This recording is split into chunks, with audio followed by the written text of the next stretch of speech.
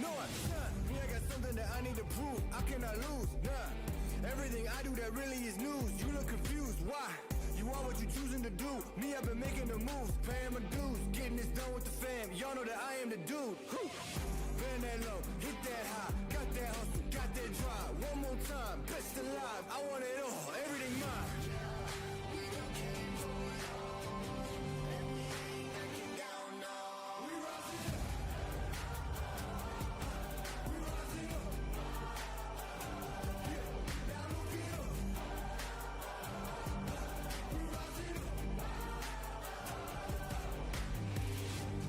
Something to prove, I wanna lose. Yeah, something to prove. You know that I wanna lose.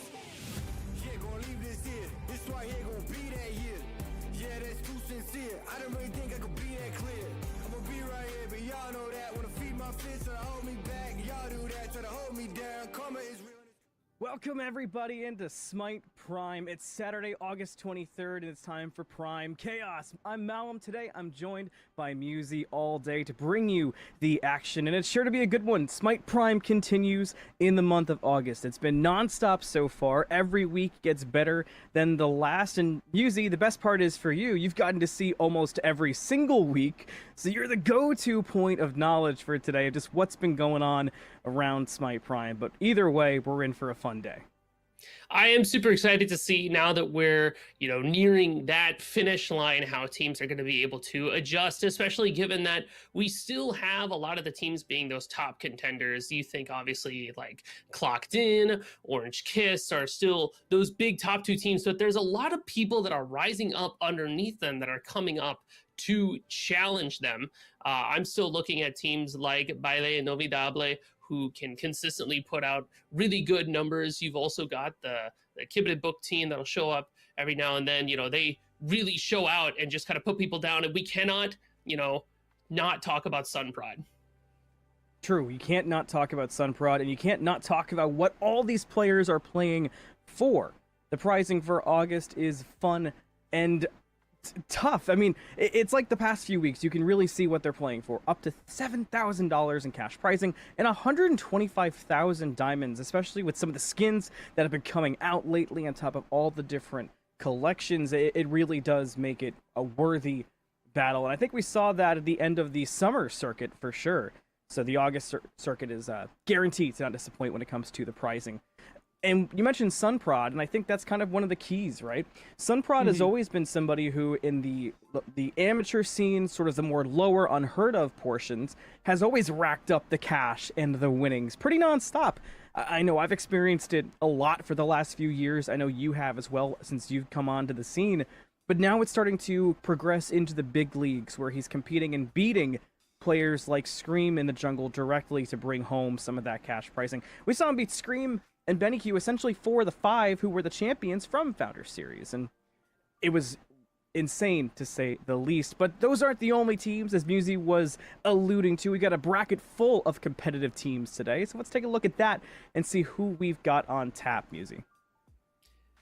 I know in particular we're going to be seeing Baile Inolvidable versus Yummers, but we do have some other teams up there in these earlier rounds. Wildcard Wonder Kids, Green Eggs and Ham. I always enjoy the really fun names that come in, but you can look and see that Clocked In, Cherry Slush, and Wake Up, those teams won't have to play right away. They get to sit back and kind of watch the action.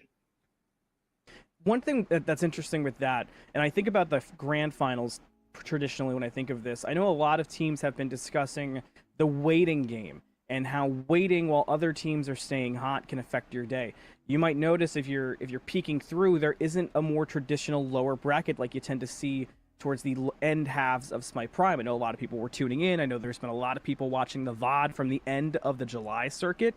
So today, there's not as much of that. So for Clocked In, Cherry Slush, Wake Up, they've got some time to relax, but there's not going to be as much waiting in the grand finals for an hour, if not more, for the teams battling in the lower bracket to make their way up, which could be kind of interesting. I know a lot of teams were discussing that, Musy. Well, especially for teams, I look specifically at like Cherry Slush and Clocked In as teams that I think suffer a little bit when they aren't able to keep the engine running. You Sure. think about players like Scream and Paul, who are just kind of once the engine's on, you're speeding down that highway. You're just trying to gun it all the way to the finish line. If you have to stop over to get a gas, get a pit stop, your rhythm gets interrupted and you're just not able to bring it back like you did in the initial game. So hopefully this means that, you know, these teams will have a chance to really show us something crazy and wild. But that being said, you have those teams all the way over in round one who have something of a marathon on their hands trying to get through each and every round. They've got a marathon and something they have to contend with today as we get closer to starting our day off. We'll have Baile Innovidable versus Team Yummers. Giannis is available today, Yuzi. That's something we have not gotten to see in Smite 2, and not just Giannis in particular, but what he brings to the map. An unmatched level of mobility for the team that up till this point really hasn't been there. There's characters, of course, like the Thors, Athenas, Thanatos of the world, Apollo, where you can get around the map very quickly, but this is the first character that's bringing the whole squad with him wherever he wants to go. Especially with that change with through space and time, makes it so that portals are made everywhere it connects, not just the first, you know, few 3 portals or so that can be created. So dropship Giannis is real and he can hurt you. Does a fair amount of damage as well, especially once he gets up to the late game. It's really fun to see him in Smite 2 just because there is a lot of you know, things you can benefit from being such a mobile character, especially because movement is such a coveted stat. It's only attached to 2 items, so having somebody that's just constantly zipping around, he can be very difficult to lock down. And a lot of players who that is their signature pick or one of them, especially for teams like you were mentioning that are kind of on that more underrated side of things. I know a lot of those players, Giannis is not necessarily a signature pick for them, but one of their more comfortable picks. You go back to other amateur leagues that are sort of on that step below Smite Prime, where you have different ranks of competition ranging from your highest rank all the way down to something like gold, or players like you and I and, you know, bronze. You really see a lot of players pick up the Giannis and put it to good use. And I've seen some crazy plays even in those circumstances. I have not gotten the pleasure of casting Giannis in these big time moments because Giannis wasn't in the game for Smite 2 Founder Series, so all those crazy Giannis moments, those backdoor potential plays you've heard casters of old bring up and say, oh, they could look to just Giannis ult around the side and end this game, especially in a meta recently that seemingly favors that there's always a chance for you to sneakily end the game, as we saw a few weeks ago with John Rowing. That is something to look out for. In our first game, it's time to look at as we get in and we see maybe if Giannis makes it through bans, but who goes everywhere? Musi, what do you got?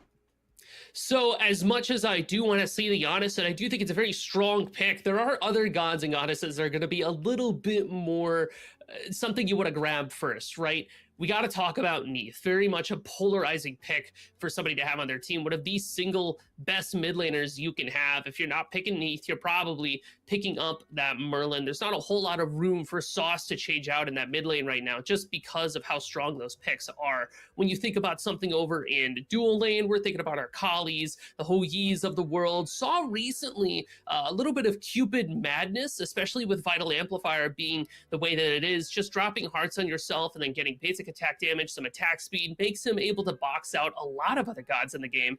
But you still have to think about things like Aladdin, Kabrak, and Mordred. Chalk is still chalk. There's a lot that you have to keep in the back of your head. I'll still no picks nor bans to come through, so we have even more time to kind of play that game of the hypotheticals. And I'm with you in the Ho Yi in particular. It feels like every ranked stream lobby you're watching, you're seeing that come through. The start of bans is Ares, so another character who's been on the jump up. I know I heard Inbound talking about Ares and kind of being a sneaky pick right now. That was a couple weeks ago, so you can only imagine how it's grown since then. But I'm with you in the dual lane being kind of my spot to watch. I think later on in the bracket, once we're seeing players like Globe and Paul, I think the mid lane's even more of a focus than it is inherently. But in a matchup like this, especially with an ADC like Solo or Troll, and for Golden, who's one of the more experienced ADCs in Smite 2, when you look at the history of Smite 2 competitive, interestingly enough, I think it makes that ADC matchup in particular even more fun to kind of zero in on. It is going to be interesting to see, especially how Sot's going to be able to, you know, lane up against somebody like Golden, who, like you said, a lot of experience over in that lane. And, you know, Solar Troll, we've only recently seen them over here in that dual lane. But when you have mechanics, that's a lot of what you're relying on in that lane. And when you are in solo, a lot of what you've been focusing on is farming. So surprise, surprise, that is going to translate pretty well over to that dual lane where you're just constantly sitting on buff camps and timers, just trying to get your gold up and farming. But I'm really interested to see how these two players kind of crack out against each other, just because you have that solo lane mentality from Solo Troll. He's always going to be looking for that opportunity to try to box you, fight you, poke you out in a lane where doing so gets really risky really fast. So let's kind of go to the other side of the map then. Let's talk some solo as we finish up the bans, right? You've got Yark versus Haddix. Talking about Smite 2 experience, Haddix was one of the most talked about for a multitude of reasons solo laners in Smite 2, but for a hot minute there towards the beginning, going back to Founder Series, was one of the best performing solos in Smite 2 and had some really standout games, even among a team that wasn't having too fantastic of a run. So when you've got a matchup like this, Yark versus Haddix, experience versus experience, and we see bans come through, the Chalk, the Odin, do you feel like that's all attention to solo? And what do you expect us to actually see get grabbed up? When I think about solo lane right now, I'm thinking about picks like Kabrakan. You could also have something like a Pele solo show up still. I'm a big fan of that. It's kind of a mix of what do you want to value, right? Because you have this full in-scaling Sun Wukong that can show up as well. So it's kind of, are you going to be that frontliner? Yeah, there it is. You're going to see Anith on the other side more than likely if you want to win. Ooh, but it's double either predictions. I like that. Are you on another front line, or are you going to be another squishy, right? And that's the mentality you think about in your solo lane. That does make sense. Now we'll see if you're right on this other side, too. You called the Neath out. I'm kind of with you, but the Ho Yi is notably available, same with the Kali. So does that kind of just lock down our ADCs? The Princess Bari is the first thing locked over for Yummers. Now, Princess Bari, I'm going to go directly to Paul again for some reference, because I was hanging out on Paul's stream, listening to some thoughts from him on Princess Bari, and he was going on a pretty strong tangent about how Intelligence Bari is really the only way she's worthwhile. You've got a Giannis alongside the Princess Bari, so presumably that puts her in ADC. Yuzi, how are you feeling about builds if we're putting Bari in ADC?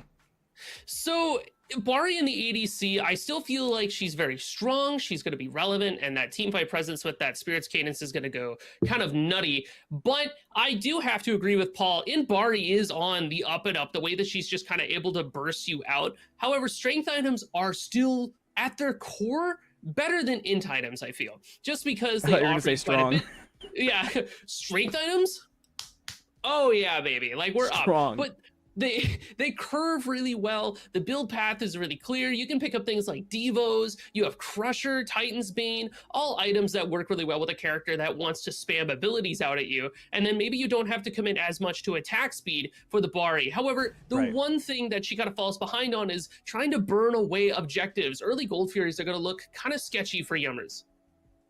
So the Agni alongside the Yemoja on the side of Bile. Now, I had a Yemoja basically put me on her knee last night in Arena that was building all damage. I'm assuming that's not what's going to be played here, but Yemoja is in a really good spot, and you also talked about that as we were kind of starting this out and looking at just bans. The dual lane now together of Bile, how are we feeling about it?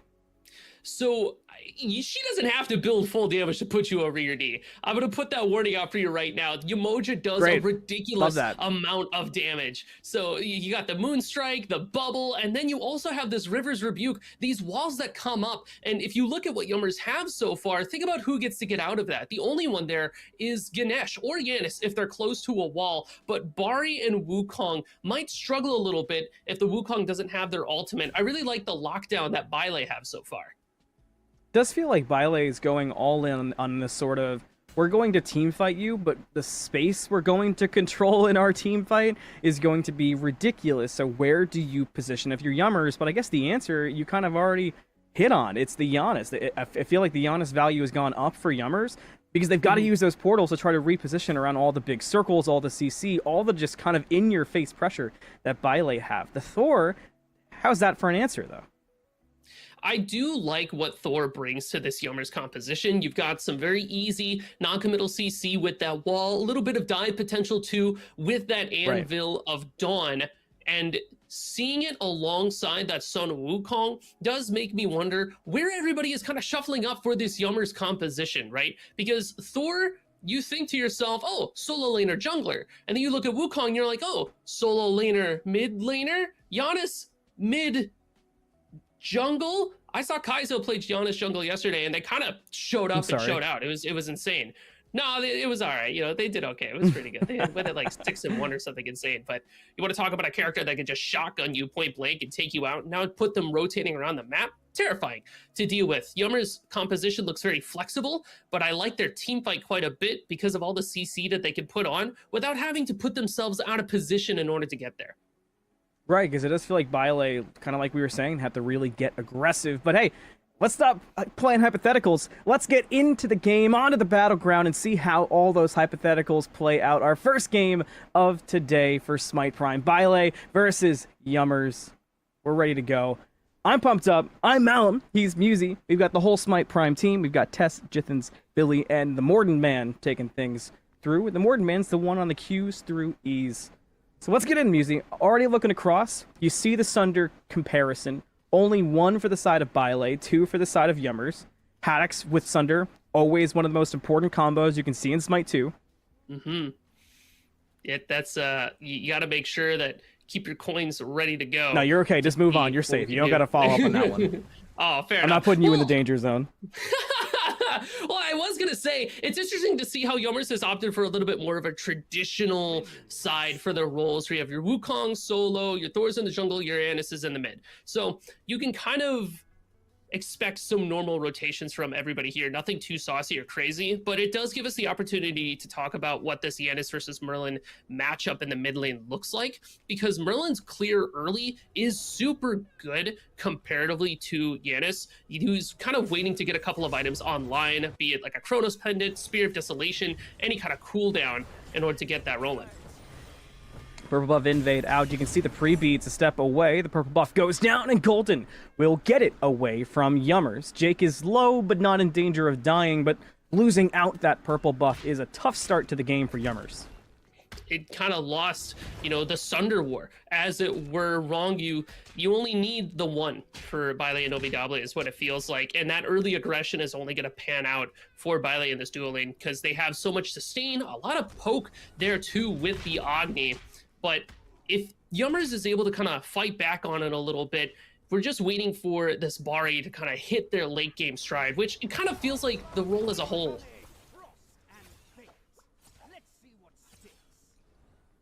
I'm with you on that. Baronary did take some damage in the mid lane, but they fall back, and it kind of works out safe. We saw some trading in solo too. So kind of across the map, nobody's afraid to get too aggressive. Blue buff invade from Haddocks. You see the answer back from the Thor, and Yark says, nah, I'm good, bro, I'm good. Yeah, especially when you have Thor, some Wukong are able to put on a lot of damage, but looks like they might just go for the full gank here. Unless this Hercules is able to get out, you do have mitigate wounds on deck, and a lot of CC ready to go. What are you doing, Jisoo? Jisoo? Yeah, like all the way between Phoenix and tier 2 to go for the steal. Got it. Huge. That's not nice. I mean, hey, it's a dog-eat-dog world, monkey-eat-robot dynasty. You just got to take away whatever you can. But I like that kind of movement from Jisoo. Saw it underneath the tower, taking a bit of poke. Like I said, this Bile and OVW team does quite a bit of damage, and Yummers just can't stand up to it quite yet.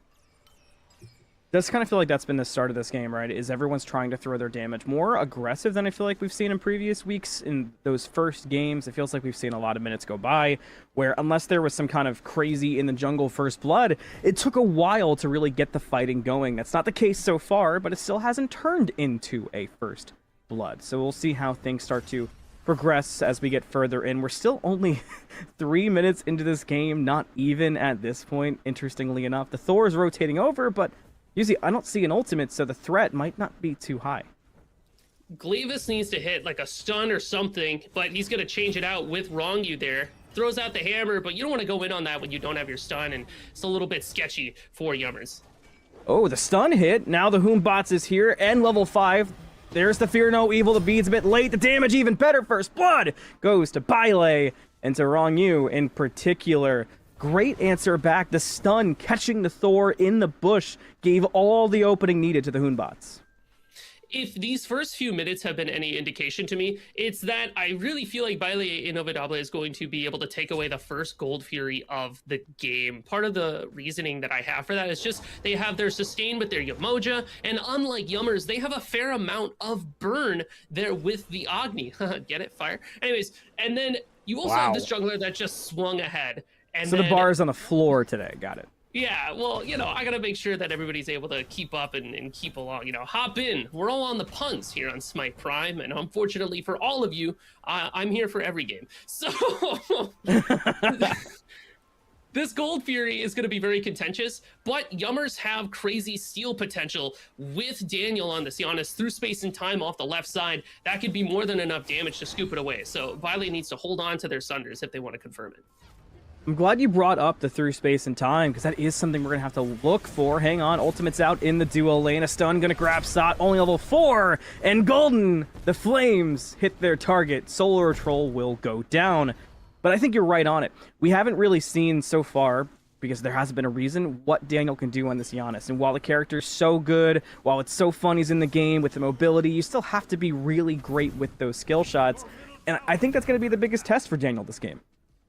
Worth mentioning, too, over on the Yummer side in terms of relics, we talked about those double Sunders. You know what there isn't any of? Shells. And that's already biting Yummers in the butt so far. Rongyu's able to just kind of walk up, throw up the waters on top of Sot, and then your Bari's kind of dead. No real way around that. So already this dual lane getting as aggressive as they are is going to really propel themselves into a situation where we could look at a very early Gold Fury. You've been calling it, and it looks like Yummers might be listening. Sot over there with Jake. Is it a full commit, or is it a bait out for Golden? Golden goes to turn the corner, doesn't fully go all the way.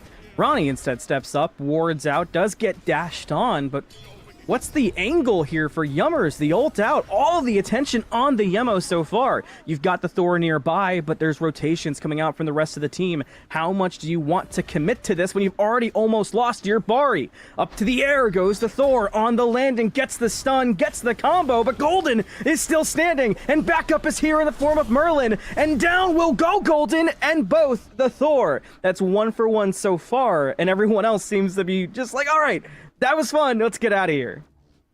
Well, I wonder if killing that Agni is enough to persuade Baile to not go for the gold immediately after. But with Yummer's position where they are, I think we got another fight on our hands. There was a jump forward. It kind of seemed like it was all going to depend on just how much Jake was willing to step up with that Fear No Evil available. He does not, and things calm down. So it's past 6 minutes now, getting closer to 6.5. Newsy was right. The Gold Fury would be the spot of contention, but no true fight over the objectives so far, as that one kind of rolled down. Now, I want to go back to the shell point you made as we're looking at the items, and I want to look at items because there's 2 matching items on the board right now that I find interesting. Might have to hang on. Oh. Hang on, it does have to hang on. Nope, maybe not. Jisu's been baiting me this whole game, Easy. So if you want to yell at somebody, I think it's the Hoonbots. Ult out from the Ganesh for the purple buff answer. Look at the damage onto the monkey! Down into the portal, but the beads will get him out just in time. He almost got brought down, but he's standing and fighting more, and he'll go down to Daniel. Golden trades it back, handles the Daniel problem, and stands for more. The Rain Fire finds a second to dash forward. Can you find a third Golden? The beads to make it possible. He sure does! Goodness. How about a fourth? He walked right at you. Yeah, baby! Quadra kill for Golden! Dude, when the Umoja walls come up, it is Golden's playtime hour because nobody can run away from this Agni. No shell is really hurting Yummers here, and a really good ultimate from Jiso there too does earn Baile Inolvidable 4 kills for your Agni and a Gold Fury. Like I said, one of the most experienced ADCs in Smite 2. Golden's been playing since the very first launch tournament. And it's showing in moments like that, looking fantastic so far on the Agni. The first Gold Fury goes to Baile, as you said. Their gold lead is looking amazing for 8 minutes. And on top of that, 7-2 in kills, 5 of which now go to Golden. Golden's level 9 to Sot's just turning level 7. We were talking about how this Princess Bari needs to be hitting their late game stride. A lot of the picks from Yummers are looking to scale, but I don't think Bile is going to give them that chance or opportunity, especially if they can keep this aggression up. Just get right back on that Gold Fury timer the moment it spawns, and you're going to find yourself in a position where nothing can really touch you. All right, so let's roll back the tape a little bit, Musi, and let's talk Lifebinder.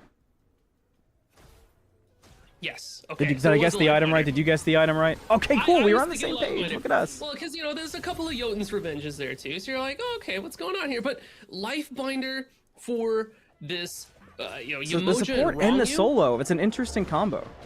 Yeah, and it's there for similar reasons, but 2 different uses. Basically, Rongyu is using Lifebinder Sot's so dead. that when... Oh my goodness. Well, he's dead. I'll miss you. Anyways. Okay, for context, Musi, I watched the map. Sot stepped forward for like half a second. I thought, oh, Sot's just gonna dash away, and then he just died. So, As one does. all right. When you're a Anyway. Bari with no movement, you get locked down. As you were. As we all were. So Lifebinder for Yemoja, it offers a little bit of extra damage that she already does, but also offers a little bit of extra safety for other initiators for Bile and Novidable. You throw a Lifebinder into somebody, and then Jisoo jumps up. Now they get a little bit of a health shield, a little bit of a heal when they go on top of that marked target. For Haddix, it's there strictly to brawl and keep up with all of the sustain that Yarkor is supposed to have in lane. And it has stats like the intelligence and the health, which is what he's looking for because he wants to get the cudgel as long as possible and more healing in his Somersault Cloud. So a lot of utility and a lot of great stats. Sot has yet to get a purple buff this game, and that will continue as Jisoo just wanders through the jungle of Yummers. They send 4 police to chase down the Hoonbots. Can they actually catch up and bring him down? The sirens are blaring. The wall is out. They've got the trucks too, the canine included, and finally, Jisoo will go down. So, all right, they were mad about it, sure, but they dive in the right lane. York is fine through it all. I thought maybe they would get at least something extra across the map, but no, not going to be the case. No solo under the tower. The Jisoo kill is the main one at hand. I mean, you want to talk about a character that could live forever, it's got to be Hercules. And Yarkor, especially with those regrowth striders, are going to stay super mobile and constantly healing once they get mobile. I think it's crazy that Yummers has to send the whole kitchen sink at Jisoo in order to take them down, but what ultimately did it in was the fact that he didn't have jump and he got Thor walled off. So without that, he's just kind of a sitting dunk, or a sitting, you know, monkey rather, just kind of stuck between a rock and a barrier of wealth and destruction. A rock and a barrier of wealth and destruction. I'll take the latter, please. A lot going on across the map so far. In the mid lane, you can see the Thor kind of looking at the Hoonbots. Now he gets caught out by Baron Aerie, who's got all the damage needed. Okay. When the icicles fall, they'll take down the God of Lightning. So I guess Baron Aerie's just at a point here where you just can't really step up to him. You got the Polynomicon there with the Chronos Pendant, so we're throwing out abilities, weaving in auto attacks. It's a lot of bursts really quickly that if you're not prepared to deal with it, you're going to be in a tough spot. Pyromancer's looked at and Yummers want to take it away. You see Jake around the side, the pillars are out, and the Pyromancer is still technically aggroed, almost falls to the pillars. It does not. When the Rebuke crashes down, there's somebody left behind. It's Sot, finding his 4th death of this game so far, and Bile will walk right back over to the Pyromancer. This time, there's nobody to contest it. It will indeed fall. It's really unfortunate to see Sot die there, just because in these opportunities, you really just want to be focusing on your farm, trying to catch up to Golden over there in that dual lane. Now you're 1 player down to even try to contest this Gold Fury. Bile is just moving through it. It's already at half health. You can see Golden going slow with the rain fires. Yummers at least want to try to contest. They've got a Sunder on Jake, but can they get through to the fight to even begin with as Yark plays the defense on the elephant? Jake's got to retreat or he's just going to die. The Thor to the sky, going to be too late. The Gold Fury goes to Bile. They'll take the elephant too. They're taking all the prizes on this hunt. They'll walk away now with an even stronger gold lead and maybe a pick onto Yark. The Thor goes back in. No, can't find it. Instead, just backs away. So still positive for Bile. Just a scarier retreat now.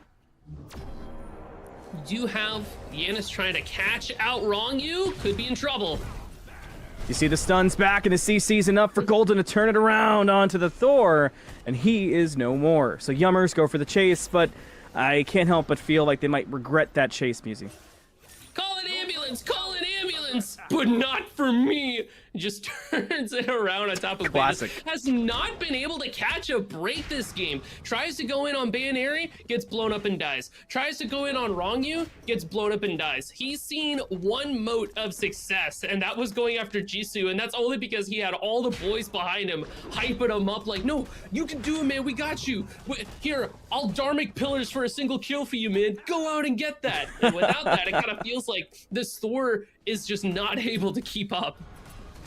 As long as the homies are supporting you, though, you know, I mean, that's the biggest thing. But let's kind of go across, and let's look at what the homies are focusing on now, and that's getting a pick onto Golden. You have to imagine they'd love to give that kill to Sot.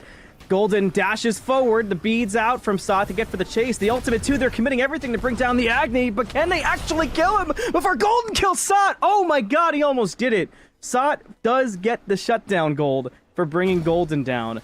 The Stampede out, you know where he is. Oh, no. The emoji's here, Sot. Run away, the Sunder too. Oh no, and the bubbles will drown him.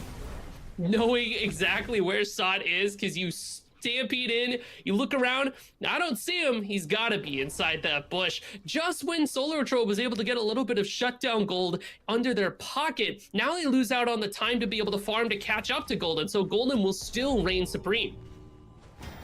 And the Yemo might be caught out, but look who's around the corner.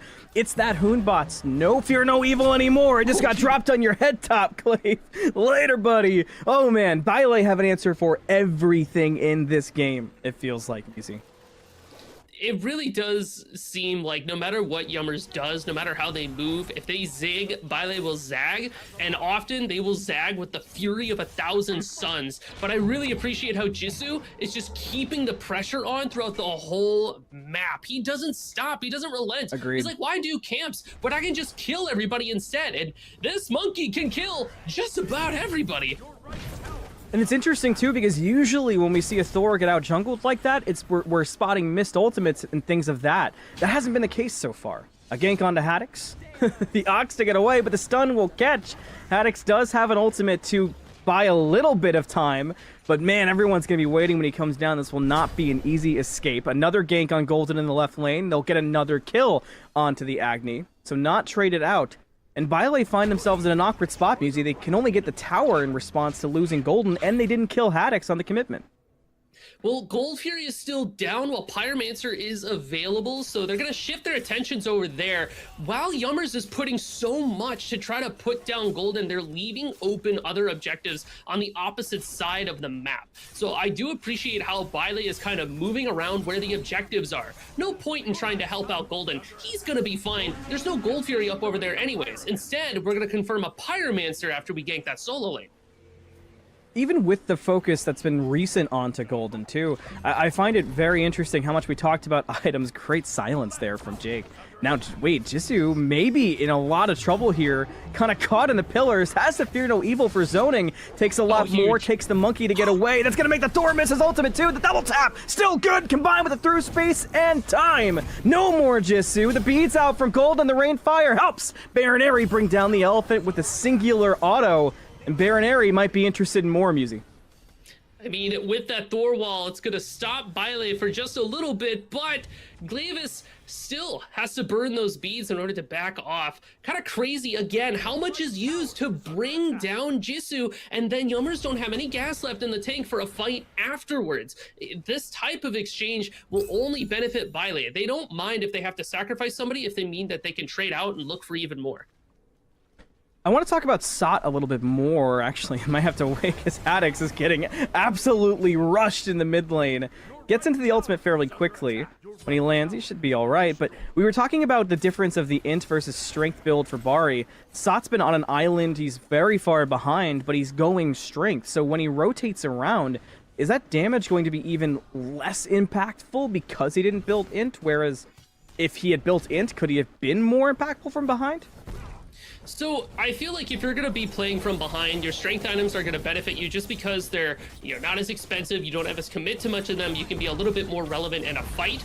But as you scale up towards that late game, your damage is going to fall off compared to that int scaling Bari. As a Gold Fury is confirmed, and it looks like Herc's in trouble.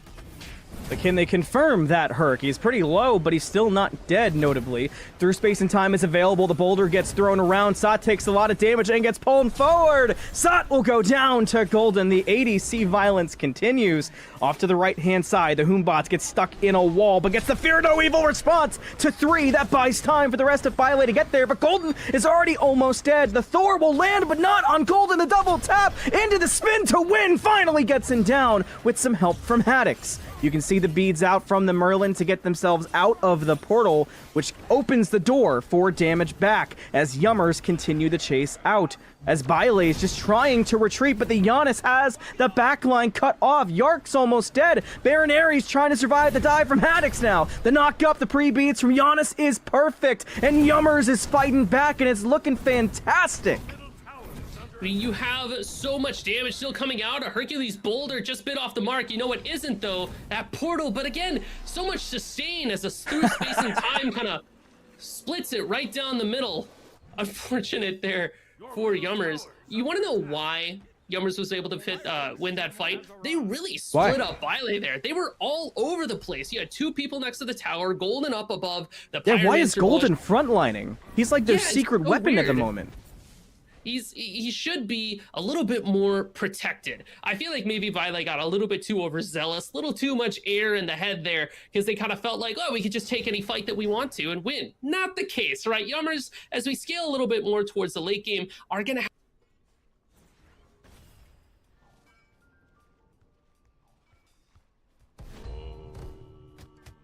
Your middle tower is under attack.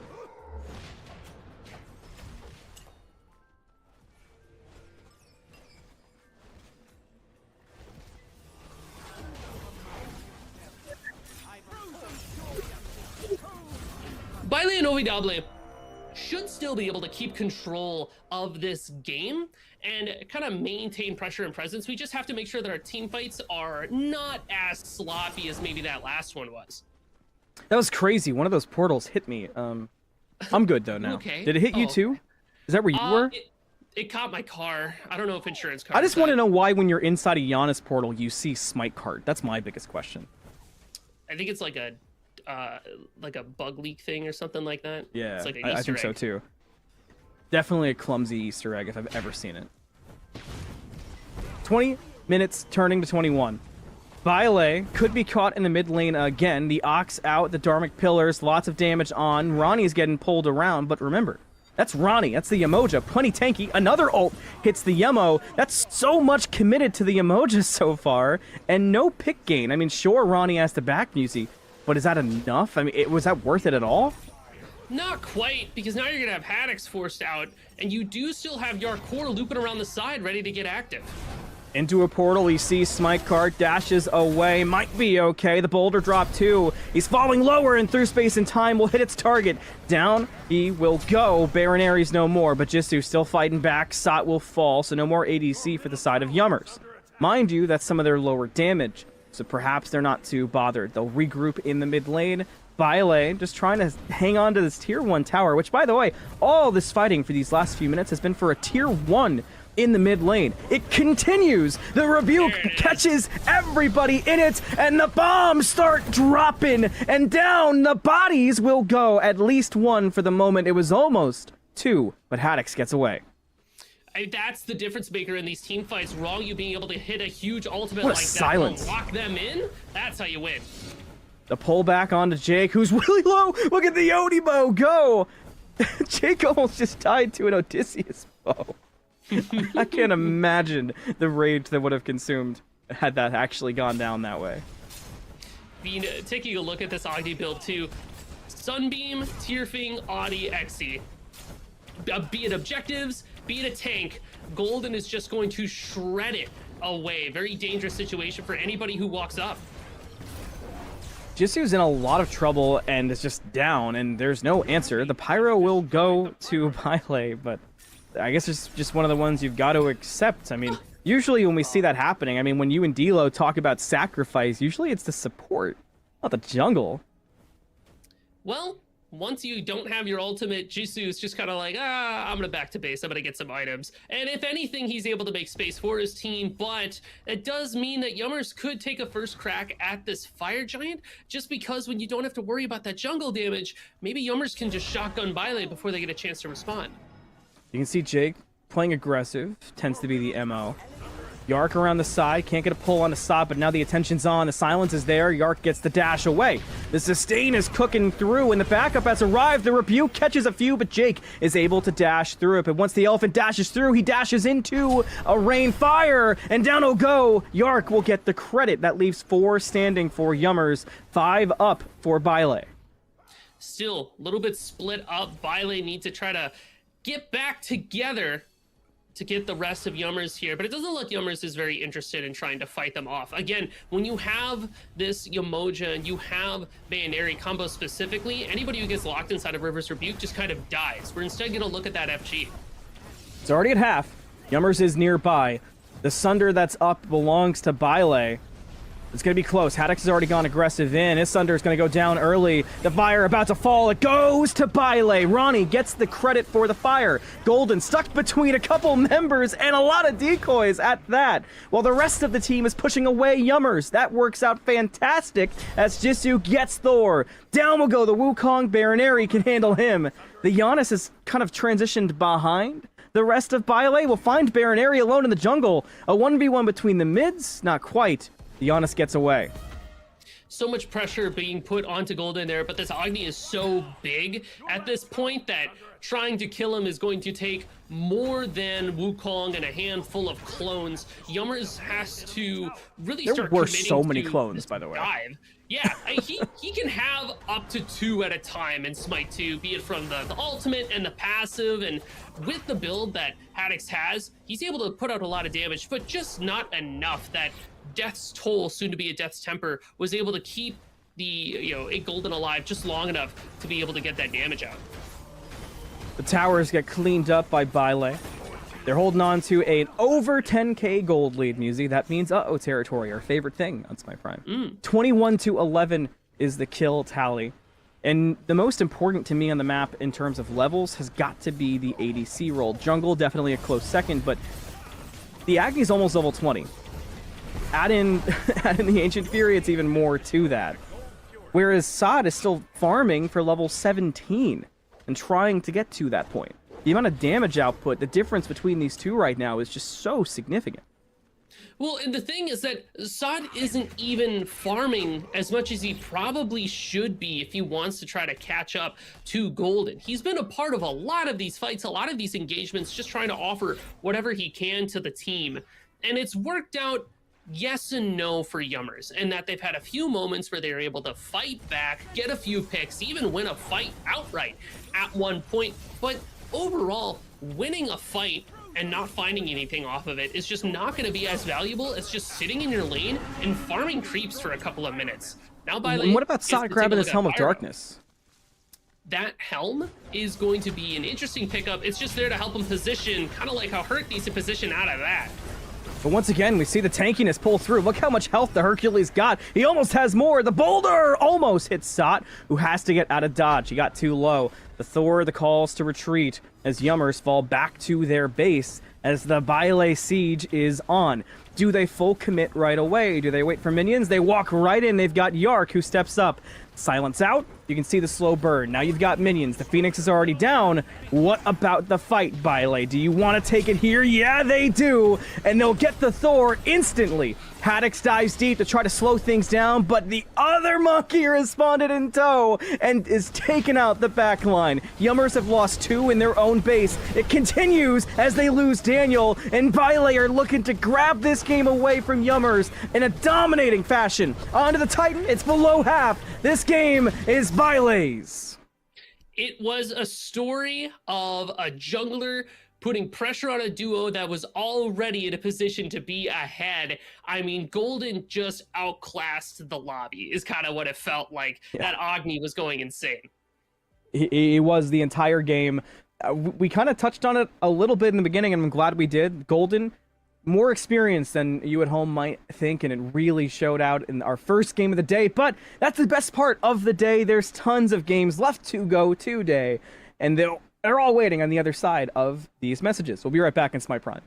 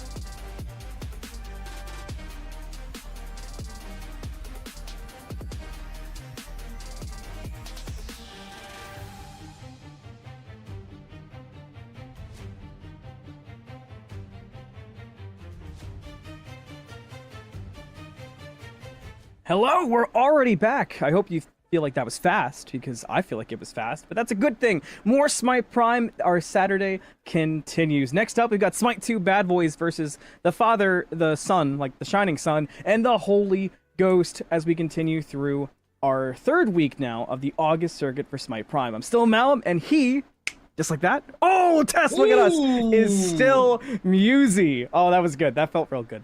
Hope you like that at home, too.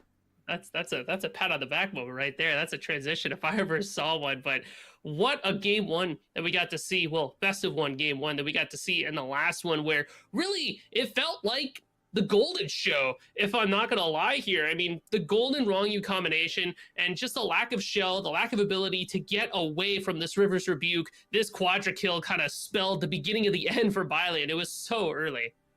I think it was a combo of the Quadra kill that gave this significant lead to Golden, which this was so well done. The pre-beads, I mean, when you look back, it kind of seems like a little bit but the pre-beads is what got the Quadra to me, because it gave them that time to step forward.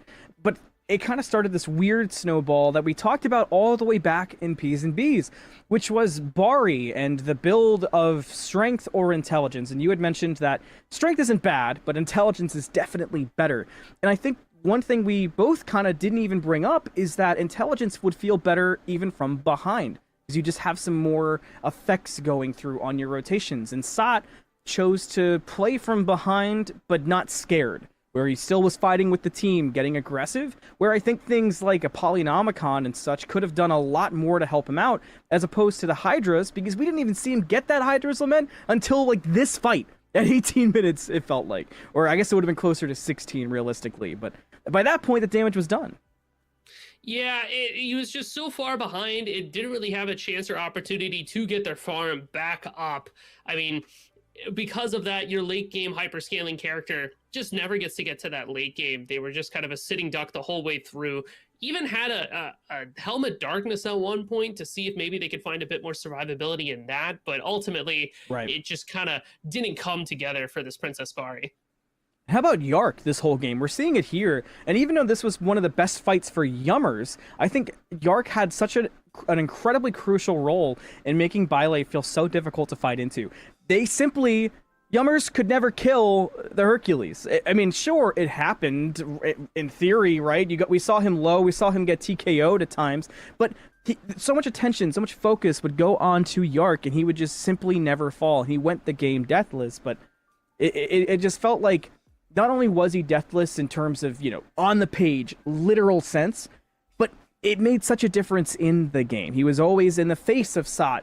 Daniel was having to play from kind of the back. Daniel was basically playing from order side the entire game, just trying to position in a way where he wouldn't have to deal with Yark. And what was very interesting too is that you would see this Hercules take a bunch of damage and get really low, but the sustain from mitigate wounds and those rejuvenating waters from Wrong You, both of those things in tandem, think too, but that life binder, it just barely keeps him alive, just barely keeps his health up to a point where he looks killable. He looks like somebody you could jump on, but in doing so, you put yourself in a position where the rest of Bile just kind of jump on top of you and kill you. I think it's interesting you mentioned he looks killable, because we saw Daniel commit a lot of ultimates to trying to finish off the Hercules who had gotten so low, but every time Yark was still standing tall through it, and now through space and time is down. But I will say, kind of, you know, focusing on the Giannis for a second as we continue through our day, again, our next game being Smite 2 Bad Boys versus the Father, the Son, and the Holy Ghost, Giannis still looked good. I mean, that was the second most damage in the lobby, only to Golden, and they were pretty freaking close. It was doing quite a bit of damage. It was doing a little bit of secure as well. I just feel like some of the ults were a little bit off the mark in terms of actually getting those last hits. But I think the reason why Giannis didn't really get a chance to work out in this instance just was the fact that their positioning didn't really work with the rest of the team. Giannis always has to position like a jungler compared to other mages. So ultimately, it means that Yummers is going to end up knocked out here, and Bile will be the ones to progress going up against Wake Up. But I know our eyes are going to be focused on a different team this go around. Very, very true. We've got ourselves match number 7 if you kind of look up towards the top of the bracket. Now, remember, all these teams clocked in, Smite 2 Bad Boys, or excuse me, not Smite 2 Bad Boys, clocked in, Cherry Slush, Wake Up, they were all kind of chilling, waiting here. for this entire time. They were waiting. They had the bye this week. They've been vibing, and they've got themselves a refreshed mindset going up against teams who are now a little bit more warmed up. For Smite 2 Bad Boys and the Father Son, they have just played a match each. So they both are coming to this game a little more warm, a little more comfortable, very similar seating as well, which is always fun to see match up this early on. I think it's kind of the perfect quarterfinals matchup, Yuzi.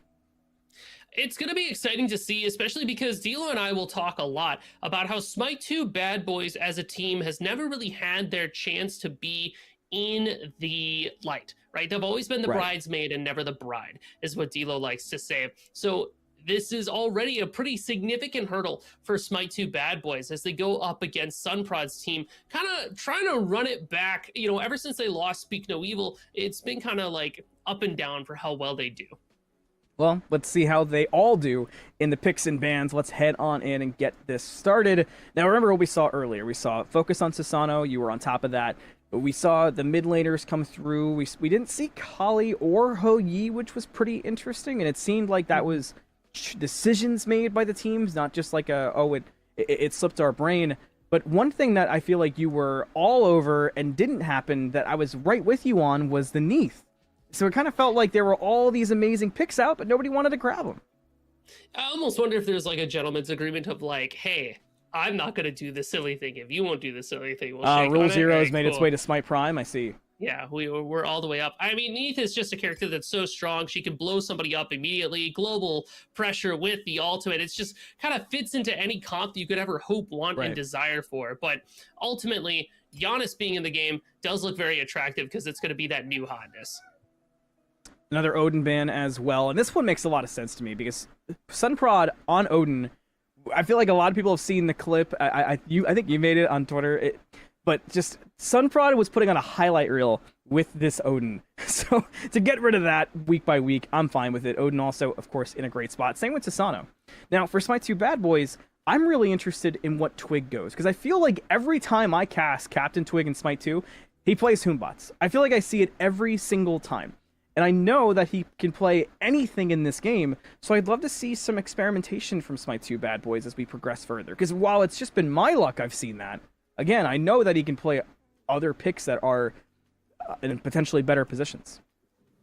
So as Smite 2 Bad Boys try to think about what they want to prioritize first, I kind of agree with you. I really think we could look for quite a few things in that jungle role, but seeing things like Susano and Loki being already taken off the board kind of makes you wonder what's going to be left. I really would like to see something like you said, the Hunbots, or even if you want to get freaky with it, take it away from Sunprod. You can even try swinging out a Thanatos or something like that. Yeah. It's funny because Thanatos was on my brain too, just a character we don't see commonly, but I put it right up there as one of Sunprod's best picks. I would argue signature pick, kind of depending on where you first started seeing Sunprod play and sort of come to this now all-star player that we all have gotten accustomed to in Smite Prime. Baron and Artemis, though, is the lock-in to start things off for FSG. What are you feeling? It's interesting to see, especially because there's a character that we haven't really talked about too much that I think would also be a solid jungler. That's going to be that Aladdin that players are able to pick up here. Does quite a bit there. Artemis so early, not competitively in banned this week. Very good catch. You can have it, but Artemis so early in the draft tells me that I think Glost is looking at that Agni and assuming that it's going to the dual lane, but Rama right afterwards means we get to see an Agni mid.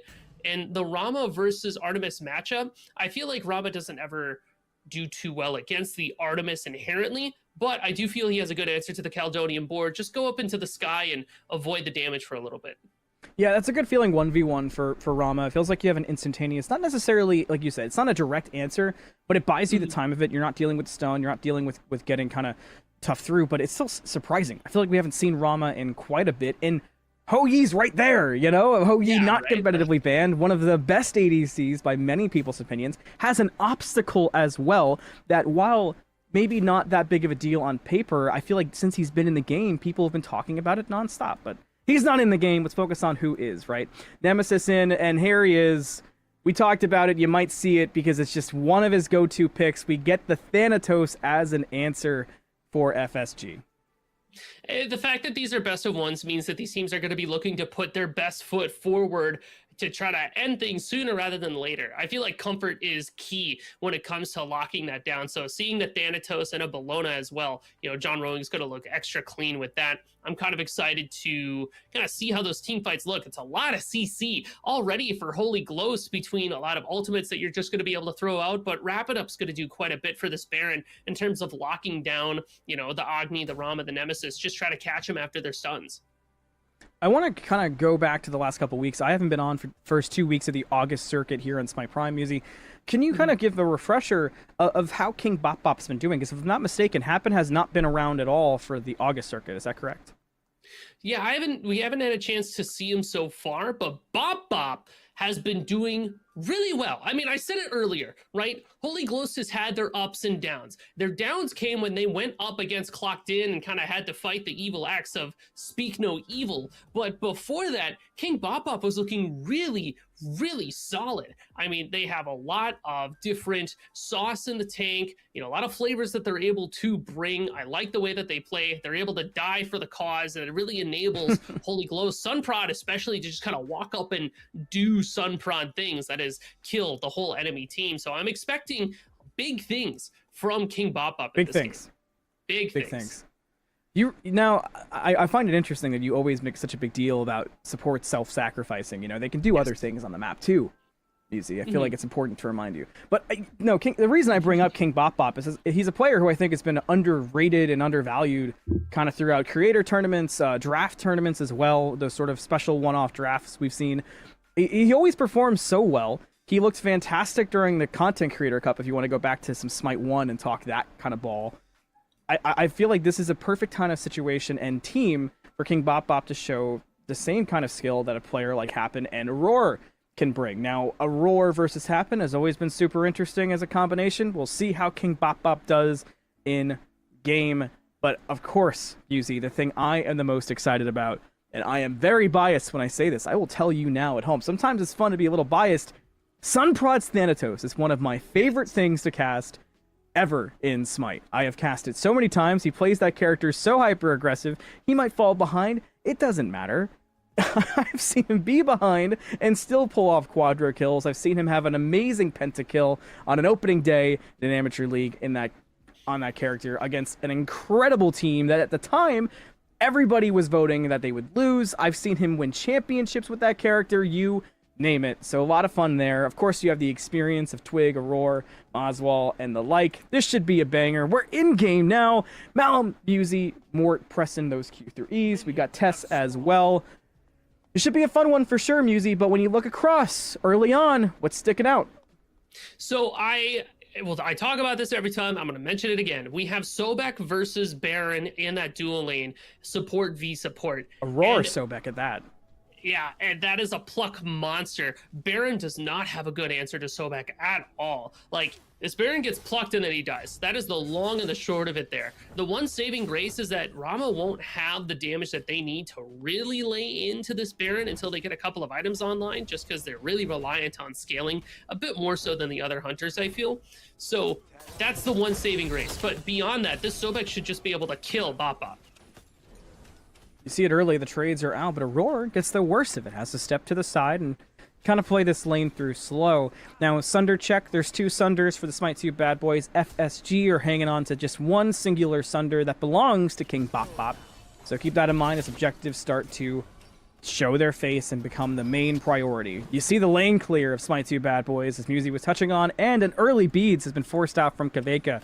I'm sure that's going to come back into play. Definitely a good beats too, though. That whole minion wave was still up, so they were going to take a lot of damage there. Sunprod's already getting very aggressive, running at Twig.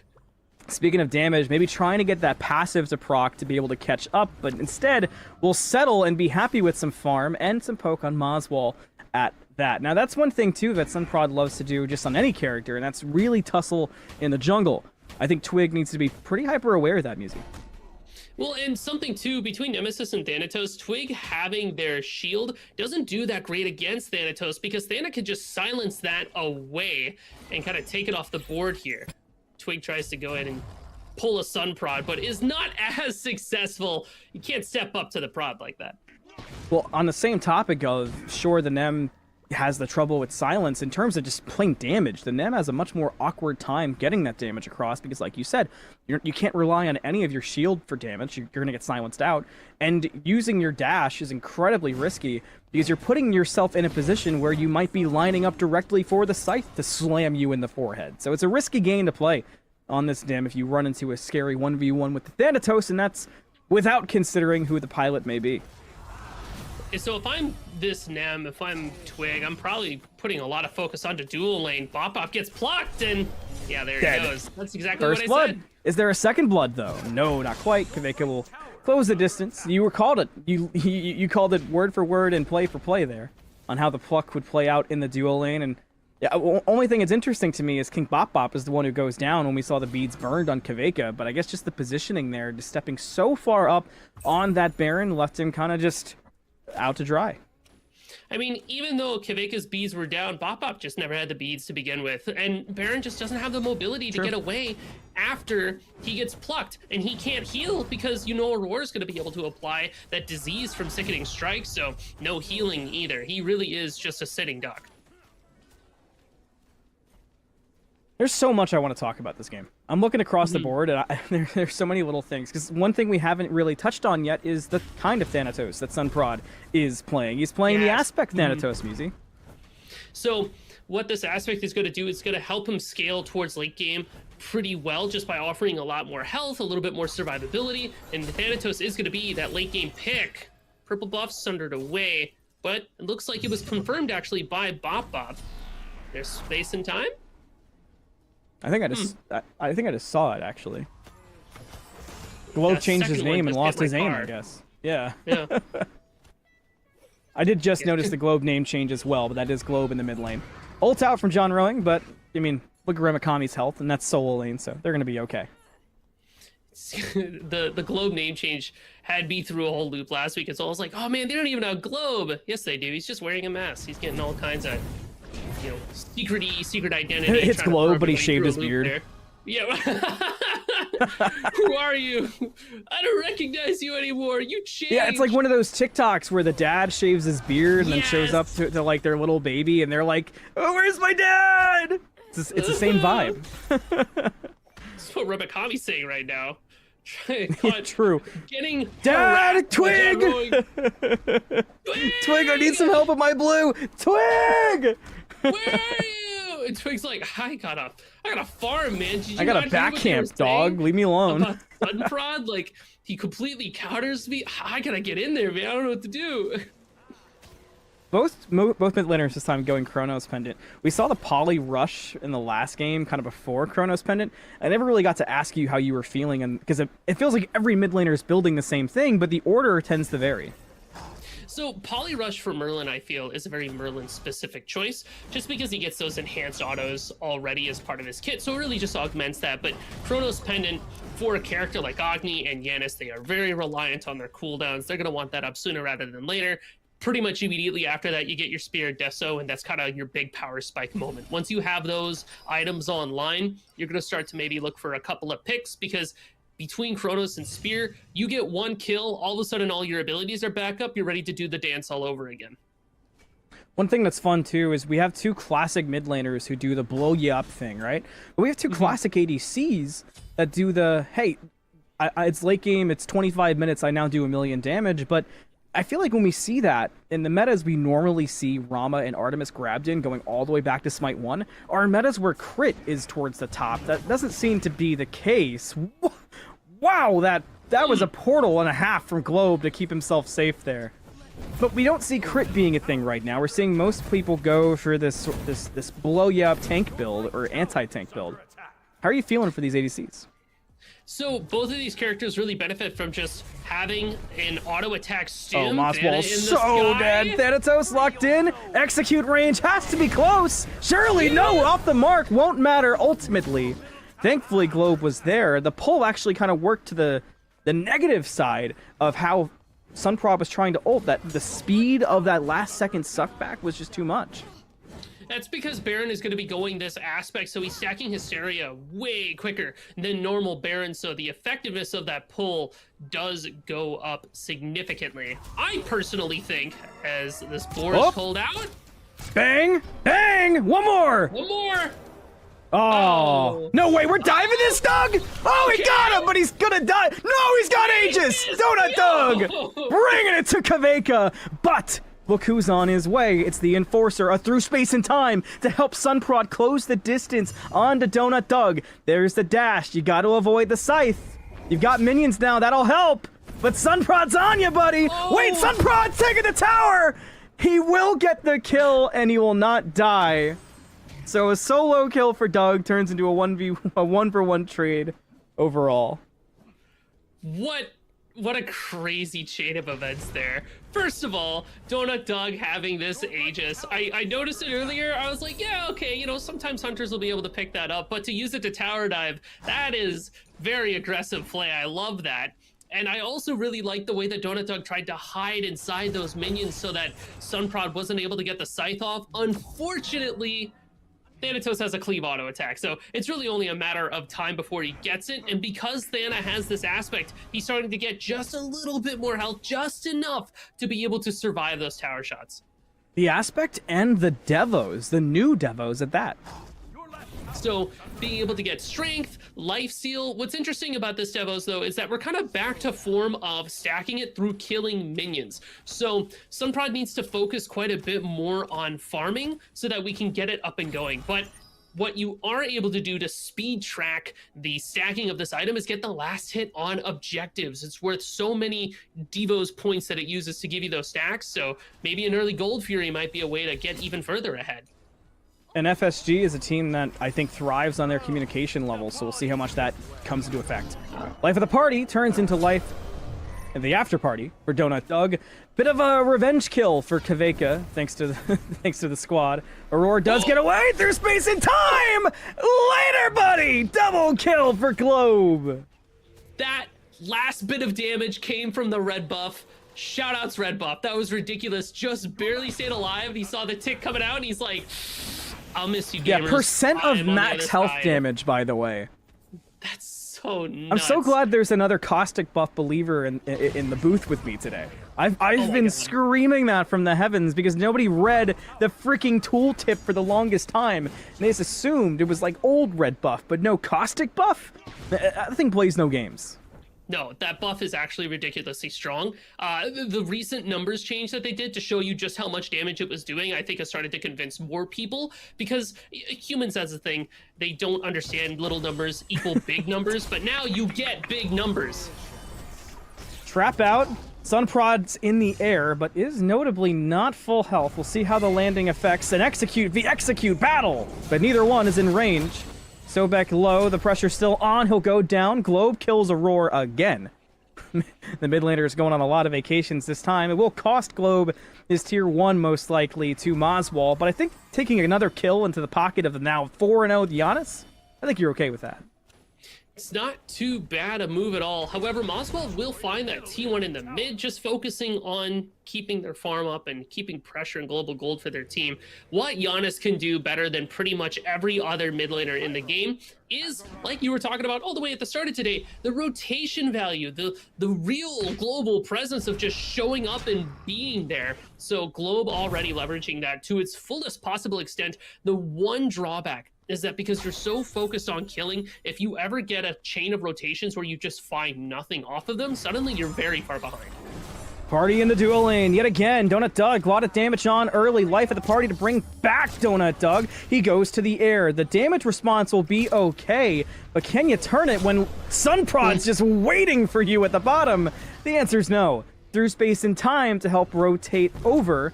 Sunprod still terrorizing underneath that tower. Twig gets caught. The scythe won't hit. One more auto will do it for Sunprod, but he should die. So double kill for Sunprod. One back for Twig. The chase is on for Kaveka, who's gotten away. They'll turn their attention. Now it's King Bop Bop.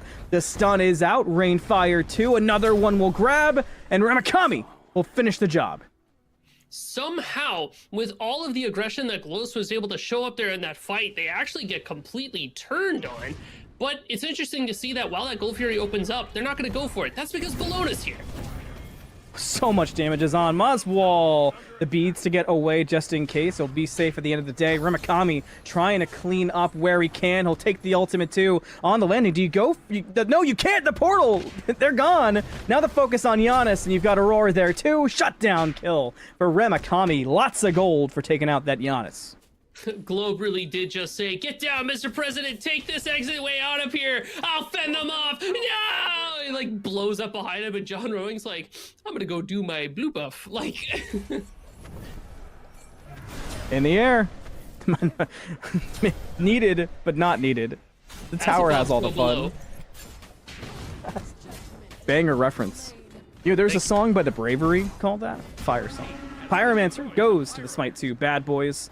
So gold-wise, right, through all this chaos, it's not even a full 1,000 lead. It kills Reed 6 to 9. FSG feel like they're ahead in vibes and kind of behind in everything else, but not too bad. This game has a flow that almost doesn't match what we've been seeing. Well, Smite 2 Bad Boys has had multiple opportunities to come back in these engagements, and that's because Holy Ghost has been kind of overextending themselves, dying to get the last bit of damage that they need in order to finish up these kills. So as long as they stop trading out their lives, they'll probably pull ahead in a meaningful manner. Life of the party brings one back for the stun, but hey, Bop Bop. Where's your backup? Right there, the portal, right back to Aurora, who's lying in wait. Can you get the other portal? Yes, you can, but Aurora still has sights on. He'll get hit by the root, and King Bop Bop will get away. Great use of the portals there from Globe. So much mobility for the Siennas to get you yourselves and everybody you know in and out of danger, but Smite 2 Bad Boys don't really want to let it go here. Remakami continuing to play up and aggressive. Notably, Twig is not here, but maybe not needed. Look at that damage. John Rowing does lead the way. Ults forward. Sunprod to the air, too. Execute range is gone on Aurora. It was up for a moment. Sunprod reallocates those resources back towards Remakami, who had already gone into the cloud. So no picks from the Thanatos. A rotation from Kaveka. A Tusky, too, but look at Tusky. That dude's so far away from the team. I was going to say it wasn't going to stun, but the distance just made it work. It was an interesting rotation there, too, from the Artemis. I think Kveka wanted to show up and really force something to happen for their team, but they weren't able to find anything. And when you don't find anything off a rotation, that is inevitably what's going to cause you to slip further behind. Because look at Donut Doug. They're in their lane, farming, thriving, hydrating, and killing a T1. Gold Fury getting pulled by Smite 2 Bad Boys. FSG will be aware, especially because they're following the Sobek over. By the time they get there, it's already going to be below half health. This thing's getting burned so quickly. Down goes the gold, the first one of the game to the Smite 2 Bad Boys.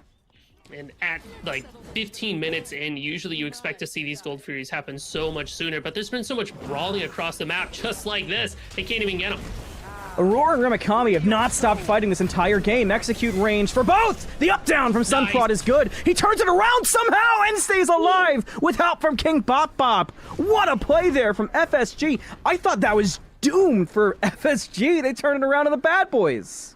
I love the tech there from Sunprod. They are a knower, because of course they are. The moment you start channeling your Thanatos ultimate, if you spam click it, you can immediately come back down. You don't get a reticule until like just as it comes up, so aiming it is difficult, but the speed at which you can get it is so criminal. And it paid off right there in big ways, too. Now, if Sunprod can continue that and kind of get that flow going, that's what it feels like FSG have been waiting for this game. The silence to stop the Bad Boys from stealing away the Queen Naga. Twig has interest in a chase, takes the Wind Sprite, too, but will get rooted instantly. It's the little mechanics that seem to be stepping up in a big way for FSG. I'm a big fan of how they're able to utilize those smaller moments. And something that I want to point out too, for Sunprod's build, they do have a little bit of protections there. The regrowth striders for Thanatos, anytime you hit somebody with an ability, suddenly you're just getting a little bit faster. Pair that with Scent of Death, nobody can Matter really of fact, run away. Musi, can I be old for a second? Are you cool with that? Yeah, that's cool. Captain Twig, way back in the day, like we're talking season 2, season 3, when Shield of Regrowth had just kind of come to fruition on Thanatos, Captain Twig was one of the OG knowers of that technology, and that showed up in the season 3 World Finals. Fast forward all this time, almost 10 years, And Sunprod using it against Captain Twig, there's some storytelling in that. Do I look like him? It's like kind of crazy. Well, you know what I like about the Striders too? Thanks for hovering, so we'll go to a new topic. Exactly. I appreciate you. Well, when you pop your Scent of Death too, Regrow Strider's second ability of giving you health regen pops as well. So you get 5% of your health over 10 seconds. That's more abilities in the tank for Thanatos to be able to throw out there. Sunprod is a sustain gamer right now. It's just willing to fight forever. You were really going to need those sickening strikes to keep him in check. Roar playing up. Does have some backup in the form of Moswall, but no pluck attempt quite yet. Dual lane, you can see the Thanatos marching towards the Rama. Is this a full attempt for a kill and dog? No, they'll call it off there as well. So looks like everyone's trying to find something, and everyone's interest is fighting, Yeezy. I mean, Gold Fury's down, sure, but they're still not even won this game. It's just been a brawl. I love the positioning of Aurora just standing up in front of everybody and fighting them by himself. Maybe now that you got the team, you can make something happen. Look at the damage go already. Mosball's dead. Sunprod's in the air, but nobody's in range, and Sunprod's got to go. The snipes are out. Donut Dog's spinning the camera, but dude found a couple shots still. Now you readjust. You focus new. You get the damage on. You bring down King Bop Bop. And there's no real objective to really look at right after this fight. So 1-for-1 trade across the board. Both teams are just kind of walking away like, okay, well, that happened, I guess. Like, weren't really able to find too much there. I'm trying to think about like what an ideal team fight kind of looks like between the two teams here. Honestly, I'm really looking at Aurora to get something started for Smite 2 Bad Boys. Looking for that pluck. You have, you know, Moswall with the stuns to really follow up and damage and chain some CCs together. That does leave Aurora in kind of a tough position of being out by himself, but he looks pretty comfortable in that position right now. I was going to say, it seems like Aurora has been trying to do the same thing for the last 5 to 10 minutes, where he's just stepping up always trying to make something happen. But now with all this poke on the Sobek's head and execute range always looming for Thana, you have to assume they got to start playing it safe soon. Oh, Sunprod catches Acti. He's okay. It's all right. Both teams trying to juggle this Gold Fury back and forth. Prod's in the air. Who we looking for? It's the Agni Sunprod hit earlier. But the landing will catch the dash. Now he's in the flames. The dash in back from Donut Doug. Prod's going down. Donut Doug with the last hit. Meanwhile, Gold Fury gets slain. It's Remakami with the credit for the gold, but Kaveka fights back and finds a roar. The snipes to stay alive and help out for Twig, who's almost dead too. Now Doug and Twig both gotta go, but John Rowing is here and he'll bring down Twig for even considering the escape. So the Gold Fury goes to the Smite 2 Bad Boys. Overall, it's a 2 for 2. I feel like that Gold Fury was definitely a steal too, because Ghost was all clustered on top of that pit, and then the Sun Wukong just kind of walks up and is like, hey everybody, do you have a Sunder available to you right now in this moment? Because I'm just going to take this. I'm going to have this. So Smite 2 Bad Boys are able to come away with a little bit more in that fight. The reason why Ghost was trying to find so much more after was just to get their revenge. But I do appreciate the way that Smite 2 Bad Boys has been kind of on it around these objectives, be it stealing them away or prioritizing them when they can. It's going to help them keep their gold flow pretty up there. We've been talking about the difference of King Bop Bop and Happen, and as much credit as I love giving King Bop Bop, as I think he's such an underrated player, that is a strength of Happen, who's been primarily the support for FSG, is speaking of which, he goes down. That's been a strength of Happen, is those objectives, getting the steals and contesting, especially when you're against Aurora. But Aurora, that's been one of Aurora's strengths going back. We've been talking about the old times, right? That's been Aurora's strength his entire career. So it's not easy to go up against. Pyromancer also goes to the Bad Boys. They're starting to really pile on the gold lead. It's been close all game. Now it's a couple thousand. Sunprod diving in, lashing away. Donut Doug low. The instant execute land down for extra damage, and it'll work out. Closer than it maybe should have been. But they still kill the Rama and the dual lane. I mean, Rama forced to pick up that Aegis because of the Thanatos, but now he doesn't have CC immunity for the stuns. They get piled on top of him. It's kind of a tough position to be in, but you do have reinforcements from Smite 2 Bad Boys. Is it in time, though? A lot of damage on, and Aurora is dead. Ox after, pre-beads away from the Artemis. That's going to force a Somersault Cloud out from the Wukong. Through space and time, just kind of sent over for fun. Doesn't seem like there's rotations following. Agni is here. The stun will catch on Kaveka. Now Sunprod tries to play some defense, but you've got the portals from before, so maybe that was the original point of the through space and time. Less about damage, more about Globe helping his team go global. I mean, this is not the first time we've seen Globe use those portals to get his teammates out of danger. It's a crazy exit strategy. Twig gets caught out here, pretty much dead? Pretty much, maybe the shields though, finally! Twig dead, Sunprod away! Oh my goodness, barely. The tower almost brought him down. Now, while we've got a second, I'm gonna pull back the curtain. We'll talk some behind the scenes. We got told before in our production chat a point that Sunprod is closer to the age of Twig's kid than Twig. I want to go one step further. Let's go back to the Smite 2 or Smite 1 Content Creator Cup. Sunprod's team was made just short of LAN. Captain Twig's team made LAN. I was there. I saw Twig, and Twig brought his kid. Therefore, because of Captain Twig, Twig's kid has made a LAN, but not Sunprod. Drama. Dang. You're all welcome. That's a crazy call out there. Well, hey, sometimes you get a little bit of that nepotism, or maybe it's just in the blood, you know? Twig's kid is just a known gamer. He shows up to LANs without even having to play on the team. He just knows what's going on. Exactly. That's what I kept saying. Is that the prodigy. coach? There's a lot of bodies on this right-hand side. Is Chaos going to erupt? Because Aurora's been playing this way the whole game. But now Aurora might be caught. You see it with the instant ults right to the waters for some safety. I mean, without that lurking in the waters, that's one less tool that you're going to want around this FG pit, as Ghosts are going to start swarming around that. But it's worth noting that Donut Dog instead is just kind of sticking around to that left side. No ADC for this fight.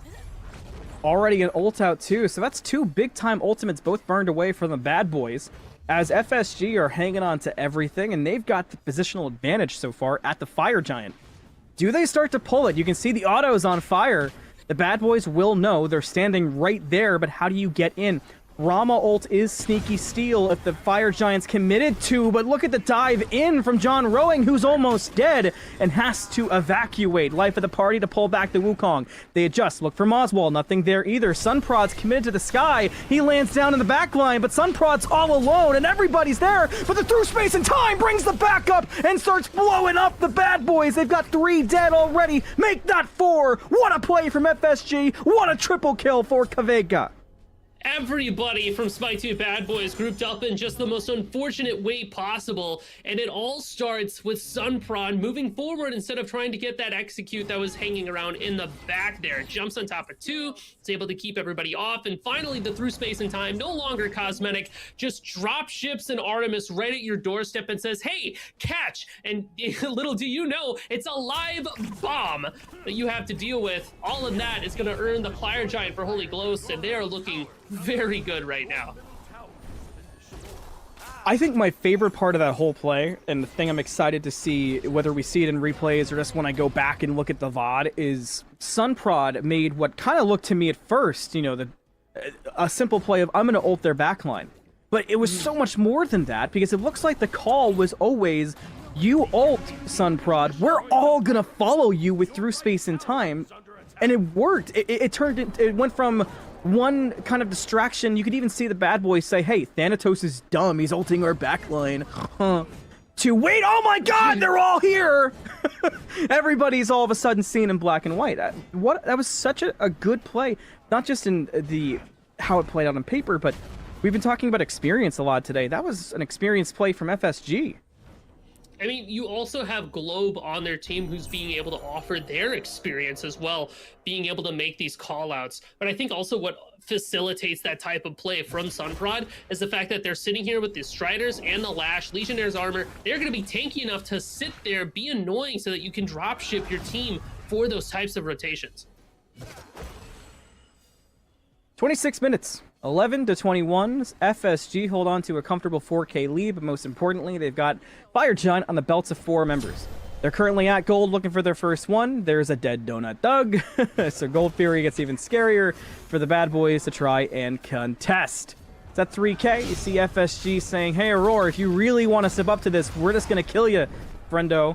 Aurora gets away. He's already out of execute range, but he's back in now, and Sunprod nails him just as quickly. Twig's got to get away too. Gold Fury to FSG, maybe even more. Remakami will be forced to ult early too. That health chalice was used to try to keep this Sobek out of that range, but Sunder just puts him right back in there. It's going to enable Holy Glows to just keep on putting pressure everywhere, but it's going to be Globe takes the portal out right into the slice and dice from Twig, but doesn't matter. Glows looks at this mid Phoenix. Yeah, big loss as the mid Phoenix siege is on. Artemis is nowhere to be found. They're over in duo lane getting a tier 2. So FSG got to play this fight safe. Sunprod's already very low. John rolling with the ultimate to try to keep Sunprod safe. He's almost dead. He's going to die thanks to the Sunder tick, it looked like. Remakami will get the credit for the kill. Now you've got Donut Dog back in the fight. Kaveka has arrived too, though, and gets a pick of their own. And that's how FSG will get the escape out. So a little bit messy from FSG, but still overall pretty clean. I think messy is a good way to describe that too, because you'd even get the tier 2 over on that solo side. Globe had died, pressured out before they even had a chance to take a swipe at that. But you are setting up so that the next time this Ancient Gold Fury spawns, you're going to get maximum efficiency from that debuff. Looks like Holy Glows might get a little bit pincered off here as Aurora cuts in this top side. You can see why you have Remakami following. It looks like Moswall's also trying to play the catch-up game, but not going to go high. Instead, kind of keeping up. Nope, change his mind. Now he's backing. Interesting call to back, considering the context of this fight in duo. Now the Agni's joining the fight, but does that indecision cost a lot? Donut Doug is already dead. Kaveka with the kill. Now Aurora is low too. This is a huge issue for the bad boys. Just a complete collapse there. I'm not sure if it was a communication issue or what, but everything falls apart. Remakami will die too. Double kill for Globe. And FSG stand tall with 3 dead on the side of bad boys. King Bop Bop baited themselves by moving over towards that teleporter, because they kind of put themselves in a position of like, oh man, I've got nowhere I can go. I'm all stuck and all trapped and alone. And hi, Kaveka, what are you doing here today? Shows up, shows out, does a lot of damage, and now Gloster just going to run it down this left side. You can see Twig rushing back, but maybe trying to find the right angle to take this fight from. There isn't entirely full health bars, but oh, through space and time, catches Twig. Now the slow 2 at a portal. Twig is just deleted. There used to be a Captain Twig standing there. Blink and you'll miss it. 1 second he's here, 1 second he's not. Love Yanis and Smite too. God, I miss that god so much. Oh, man. Tusky out. Oh, but Tusky's just hanging with the boys for now, unfortunately for the side of FSG. That's unlucky, but now look at the bad boys' answer. The ultimate out from Rama. Can you find a catch with it?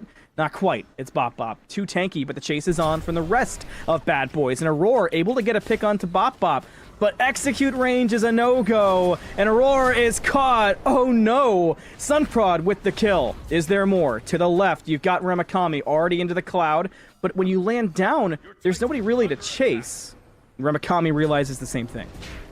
You got minions pouring into that Titan room as well, so you have to back off of this. Can't chase after Holy Glows, lest your Titan starts to take a bit too much. It was kind of wild just being able to take that one moment by that teleporter and force it all the way down and scoop around, but with FG back on the board, Holy Glows is going to start looking at that. I feel like this game definitely started out with like Smite 2 bad boys looking better in terms of gold. It felt like they had pressure where they wanted it, but Holy Glow's willingness to fight, willingness to brawl, and scaling towards that late game, I think has really started to carry them. Over 10k in the gold lead now, starting up Fire Giant, and Giannis, I mean, somebody let Twitter know, but Giannis kills everybody, Remakami included, already down to half, and look at Sunprod blowing him up. Lalash's add-on. Remakami might just go down. The Fire Giant will fall, and FSG consider the chase. You can hear the Thanatos ultimate land on top of Wukong, and Remakami will die. I mean, you look at the build there from Giannis too. You got that Staff of Mirrodin, so you can fire an unstable vortex and then another unstable vortex, or just a couple of double portals. Bad boys will take that Gold Fury, but it's not going to help your defense. I'll miss you. He's dead. Wow. Oh my goodness. Freya's Tears also on Aurora. It did nothing in that instance, it feels like. the amount of damage that FSG is doing. I mean, 42,000 for the Artemis. That's the answer to the build question I asked earlier. 34, they're coming up on 35 for the Giannis. That's the answer for Twitter. This is an insane combination for FSG. And on to the Titan. It's time to end the game for FSG. Bad Boys trying to hang on, but look how fast that Titan dies. Prod's got one. You can ult all you want, though, Doug. The game's over, and it goes to FSG. What a game for them. Wow. I really felt like at the end there were more than a handful of a blink and you'll miss it moments, and that Titan was one of them too. Just, wow, Yeah. all right, we're going to get ready to defend the game's over. It's over. Oh, man. That's too bad. Oh, jeez. That's one of those I'm excited to go back through and break down, because that was just that seemed off for the side of Smite 2 Bad Boys, but FSG, they look like they're in strong form, and we got a lot of day left. That puts FSG in the semifinals, and we'll talk more about it when we get back after this short break.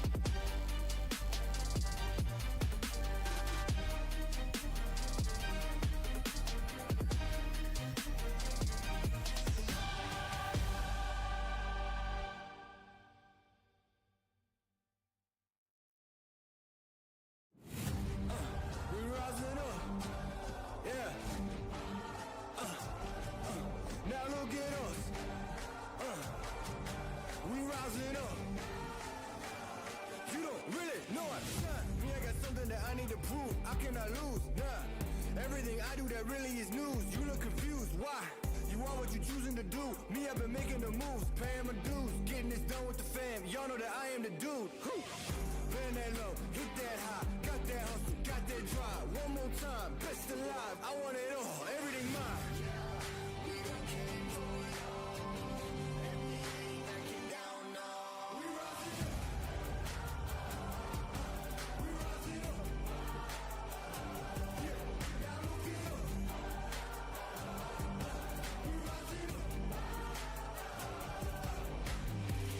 Me, I got something to prove. I wanna lose. Yeah, something to prove. You know that I wanna lose. Yeah, gonna leave this here. This right here gonna be that year. Yeah, that's too sincere. I don't really think I could be that clear. I'm gonna be right here, but y'all know that. Wanna feed my fish, try to hold me back. Y'all do that, try to hold me down. Karma is real and it's coming around.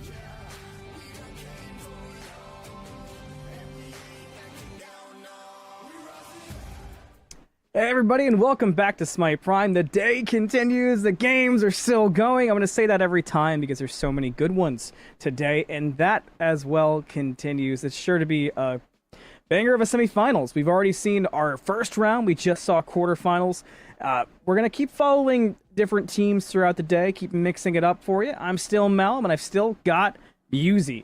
And it's, I don't know, Musi so far, I don't even know which thing I want to talk about the most. I feel like, especially from this last game, there's so many different points. We touched on Giannis a few times. I think it's really cool how Giannis has kind of proven to be better than people think already. Sunprod making Thanatos work is wild to me. And ADC has been very polarizing today. I don't know where to start. I'd love to hear your response, Musi. Maybe we'll hear him one day. I know he's there. Yeah, I was just Found him out there in the Giannis library looking up some cool stuff. But there's one thing that I do want to say about Giannis is that when I knew that Giannis was getting released into Smite 2, I knew it would be very polarizing for the comp scene specifically, because high-level players are able to take this character and just push it to its absolute limits, being able to just abuse positioning, abuse damage, abuse everything you got going on for you there. I think Giannis could be a mainstay high-tier character for a while. Now, let's talk too a little bit about the jungle matchup specifically. I feel like we never got to see Twig have impact moments, but I'm curious. Obviously, it's not the player. We all know Twig is incredibly talented. Is it a Nemesis thing, or was it a this game thing? I feel it might have been a this game instance, and especially that matchup up against Thanatos. Again, she's not able to get a lot of use from her shield, because once you pop that shield, it goes away with a hard CC. So a silence, a Yanis portal, you get stunned out. Suddenly, you don't have that survivability. Nemesis had a tough time trying to stick onto anybody. You even had John rowing with a disarm and a shield bash. It felt like Twig had to fight a crazy uphill battle to be even a little bit relevant. I think Remakami was trying to offset the pressure that we saw from John rowing too. It just seemed like, especially once the Giannis in particular was really blowing up Remakami, those options were no more. Right here, Aurora stepped up just thinking, oh, I'm tanky, I'm Sobek, I'm support, I can step up, I can harass them, and then he was gone in a flash. It's how do you fight around that kind of becomes your problem, especially when you're already on the back foot. You can't even send your tankiest characters up to just harass and buy you time to function and to act. I really do feel that as the meta progresses, more and more we're going to be looking at dive comps, I think, being a little bit more prevalent, just because front to back, having a couple of tanky characters up front that just immediately get shredded away, especially in that late game, feels less and less good as time goes on. You just want somebody that can show up in your backline, blow them up, and go from there. Kind of like what we saw with that play from Sunprod and Globe with that Thanatos ultimate, and then you had that through space and time that drop shifts Kaveka there. That style of play, I think, is going to be a lot more popular going forward. Well, that brings us to the mid lane too, talking about Giannis. And as we progress through this bracket, the mid laners only get better as we've seen so far with Mazwal and Globe. But Globe's performance on the Giannis, I know I've been talking a lot about it today. It probably seems like I'm putting so much emphasis on it, but I think it just adds this new level of variance to competitive, and I mean, these are the pros for Smite 2, into the play that they bring forward. And I think Globe, who is the definition of a pro for Smite 2, having competed on a LAN stage and such. What he can do with this character so far has just opened a lot of doors. Now, I know for kind of the other matches we see around, it's going to depend player by player, and obviously there's some strong counters, but we've seen one of the counters banned all day in the form of Ares Musi. So we'll see if that continues through. We got picks and bans for our next matchup just around the corner. And we get this started up, we'll see how things go. But I think Ares might end up becoming a big key. I feel like Susano, too, might be sneaky if he could get through, because I've always thought of Susano as a pretty sneaky Giannis counter. I mean, anybody who can get on top of the Giannis and isolate them in such a way that they can't get to a wall, yeah. Susano's a really good call out there too, just because if Giannis goes through a portal, he's able to teleport after them and finish off that kill. So Susano's going to look really good. Ares, like you said, the crippling, the chains is going to be solid. I feel like Ganesh has some space to operate here as well, just because of that silence, really good against any mage. But Giannis specifically, you know, he's just kind of sitting there. He doesn't have a lot of mobility outside of those portals. So anybody who can kind of make some walls, catch him in a dash, anything like that is going to be able to really impact the Giannis. And we still have not seen Ho Yi. I feel like I've been waiting all day to see this character. I think I've only gotten to cast him maybe one time myself, because again, this is my first Smite Prime cast for August. Then my first Smite Prime cast in July, he was competitively banned. And then the next one, we saw him banned literally almost every single game. I'm still waiting to see some freaking Ho Yi, dude. I'm feeling impatient for it. So I'm looking for more of that. Aladdin ban, though, coming out from Wake Up. You did call out that we haven't seen Aladdin today, and we should, because he's good. So another good call out from you, Musi. You're on your game today. I mean, especially in a matchup like this where Cherry Slush is one of the teams in play, who in their right mind is giving Scream Aladdin? We saw it happen. I think it was either last week or the week before. Somebody gave Scream Aladdin. We were all very swiftly reminded. To me, he is Aladdin.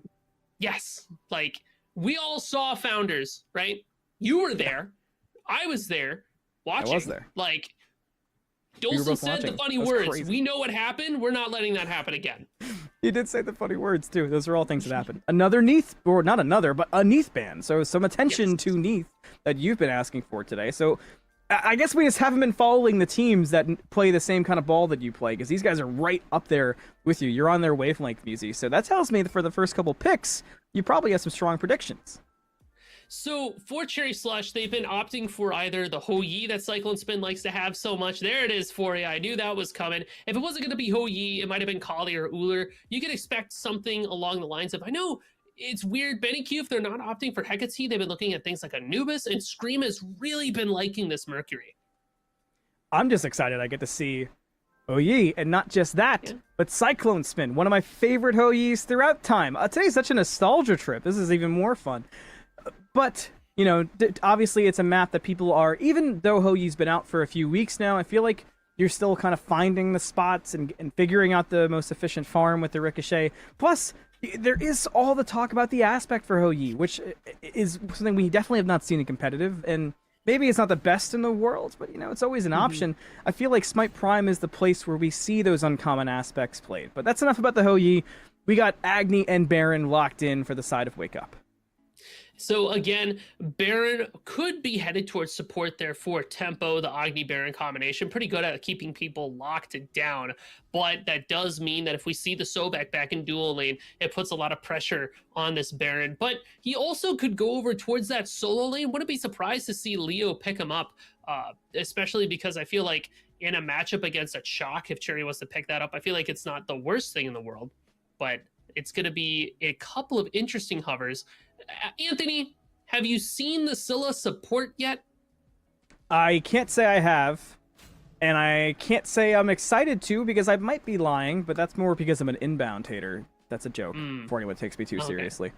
If there's anybody who'd play Scylla support, though, I could see it being inbound, but I would love for you to enlighten me and take me through what we can expect, if it is. So with aspect of the Devourer, her kit changes a little bit in that she becomes a character that's very interested in building a lot of health and a lot of mana and being very annoying as a support. You know, she's got the root, she's got the crush, the slow field, and her ult hits not once, not twice, but 3 times. A sneaky amount of damage that she can put out there. But what I think really cements a Scylla support is kind of that aspect of you see a Scylla and you're like, squishy mage character. I'm going to put focus on this one because I know traditionally I should be able to blow them up, but it kind of catches people by surprise because you're like, she's not dead. Like you're trying to take on a little pipsqueak, and all of a sudden the pipsqueak pulls out brass knuckles and takes you down. Just like, I didn't even know you could uppercut like that. I'm like 5 feet That's taller me. than you. I'm jumping. Got the short Jingwei and Nemesis. crazy like that. When was the last time we saw Jingwei? I feel like we haven't seen that in a decent bit. I feel like I might have seen one last week, and while Jingwei is able to show up, you were asking. I missed all the good stuff. Yeah, I mean, well, she's got a little bit of sauce in that dish. She uses crit super well, rage, Deathbringer, that type of mentality, and then. The only drawback there is that you're not really able to go like the Sunbeam bows, the Tear Things of the World, unless you want to give up a little bit more crit chance. But Jingwei still is going to be very, very safe and very effective at keeping people away. So, let's talk about Cherry Slush, because you were talking about support Scylla, the potential there. We do see a Cuckoo, and Cherry's played Cuckoo in the past. We see a Cerberus, which also can kind of flex around. Are you still feeling good about the Scylla support? Has that transitioned as we've gone through the picks so far? Where are we at with that as we wait for this Uller to get locked in? There it is.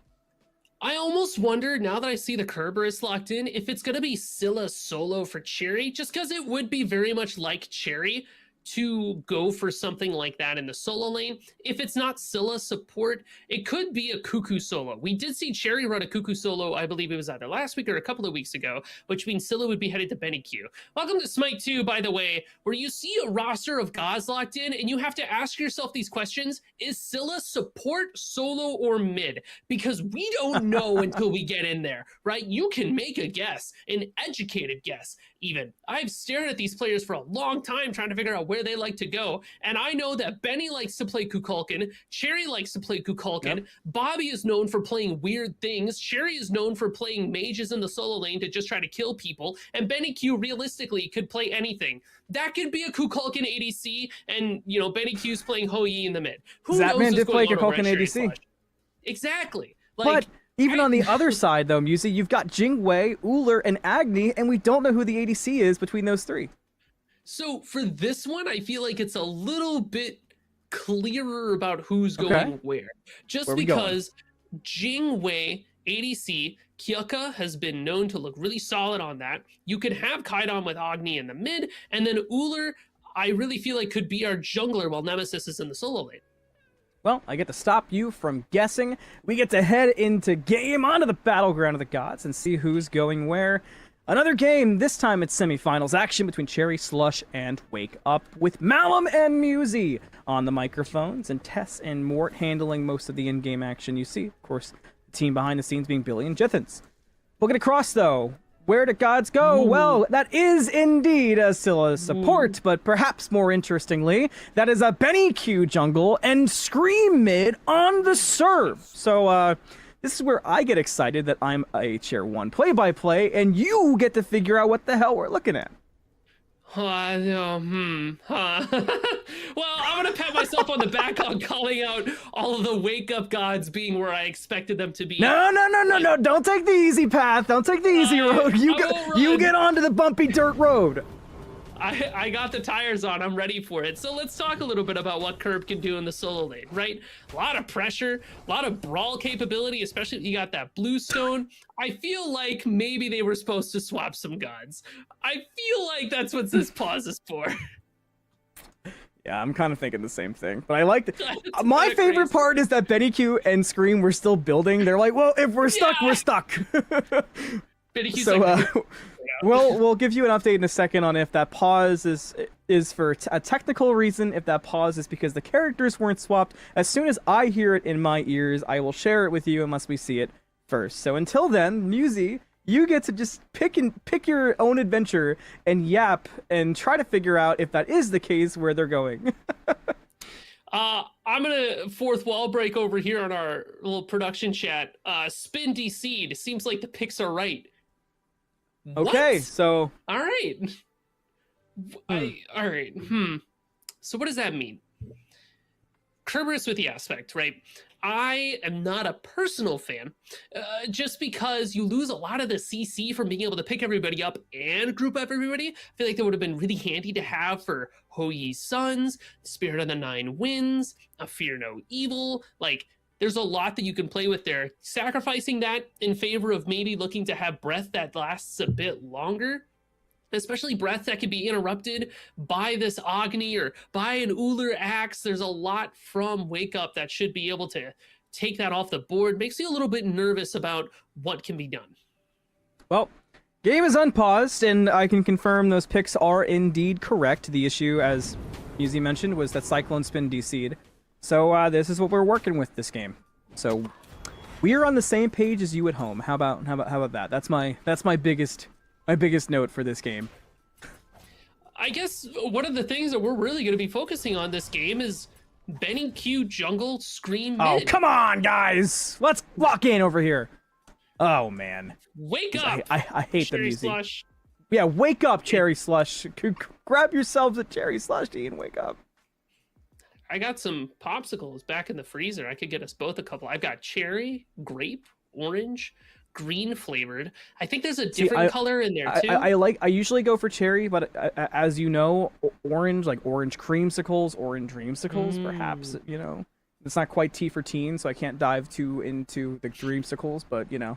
Yeah. It's pretty yummy. Well, and when it's like, it's super interesting about the flavors of various like different drinks and stuff like that. Me personally, like when I talk about Gatorade, my favorite type of Gatorade is Rainberry Gatorade, which they just don't make anymore. The only way you can get it is through the rapid rehydration one. That's the only place it is now. So my fallback Gatorade has been the orange Gatorade, which everybody kind of gives me a little bit of a look for. I feel like it's not the most popular thing, but I just can't do red or blue or yellow. I gotta do orange. Spin DC'd. That's what we're waiting on. And we also now know Muzi drinks orange Gatorade. I actually got one right over here. It's empty now because I finished it. We're gonna wait for that to get figured out. Again, not sponsored. Not He's sponsored. learning. I'm just passionate. I'm just passionate about orange Gatorade. Orange Gatorade, yeah. You know, I've got a lot in the tank. Muzi, you want to talk about Smite? No, I really want that's to what I'm sure. Orange Gatorade. Surely somebody in the chat's impatient. They're either annoyed at how you pronounce Serb, or they're impatient you're not talking about the gods. I'll let you take your pick and you figure it out. I'm putting the hard work on you today. All right, that's fair enough. Well, we could talk a little bit about like the gods and the dynamics here too, because I you were gonna say we could talk about the pronunciations, and I was gonna stop you. Oh, I am gonna stop you. Well, while we get this all figured out, and while we figure out what's going on with Cyclone Spin, we're gonna send it to a short break. Don't go anywhere. Refill your drink in the meantime, and we'll be right back as soon as we're able to.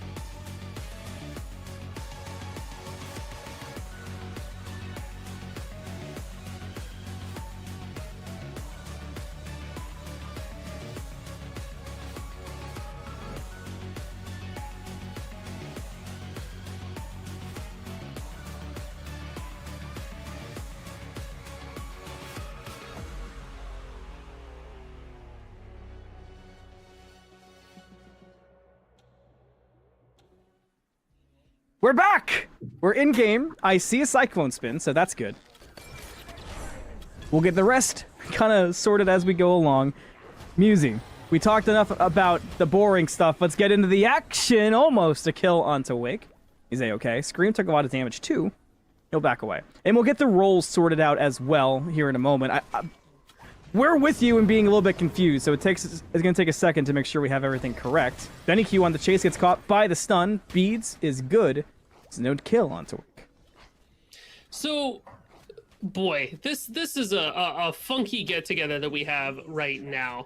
So I'm gonna try to take it step by step as we go over what the implications are for each of these characters. But basically, Curb doing a lot of damage is going to be handy. I think one of the big things for this Cherry Slush composition is going to be when Cherio starts rotating out of their lane, so that we can really get some mage damage going, especially handy around things like, you know, objectives and team fights as a whole. But I worry about the CC from Cherry Slush with this interesting composition. Inbound playing support like he's the ADC so far. And hey, first blood in the mid lane. Wake able to find it onto Scream, so the dog gets put down early. Not a whole lot you can do about Curb getting caught by an axe, and it looks like more blood's hitting the floor here. Inbound goes in. Aggressive again, gets the slow, but tempo's alright. Cyclone Spin was the target for a moment, but unable to get further was Wake Up, so he's okay for the time being. Rotation out, though. You can see the Uller, again piloted by Wake, is nearby, takes a jump in. Cyclone Spin in a lot of trouble. The beads won't save him this time. The bladed arrow a bit too sharp, and down goes Cyclone Spin. But just a rough start here for Cherry Slush so far, and I wonder how much of it has to do with the fact that, you know, we have people swapping on their roles. Oh, inbound dead. Inbound's pretty much caught out and dead, I believe. Wait, maybe not. He got the sentry off and he gets away, so Inbound will be okay. He gets away to the tower. Really good use of the 3 there from Inbound. If there's anything that the Scylla can do, it's be slippery, especially when you have that sentry Zoe throw it out. You get a little bit of vision as well as the ability to skirt away, but early in the game, this Scylla is still very much that squishy mage character until she finishes up something either like I think a life binder, or maybe even Yogi's necklace is a pretty big pickup, just because it works so well with the how she wants so much mana and the health regen to just kind of keeps her in the fight for a while. So let's talk mid for a bit, right? Let's look at Scream on the Serb. Now he plays into Kaidon on the Agni. This has to, I mean, difficult isn't the right word, but this has to feel just awkward to play as the Serb. Agni's so mobile and fluid playing, where sometimes Serb can feel, especially for somebody like Scream, more of a jungler usually, it's got to feel a little clunky in comparison, right? Clunky was exactly the word that I had in my head as well. Level 5s here for Scream and Benny. Kind of worried about this rotation from Cherry, though. And Cherry took the high path. In goes Benny Q. A lot of damage on the ult 2. Spirit of the Nine Winds connects, and Kaidon will fall. Heck of an ultimate there from Cherry. You see the bit of an answer. Dishonored tries to get aggressive, but Scream gets the CC. There's the ult that has the beads as an answer. Dishonored still looking to take the fight. Wake with him. Benny Q pre-bead just in case the axe came out, but the arrows were up. Wake won't jump for it. I like the use of the monkey there too, to be able to teleport out of harm's way. So Cherry Slush are able to find a little bit of get back into their nonsense. Shoutouts Bobby with the Sunder. Good stuff. Of course, again, there's that sentry again. We were talking about how like, oh, she can get in, get out. That's how she does it. You know, very slippery character, but clunky for Curb. I agree. And think about it too. A lot of Curb's damage can be interrupted by an Agni stun. And it's very difficult to lock down this Agni and chase after them, because if Scream wants to jump on top of Agni, he just dashes away. He's got the stun right behind him. If Scream tries to throw out the breath, he gets stunned. If Scream tries to do anything without a teammate, kind of a sitting duck. I'm curious to see how this Curb mid develops, because I'll be honest, I don't see it working out too well. Well, I was gonna say we have a lot of time to see how it fleshes out, but it feels like this early game is kind of sprinting by, already getting closer to 6 minutes, which is pretty interesting.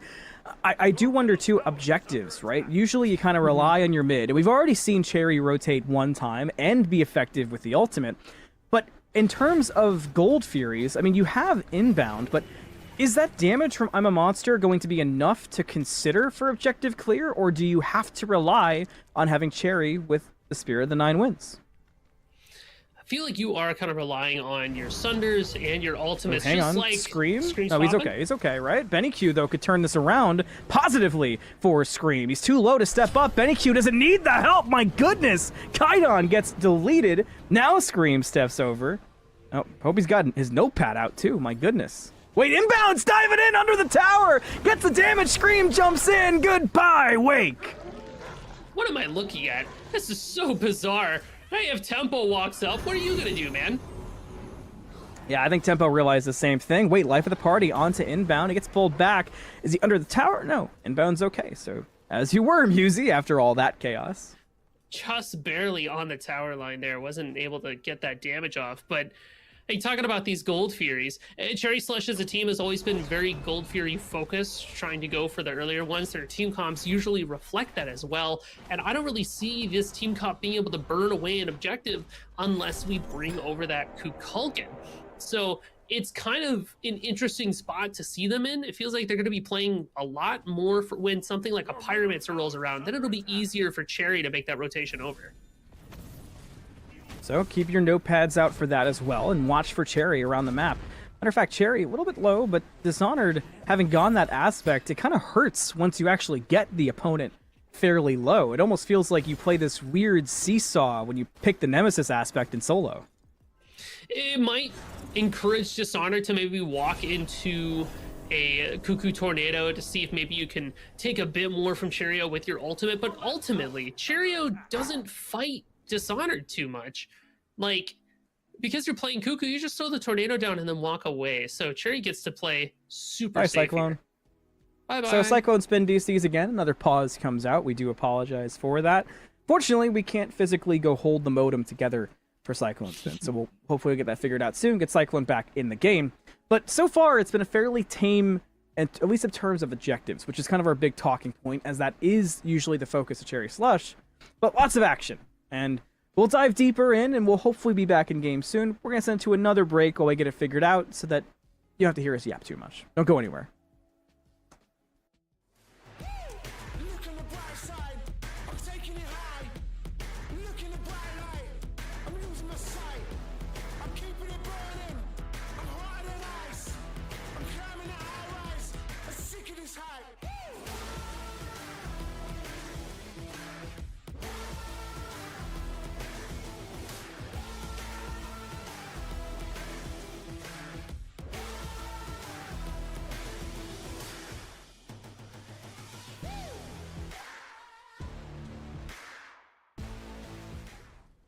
All right, we are back. Thanks for hanging out with us and being patient, as Cyclone Spin is indeed back in the game.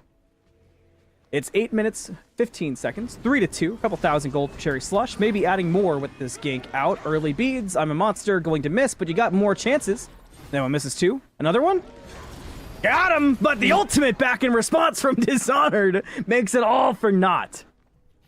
You got the hit you and heal you type of meta there from Bobby. You're like, I got him. Oh, man. That had to be frustrating. That just had to be. It's definitely one of the things you think about going into a matchup against this Nemesis, but already I'm kind of looking and seeing Cheerio might be in a bit of trouble here. Wake makes rotation. Oh, but a big ultimate response stuck in the whirlwind. Wake did get hit by it, but not quite enough damage this early in the game. So Cherry will go down without a response. Now the Gold Fury gets pulled at half health. Cyclone spins here, but neither Cyclone nor Inbound have ult. But Wake Up, they're not doing too great on ultimates either. And with two Sunders in play, the calls to back off. It's kind of an interesting pull of the Gold Fury there, knowing that you committed two people over to the solo side. I wonder if that was like a preemptive move to maybe see if they could catch Cherry Slush doing it, but just didn't quite have the burn necessary there. Like you said, too many Sunders, too many moving parts in play for either team to want to commit on top of that. But I like the gusto from Wake Up. Pretty calm in the dual lane so far, too, compared to what we've seen throughout the day. I thought it was interesting just how many ADCs we saw kind of throwing hands. I mean, there's a gank right now, but it seems like Cyclone Spin was aware pretty early of the situation with Wake rotating over. But the rest of the games we've seen, it feels like everyone in ADC is just boxing like crazy. And this game has been fairly calm. Cyclone, whack in, gets a stun. Oh my goodness, Inbound follows up with the root, has some damage back. You have Scream here too. The wall hurt, the chase from Scream, the spit is on, and Wake is down. Got the Fear No Evil coming out from Benny Q, trying to keep tempo off of their own tempo. He's looking pretty dead. The jump in the auto, and tempo is indeed dead. And the call is to go to Gold Fury. Inbound still had 2 hits of I'm a Monster, but look who's privy. It's Kaidon around the side. Rain Fire, maybe a little early. The Gold Fury above half, that gave Scream the awareness. Now Gold even lower, and nobody from Wake Up is close to get the steal. Agni sights back on. Rain fire, not in time. Inbound gets the Gold Fury. Kiyaka gets a kill onto Scream in the meantime, so a bit of a trade for Cherry Slush, but I'm sure that they're okay with that trade. I mean, just trying to get the Gold Fury is going to be exactly what you want. Inbound takes a little bit of poke there. Again, still a very squishy character until she gets her prots going, but the Yoki's is doing quite a bit of just keeping that health bar up and running. I really like the way that Cherry Slush is just constantly looking for the next big thing. You find a couple of picks over in the dual lane, which started off with Cyclone Spin jumping back in at 1 health. Like, when he does that, you kind of know you're a little bit cooked, but looking for the Gold Fury after the fact just kind of shows that the experience on this team is just A1. A lot of the groupings have been in mid, so you have to imagine that Pyro isn't too far away, especially now that Cherry Slush is getting a bit of a comfortable lead. Notably in jungle, I think, is the one standing out to me the most. A couple levels, and it feels like Benny Q's had a bit more presence on the map when you compare it to Wake. Speaking of, a gank out from Benny Q on Dishonored. The Fear No Evil does a lot, but not quite enough. Look at the heal back from Dishonored, using that ultimate on Scream and trading out the health. Nicely done, and he gets away. Man, Benny Q in the jungle. I feel like we've been seeing a lot of success from this Hoodbat so far. Kind of in the right place at the right time, and able to not only keep up, but actually pull ahead of Wake from Wake Up. So even though we don't traditionally see him in this spot, he seems like he's been looking fairly comfortable with the positioning. But Bobby already tough used dash. sentry there. Yeah, Scylla kind of goes through in front, but the ultimate was enough to dissuade further chase thanks to the CC immunity. But tough to have it down, especially considering how much we've seen it utilized, and with Pyro being active. Close call there for Inbound for sure, but the grouping in mid still dangerous. Scream below half. You can see Life of the Party use the beads from Scream, but can he get away? He's so low, but no one can finish the job. Matter of fact, Inbound looking to finish Wake off, and Benny Q will get the last hit to do it. A killing spree for Benny Q in the jungle. Early beads there from Benny Q too in order to confirm that kill. Kind of wondered if he was going to contemplate dashing in on there to get the last bit of damage, but Cherio scooping up from the top there. Cherry Slush wants more. And Inbound just went aggressive. A dash forward from Kaidon. 1 ult off, 2 ult off, 3 ult still off, and Inbound couldn't find it. Now you've got Dishonored here too. Tempo will kill one, Dishonored the other. So the misses hurt Cherry Slush a lot, and Wake Up find 2. Cherio ults to make sure that they know where he is. I wonder if Cherio was wondering if Wake There'd Up be was some going kind to of try dash there, yeah. Yeah, back out, panic a bit, but when you know that there's no danger in front of you, you don't really have to take a couple of steps back there. The rotation from Dishonored really helping Wake Up in that last section of the fight. Just having the Nemesis there to scoop up some kills, which Dishonored definitely needed because they weren't able to keep ahead of Cherio when Cherry was able to get that early kill at the start of the game, that Spirit of the Nine wins. So now it's kind of leveled the playing field a bit here for Wake Up. They can start to maybe be the aggressors for a change. Usually with the chaos of this game and the DCs, I feel like we haven't gotten to talk items too much. Hang on, left side, Kiyaka is in trouble. Cyclone and Inbound diving in on the Jingwei. Can they find the kill? Maybe so, but in the mid lane, Scream also in trouble, jumps away. Kiyaka actually turns it around in the 2v1 and brings down 1. Inbound will finish off the kill. That was impressive from Kiyaka. I mean, it's still technically a 1-for-1, but the turn to 2v1 around, pretty decent. Solo lane, another gank out. Benny Q now looking for Dishonored, who's low. Cuckoo with Benny Q in solo. Can they bring down them? Not quite. Oh, hold on. Nemesis ultimate. Spirit of the Nine wins. We're just trading buttons. Oh, look how many right people are here. Yeah, we invited everyone. So that's a lot of red jerseys on the right-hand side. Cherry with the whirlwind, the dash through onto Wake, but he gets caught by the axe! Oh my goodness! Wake's DPI is set just right, and Cherrio's sitting in the dirt. Yeah, Kukulka was able to do a pretty healthy chunk of damage. Thought for a second might be able to turn it on top of Wake, but that axe was just placed beautifully and able to catch the noodle there. Again, fighting all across the map. I'm looking over now at Bobby Inbound. Cyclospin rotates. This is a mess. Messy game, to say the least. Yeah, I had a whole next thing, and it's just been chaos from there. Now Scream, it's ganked, stunned again, arrowed again, dead again. Big pickup for Wake. Inbound. the prio, but his Sentry is over. Now Gold Fury is up. That is the call for Wake Up. They head right over to it. Inbound, no ultimate, but he's got Sunder. He's got some tankiness and a dream, it would appear, but can he get close? Sentry should be up in a couple seconds. There it is. Are we going? Sunder, inbound, got it! Atlanta boys! The grand heist from Inbound. Benny Q, the answer. The fear no evil, the damage too, and I'm a monster will hit this time. Inbound gets a kill too. Cherry Slush still trying to turn it around. Cherry-O with the ult, but it's no good for damage. But it's the Inbound show! He gets a double, and the dude gets away! Oh my goodness! What a play from Inbound!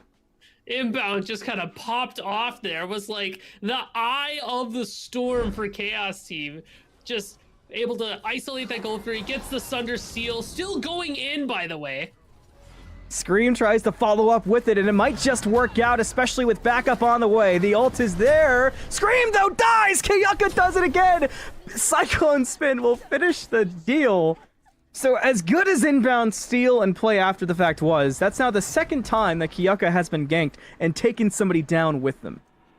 And those types of exchanges will keep this Jingwei pretty ahead in farm compared to the rest of the team. Cyclone Spin will still have a little bit of a leg up, but if you're able to find kills off of these, you just get to stay relevant.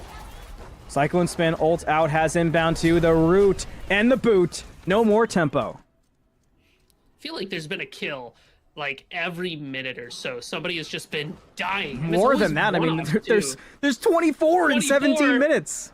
Yeah, that is kind of tough. Like, the big fights are going to happen around these objectives when we're not fighting for objectives. We're just fighting for fun, for honor, for the sake of just trying to feel something again, right? Like, ever since she left, I've just been going out there fighting in bar fights just to make something pump in my blood. That's kind of what these two teams are reminding me of. Oh, is it happening again? Benny Q is going to run into two with Scream. Nope, Benny Q is almost dead. Scream answers, and the rotations come out. You can see Cyclone Spin is here too. Scream jumps. Nothing yet. So a root on from Bobby. No stun from Scream, so it slows down. But there's a lot of people just chilling in mid lane. So things could break out any moment. Kind of a hotbed of chaos here for either side. That Pyromancer is right across the way, and both teams want to take a crack at that as soon as they can. But in order to make that happen, you got to find something like that root from Bobby. But can't find anything after the fact. I feel like Benny Q's low. Kiyuka almost finds him. Okay, he's okay. He's okay. He's okay. He's good. I mean, as long as nobody tries to gank Kiyuka, this should be fine, right? Yeah, as long as Benny is in the 1v1, it's okay. If it's a 2v1, Benny's cooked. That's kind of the key over there. Again, a lot of power stancing here in the mid. It's so stressful because you know that they're just going to hard commit an int at a moment's notice the second they think that they have a fight here. Benny's still looking at Kiyuka this whole time, by the way, for some reason. Dangerous game that we've seen played so far, just knowing how Kiyuka's been, but... Alright, everybody's calming down. I've been wanting to ask you, I'm going to spit it out. Yeah. Difference in build between Cyclone Spin and Kiyuka, which do we like more, go? Lyrium Bow works specifically for Kiyuka because it can crit, and because Jingwei, when they pop that 2, should have the crit chance just added on. So really good for Kiyuka. Maybe not great for Cyclone Spin unless they have something like a Rage or a Deathbringer in their pocket. But with the way that things like Tearfang and Sunbeam have been so popular, it's just not something we really see too often. Are you scared of no sustain and no Devos for Cyclone? He has a little bit of sustain with that Death's Temper. It's a little worrisome, but think about Cyclone Spin. That's a player that knows how to position fairly well, so I'm not afraid for him, but he does just have to make sure that he doesn't get caught out. Thank you for handling my curiosities. I've been wondering that for a bit, and the game's been too chaotic to ask. Speaking of which, it's almost 20 minutes in the game, and there's 24 kills so far. This is our first breather that we've had. Cherry Slush hold on to a strong gold lead. A lot of that thanks to the person you're looking at right now, Inbound, who had a fantastic gold seal combined with a couple kills. The first gold went to Cherry Slush in less chaotic of a manner. But from here, this game can kind of take any different direction. And yes, that's correct. Scream is mid and Benny Q is jungle. And somehow, Cherry Slush are still winning the game. Yeah, it's been a little bit of an interesting shuffle for us in the booth, and I imagine for Wake Up on the field, trying to figure out how Benny Q operates as a jungler, because it's different from Scream. Their farm game is good, but it's not the same type of intensity, right? It's just kind of show up and find a kill. That's the most Cyclone Spin's autos have ever looked like mine. I didn't know he could miss. That's crazy. First Bobby? time for everything. Yeah. Just gonna sit there and back. Already the grouping here from Wake Up. It feels like both teams, now that we're done super brawling, are kind of tentative to start that back up again. Wake Up's 5v5 compared to Cherry Slush's, I feel like is a bit more organized, a bit more clear cut in how it operates. You've got tempo, backline support, Dishonored's gonna try to walk up and get stuff. We're fishing for stuns from Kaidan and Wake, and we're gonna blow them up afterwards, right? We understand that. You look at Cherry Slush composition, you're like, hit them with abilities and they die. I don't know the order here, but we're just trying to make it happen. Gold Fury pulled on the left-hand side by Cherry Slush. A tower does go down to Kiyaka as well. Inbound got caught by Wake and actually did take a lot of damage despite how tanky Inbound is. The third Gold Fury of the game falls. It goes to Cherry Slush. They have all 3 passive bonuses that come with getting the Gold Fury, and the Ancient Fury will now begin spawning on the next one up. Fear no evil out. Benny Q in. Dishonored, the first one in trouble, but the shield does a lot. Now life of the party to bring back Benny Q, and that dude's going down to Dishonored. Inbound repositions, tries to bait into that ultimate from Cherry. It doesn't work out. Dishonored with a perfect ultimate. Dashes in on Cherry aggressive, but he can't find it. Scream spit a bit too much to get through. Dishonored still not dead though. Wake able to get a shot from over the wall to help things out and bring down Cherry-O. 2 for 1 so far. I mean, you also have a root coming out from Bobby. It does put down tempo, so it'll be 2 for 2. Means Wake Up has to get out of there. Inbound's playing so aggressive on this Scylla support, despite even feeling a little bit less tanky than the build might describe, has not stopped Inbound from playing frontline as can be, dashing on every instance, and using that sentry as a ward. Wake does have an answer. I'm a monster. Gets popped, perhaps for safety, but Inbound looks A-okay. The mid tower will fall, and Cherry Slush stepping up, double jump in, Cyclone Spin pops Wake with the help of Scream. You have Kiyaka over here off on the side, gonna pop the beads early, but gets caught in the wall. Unfortunate. Now on to the next member. I thought we might see a stun, but instead it's just the tower. Oh boy, Cherry Slush is just putting in the work. They clear the towers in mid lane. A very kind of strung out fight, but why not when the fight works so well? I mean, Cherry Slush is just able to find some form of CC and then capitalize off of it. They've got a lot of it on their team. You got Roots from Scylla, Scream's got a slow and a stun. A Cyclone Spin can even facilitate that a little bit. As we start to group up on this FG, Wake Up is going to try to stop him. Fire at half. Benny Q putting on a Scream impression in the mid lane, kind of diverting attention from Wake Up. Now the grouping is on, and Dishonored has to ult, but Dishonored still might be dead. The shield helps too.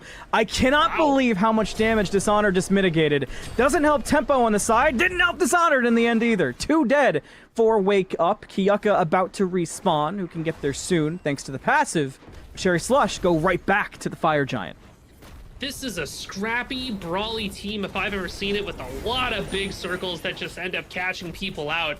Like, this Cherry Slush composition has been working wonders, I guess. Like, I was going to ask, with the results. I know you know, Musia. I'm not a Twitch chat reader while we cast, but I want to know so bad what the public opinion is on this Inbound Scylla pick, because I love Inbound. He's a lovely human.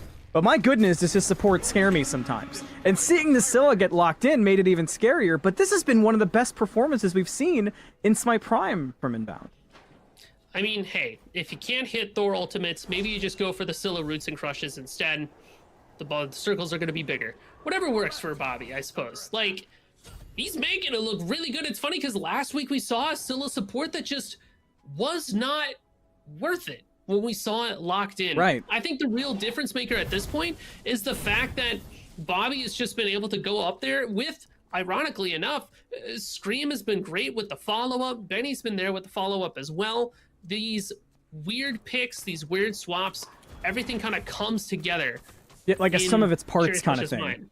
Yeah, like if you isolate any of these things, you're kind of like, I don't know about that. But when you put it all together, you're like, okay, I mean, you're winning, so what do I know? True, and we didn't see a Thor, so that's also a plus. Inbound caught in the mid lane. I'm a monster. Instantly pop to try to get away. Add the Pig-O mode to help escape. Everything's missing. One more auto, one more axe, one more anything. Wake finds it, but it took too long. Almost. Benny Q can't quite clean it up, and Wake is able to get away. Inbound falls, so a singular pick and fire off the support. But meanwhile, Cyclone Spin on the split push gets a tier 2 in duo, and Cherry Slush make their way through the jungle. Spirit of the Nine Winds comes out, pops on top of Dishonored, and as tanky as you are, it's just not enough. Especially when Benny Q's hidden that hard. Look at Cyclone Spin in the back, just jumping in solo to take on everybody. An ultimate dropped, life of the party's there, but now you're standing in that ultimate. Scream goes in, Kyuka to the side.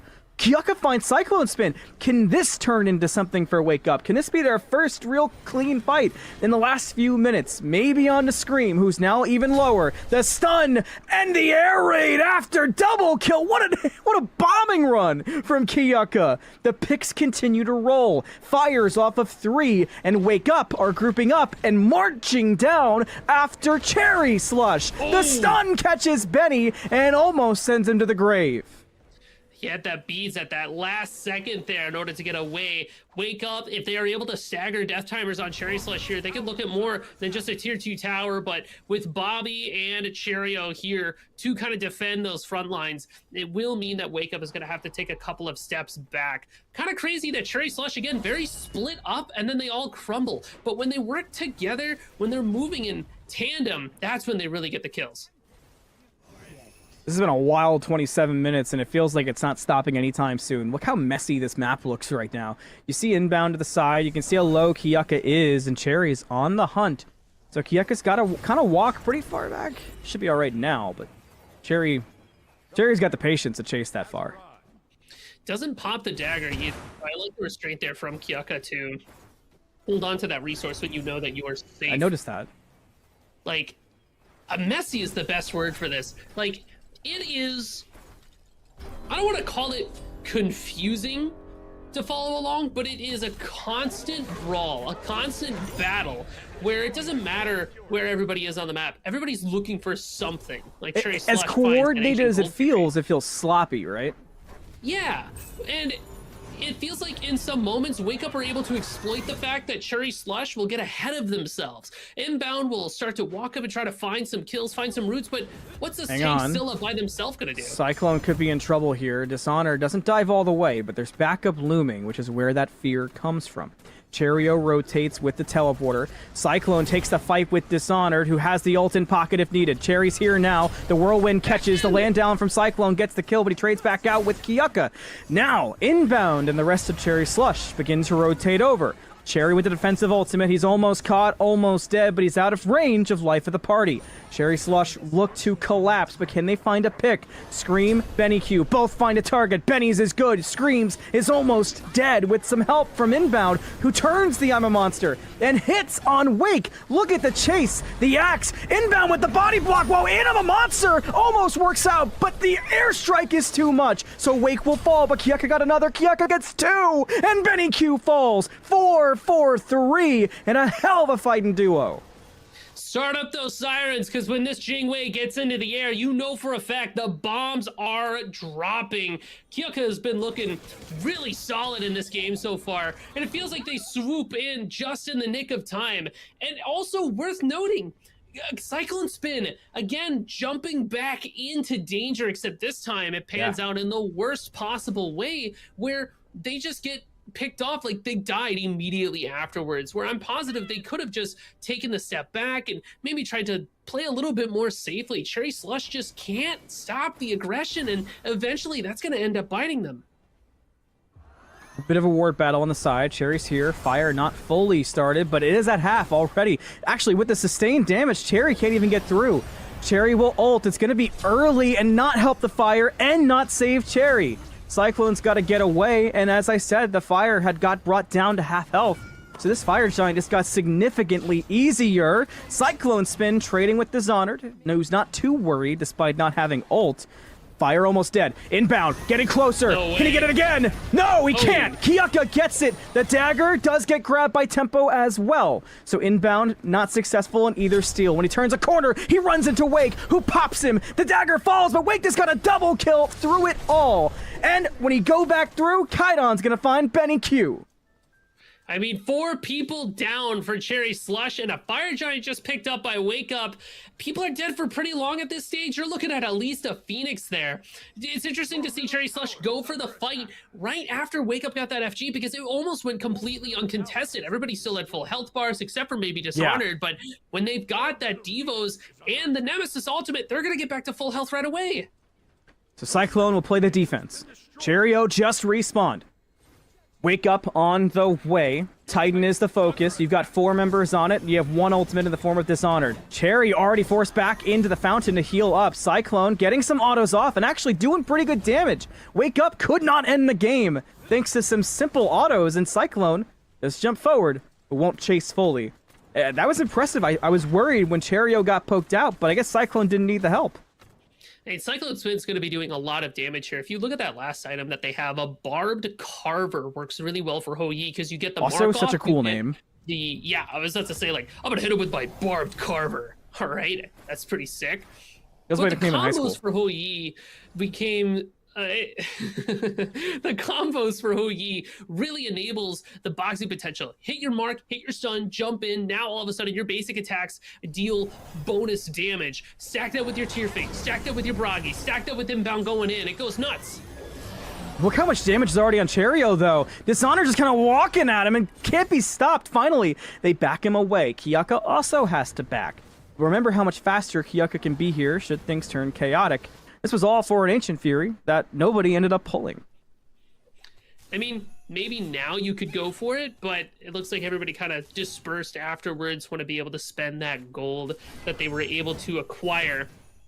And Cherry Slush, I appreciate that they still look for aggressive options, still want to see if they can pull that FG buff off of Wake Up, but again, this aggression, always looking to go in, is going to bite you, because at this stage of the game, another wipe like you had before, you're not losing a mid-Phoenix, you're losing your Titan. Well, as Musi said, it is very late. It's at that danger territory. It's almost 33 minutes into this game. 23 kills for Cherry Slush, 25 for Wake Up. The gold's actually shockingly close, just a couple thousand differentiating them as they all get closer to hitting 100,000 team gold, which is really impressive, all things considered, kind of through the chaos of it all. Cyclone with a jump forward, doesn't find the stun, does get in some trouble, and the Whirlwind is fighting and Dishonored will die. Maybe thinking they're a little too tanky. Fear no evil, but Benny Q is in no man's land. Excuse me, that's Scream who's dead. Somehow that traded out. So a 1-for-1, the solo laner for Wake Up and the mid laner for Cherry Slush. Cyclone Spin almost dies yet again from jumping in. Now Cherio's going to be in a rough spot. Actually, he's just straight up dead, trying to get away. 2 people down for Cherry Slush. Wake Up looks pretty strong. Wake Up look like they have end game on mind. It's not going to be easy to do. We've already seen Cyclone Spin successfully defend this on their own, but I'm a Monster just got used by inbound. I'm not sure if that's to buy time or if it was to get away, but now you have one less tool for this defense. And here come Wake Up. The roots are out, the damage too. Cyclone Spin just got caught. As Cyclone dies, this could be over, but he's all right. Benny Q now goes back in after. Titan is the focus. It's down to half health already. Look at the answer back from inbound, is almost dead too. Cyclone can't find a target, and inbound just fell. The Titan down to a quarter. Cyclone low, but he jumps in anyway. Can he find a kill before he dies? No, he cannot. Yes, he can! Somehow! And Benny and Cyclone defend! Oh my god, I can't believe Cherry Slush is defending 1,000 health on the Titan, and it gets reset as he goes to walk away, and Kaidan will fall to Scream, and Cherry Slush hang on by a miracle. Benny Q, doesn't matter if you put him in mid lane, doesn't matter if you put him in the jungle, he is going to be able to hold that Titan. He gets 1 per game, and with that mid Phoenix respawning as well, the Titan will be able to regen a lot of health. Cherry Slush hold the line, and again, Cyclone Spin constantly dashing in, doesn't matter if he's low health or not. That's got to get terrifying for Wake Up, knowing that it doesn't matter how much pressure you put on this Hou Yi. If he thinks he can kill you, he's going all the way in. Part of me knew. There was a part of me that just knew that the game wasn't going to end there just because of how Cyclone had defended before. But the fact it wasn't Cyclone is so insane. But I think the craziest part, remember, in Smite 2, they've changed how Phoenixes respawn. So the Phoenix respawns more than half health. The Titan will regen. Fire Giant is the key. Dishonored is just absolutely barrel stuffing Cherry Slush. But again, the fire is above half. Dishonored with the heal, but it might be too late. The Nemesis is already dead. Kiyuka's here for backup. The Fire Giant is low. It's at 1k. Wake is here. Cherio with the secure thanks to ult. An instant dagger pop is perfection, but Wake is still fighting through it. So Scream reviving doesn't help save Benny Q. Wake just does too much. The fight will continue, and Scream just got popped by Kaidon. Cherry Slush, they got the game back, and they're throwing it right back away. They cannot retreat away from Wake. They cannot do it. The chase is on and bound with Cherry, and they gotta keep going, Musy. I mean, it is just a crazy amount of pressure, and you still have ultimates here for Kiyuka, and none in the pocket for Cherry Slush. Give up this tower, man. If you lose this, it's all over. You can feel the pressure. You can feel it from inbound. The Yama Monster popped, does find damage. It helps to scare away again, adds that CC immunity, and Musy, somehow, even through that kind of misstep, there's still a Phoenix in solo. Wake Up doesn't quite earn this game fully back to where they had it. Oh, inbound. Are you caught? Uh-oh. No, he's going to be able to walk away here.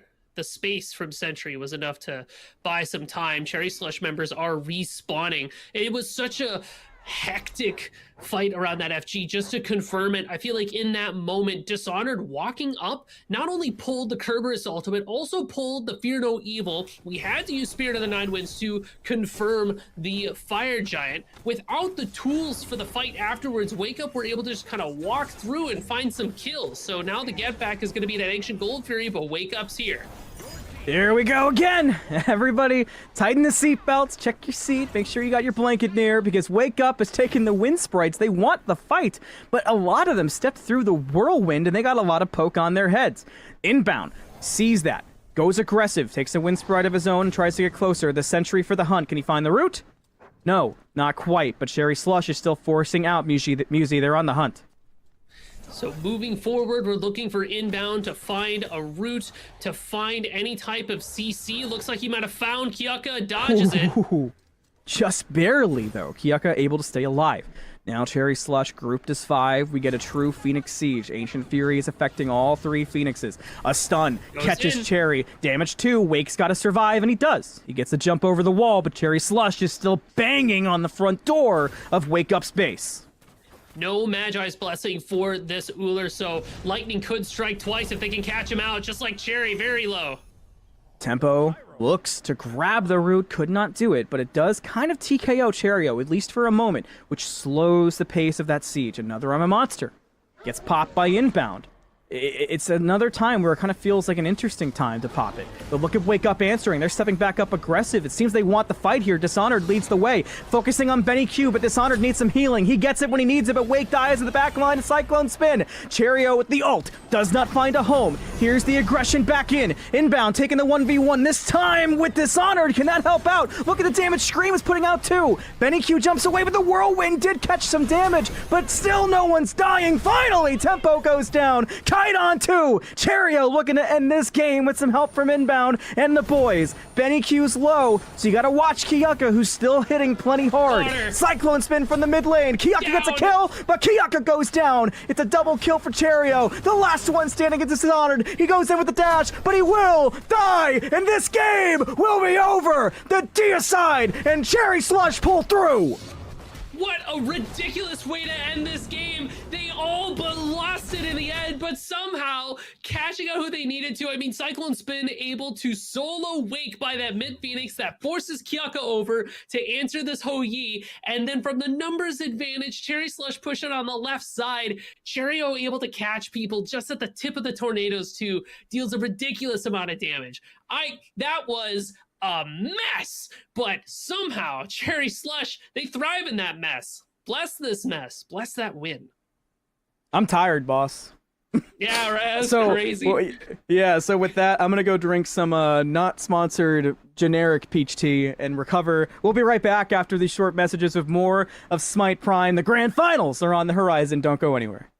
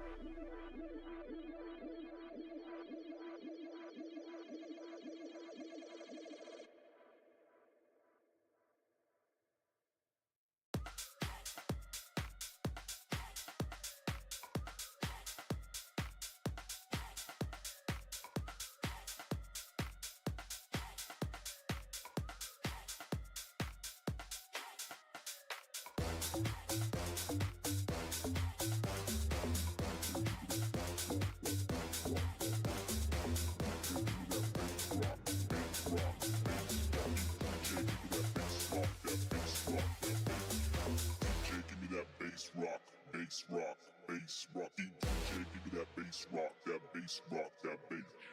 DJ, give me that bass rock, bass rock, bass rock. DJ, give me that bass rock, that bass rock, that bass.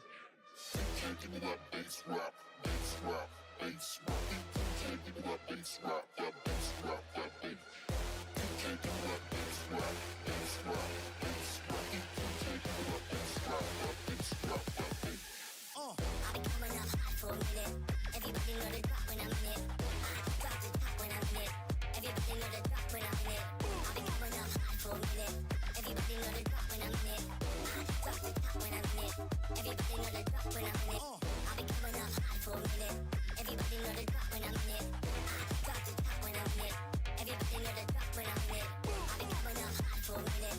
Everybody know the drop when I'm in it. I drop the top when I'm in it. Everybody know the drop when I'm in it. I said fire to the roof, boy. I might as well do it just a little bigger than. I said fire to the roof, boy. I've been coming up hot for a minute. Everybody know the drop when I'm in it. I said fire to the roof, boy.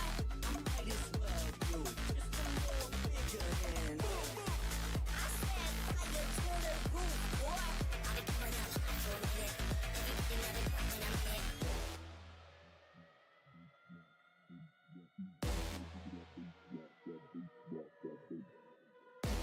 Rock, bass rock, bass rock. DJ, give me that bass rock, that bass rock, that bass.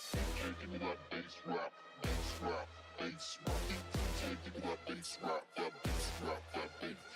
DJ, give me that bass rock, bass rock, bass rock. DJ, give me that bass rock, that bass rock, that bass. I've been coming up hot for a minute. Everybody know the drop when I'm in it. I drop the top when I'm in it. Everybody know the drop when I'm in it. I've been coming up hot for a minute. Everybody know the drop when I'm in it. I drop the top when I'm in it. Everybody know the drop when I'm in it. I've been coming up hot for a minute. Everybody know the drop when I'm in it. I drop the top when I'm in it. Everybody know the drop when I'm in it. I've been coming up hot for a minute. Everybody know the drop when I'm in it. I drop the top when I'm in it. Everybody know the drop when I'm in it. I said fire to the roof, boy. I might as well do it just a little bigger than. I said fire to the roof, boy.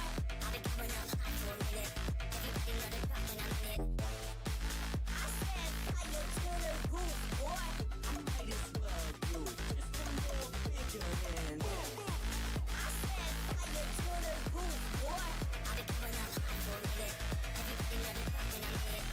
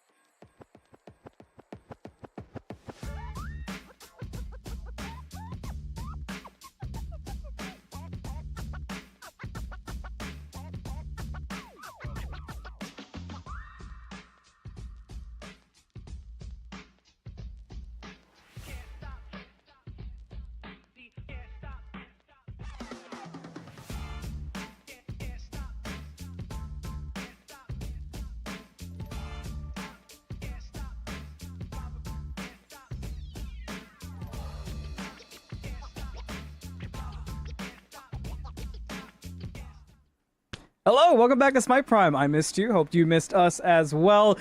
It's grand finals time. After one heck of a semifinals that we still get to break down, we get to slowly make our way into the the ultimate finish of today. I still am catching my brain back from that previous ending to the game. It was truly a match of different worlds, Musi. It was pros and names we're familiar with up against people who, if you're just tuning back into Smite 2 and all you remember is Smite 1, you might not know too many of the names, but boy, did they show out.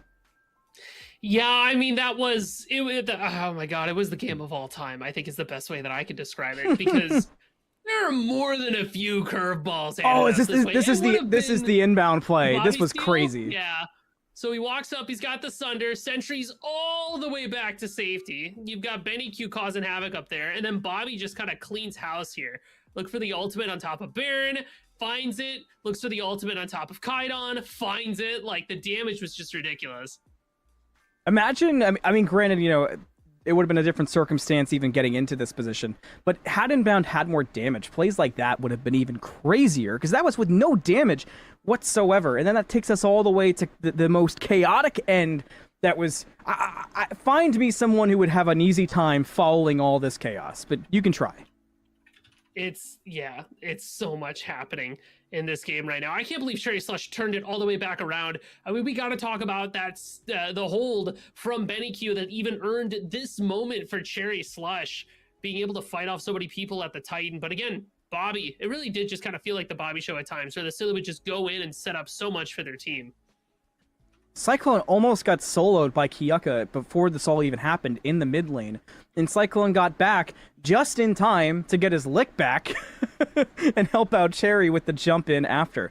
Cyclone even went back to the jungle to get some healing during that time. And Dishonored, who was such a thorn in the side of Cyclone Spin most of the game, I feel like he had moments that almost gave him some extra confidence to sort of dress himself up to walk forward and take too much damage. But then the last couple of times we saw it happen, it felt like he wasn't as tanky as he once was, and the sustain and the healing wasn't measuring out the same way.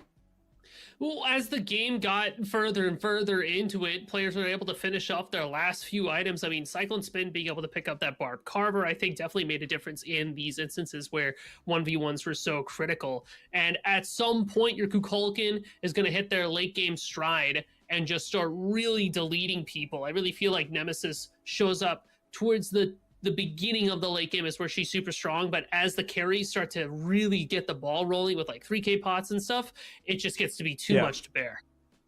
Well, let's take a look at our day. It's been an exciting day of Smite Prime, but hey, all good things must come to an end, but thankfully we're still back next week. But at least for today, we have our bracket ready to go and kind of checking out what's happened up to this point. You can see our third place match there at the bottom will be FSG, and there's Wake Up there as well, as they did go down to Cherry Slush as we saw. But up at the top of the bracket, clocked in, go to the grand finals. And one, I'm surprised because Sunprod's been on a heater. But two, this is a matchup that we've seen quite a bit in Smite Prime, clocked in versus Cherry Slush, just in one way or another. I mean, it is kind of like an all-timer here for Smite Prime. I'm curious to see, do Cherry Slush stick with this lane swapping that they did, or the role swapping, I should say, because how is Scream gonna do against Paul? Listen, no disrespect to Scream. The one person on that team that is gonna be able to do anything against Paul is Benny Q.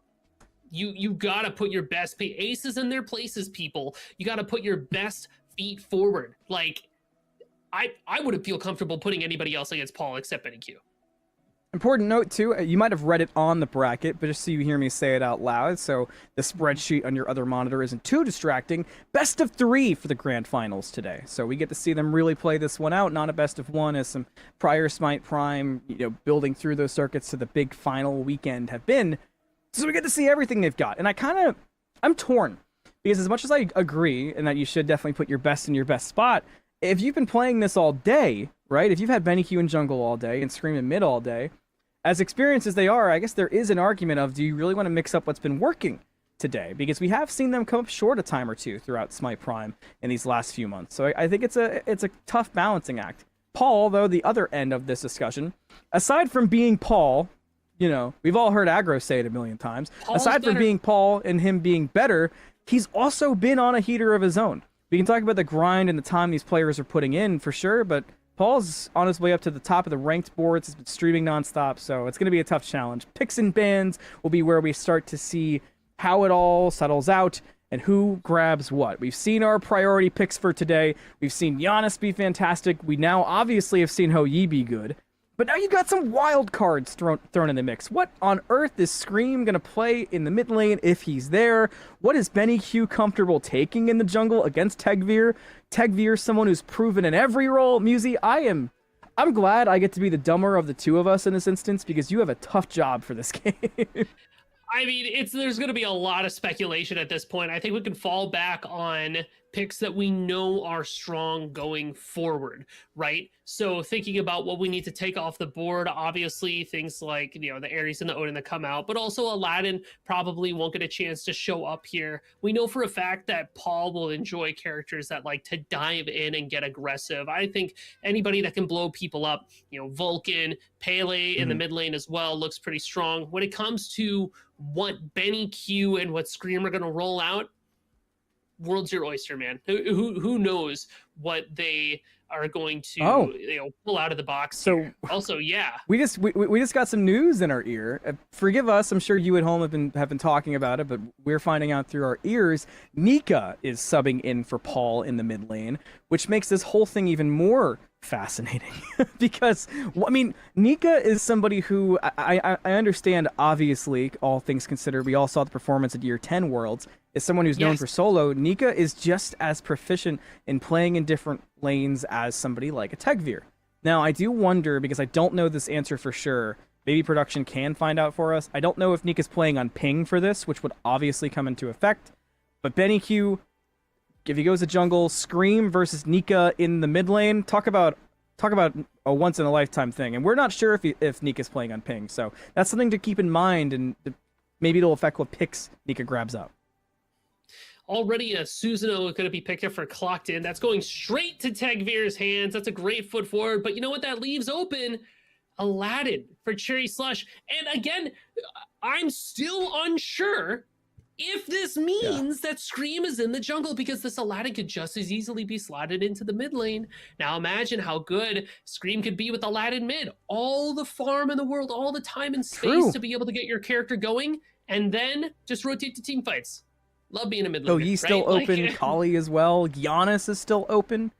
I feel like that could be something, because I'm trying to think of like what kind of selection would somebody like Nika want to grab in this instance. And again, it really depends on if he's on ping, if he's comfortable playing certain things on ping versus others. I know some people I play with on ping have their preferences, and oh my god, is that an Apollo? Been a minute. It sure is. That's going to be going to that could be going to Karmic or Hydrogen, but I do like the Emoja so early on. It's just because it's a support that we got to see played earlier with a lot of success, just because she does so much damage and really does a good job of splitting up the fight. But Aladdin and Sun Wukong and this Hades that could be hovered do have ways around that River's Rebuke, so it's a little bit of a give and take here for Clocked In. So Cherry, Hades. That's one of my favorite combinations in Smite 2. I feel like this is a point I yap about a lot. Forget what I was going to say. I'll say it quick. Cherry, really good on Hades. He likes to buy Helmet Darkness and make cool plays. That's a Medusa, and that's a Danza. All right, you know what? I'm a sit. You figure it out. Can we put him full cam so I can take a second? Because I'm useless here. Okay. Thank you. Hey, everybody. Welcome to the Music Full Cam Show, where I'm going to try to break down what the heck is even happening here. So... and we're still, is there a role swap still going on? Who even knows? Nemesis is the last pick?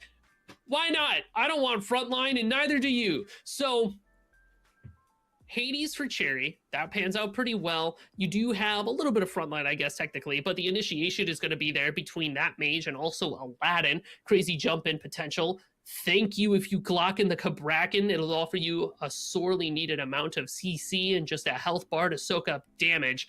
This Medusa for Cyclone Spin, I do like it. I feel like Medusa's a little bit slept on right now. Anytime Sunbeam Bow is good, Medusa is going to be good just because she can pop the Sunbeam, lacerate on top of somebody. You have Viper shots going off, boom, boom, boom, dead, right? You are completely destroyed. But the one part about Medusa that gets kind of tricky is that lacerate can be blocked by other people. And also, Susanoo should be able to catch on to this Medusa pretty quickly and effectively. Apollo and Yamoja should be able to find her. And then a Danza Burrow and a Kukulkan. Anthony, you want to come back? Because I'm not gonna lie to you. It's another mess, man. I'm wiping my hands. I don't want it anymore. You can have it. You can touch it. What's going on? I need my friend back. Oh. I was listening. Yeah. I've learned. No, this is a wild. All right. Well, hey, game's ready. That's easier. Thanks, ready. production. Right, hey, we can start our grand finals off. Heading in, Techveer on the Apollo in the jungle. That is something that I've seen before. I believe the first time I saw Techveer play Apollo was SDL like 3 years ago, and he played it in jungle against Ratmilk. So it is something I've seen him play before, but still scary. Hydrogen on the Danza and ADC. When I think of Hydrogen, I think of someone who likes exciting builds, kind of going off the wall. So Danza kind of fits. It might be Techveer solo, considering Karmic is buying Bumbas. All right, this is Aladdin jungle, Benny Q, Scream, Medusa mid, and Cyclone Spin is on Sun Wukong ADC. So that's our gods. Music can dive in a second. I'm gonna get all my stuff out of the way because he's gonna need his time, and they might even fight in the jungle. 2 Sunders on Chaos, 1 Sunder on Order, 1 Aegis that belongs to Nico, which is kind of interesting considering he's up against a Medusa. Yuzi, I think I hit all the stuff that I get to handle, so go ahead. I'm opening my bottle of tea. Yeah, okay, so one of the easier things that we can talk about is going to be this Apollo solo. It's worth noting, though, this Apollo doesn't have the aspect, which is what we're used to seeing from Apollo solo. So I think Techveer is going to be opting for a little bit more of a damaging type of play style. And against a matchup against Cherio, basically should be a little bit more of an advantage for Apollo for the first couple levels. But if Cherio can cross the distance and get on top of that Apollo, spells a little bit of danger, especially because we're not going to see a lot of damage or a lot of tankiness there. Let's address the elephant in the room, right?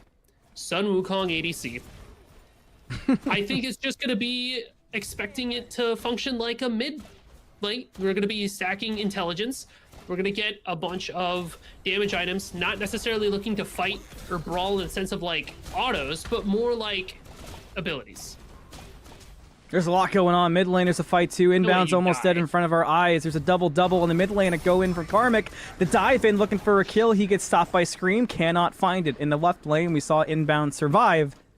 And just from that's our first skirmish at 1 minute and 20. I just want to really put this out there. This is going to be one of those games where everything's chaotic, and we just got to try to follow as best we can. You know, it's going to be one of those games. Music, I hope you've got some play-by-play shoes on top of your analyst shoes, maybe analyst socks, play-by-play shoes, because you're going to need both too. I'm slipping into them right now. Like, I got the C1 slides pulled up in their box. I'm going to open it up and put it on. But I'm putting my C1 Crocs in sport mode for this one. Actually, one time I saw J-Max switch his Crocs to sport mode for a cast, so it does happen. That's kind of crazy. That's lore. That's also so very much like J-Mac. Karmic in trouble. Benny Q, how far will you chase it? There's the wall looking for the jump. Got a 2-level advantage. Add in a wish, baby, and you got yourself a first blood. Wish granted. Benny Q with the kill. That's honestly, that's the best way you could have used those wishes together. Wish for power to confirm your wish for wealth to get first blood. It is the best way to use wealth because you get so much bonus gold. Pop it up to a 740 gold per minute. Benny Q just rocketed themselves forward in terms of farm. Brain power, baby. I guess that's what it takes to be a jungler. And apparently Benny Q has got it, not just an MVP trophy that he shines once in a while, or the jacket, I guess, that he, fluffs once in a while. But he's got himself a strong jungler brain. Battle at the blue buff on the Chaos side. The Sunder gets dropped, but the blue buff appears to be secured by the Cabrakan. Benny Q going to be a bit slower to help things out, but Karmic is still level 2, so a bit of trouble in the jungle for this Asano. Benny Q is level 5. Here's the jump in. Karmic's already at half health. Oh my goodness, look at that damage to the lamp! Wide to the left. Just barely missed. I mean, if it lands on top of Karmic, the Susanoo is effectively out of the game. They're already in a tough spot to be, even at the start. Benny Q, this Aladdin is a late game scaling character for sure, but the early game floor that they start off on is pretty high. This could very well become Benny Q, the video game that we see, if they're able to keep up this pressure across the map. Purple buff invade asunder.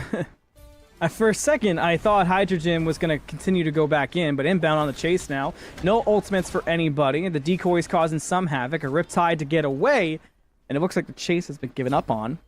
Probably for the best for Clocked In, considering Benny Q is here now. And now cost a purple buff back, so when all said and done, kind of even Stevens.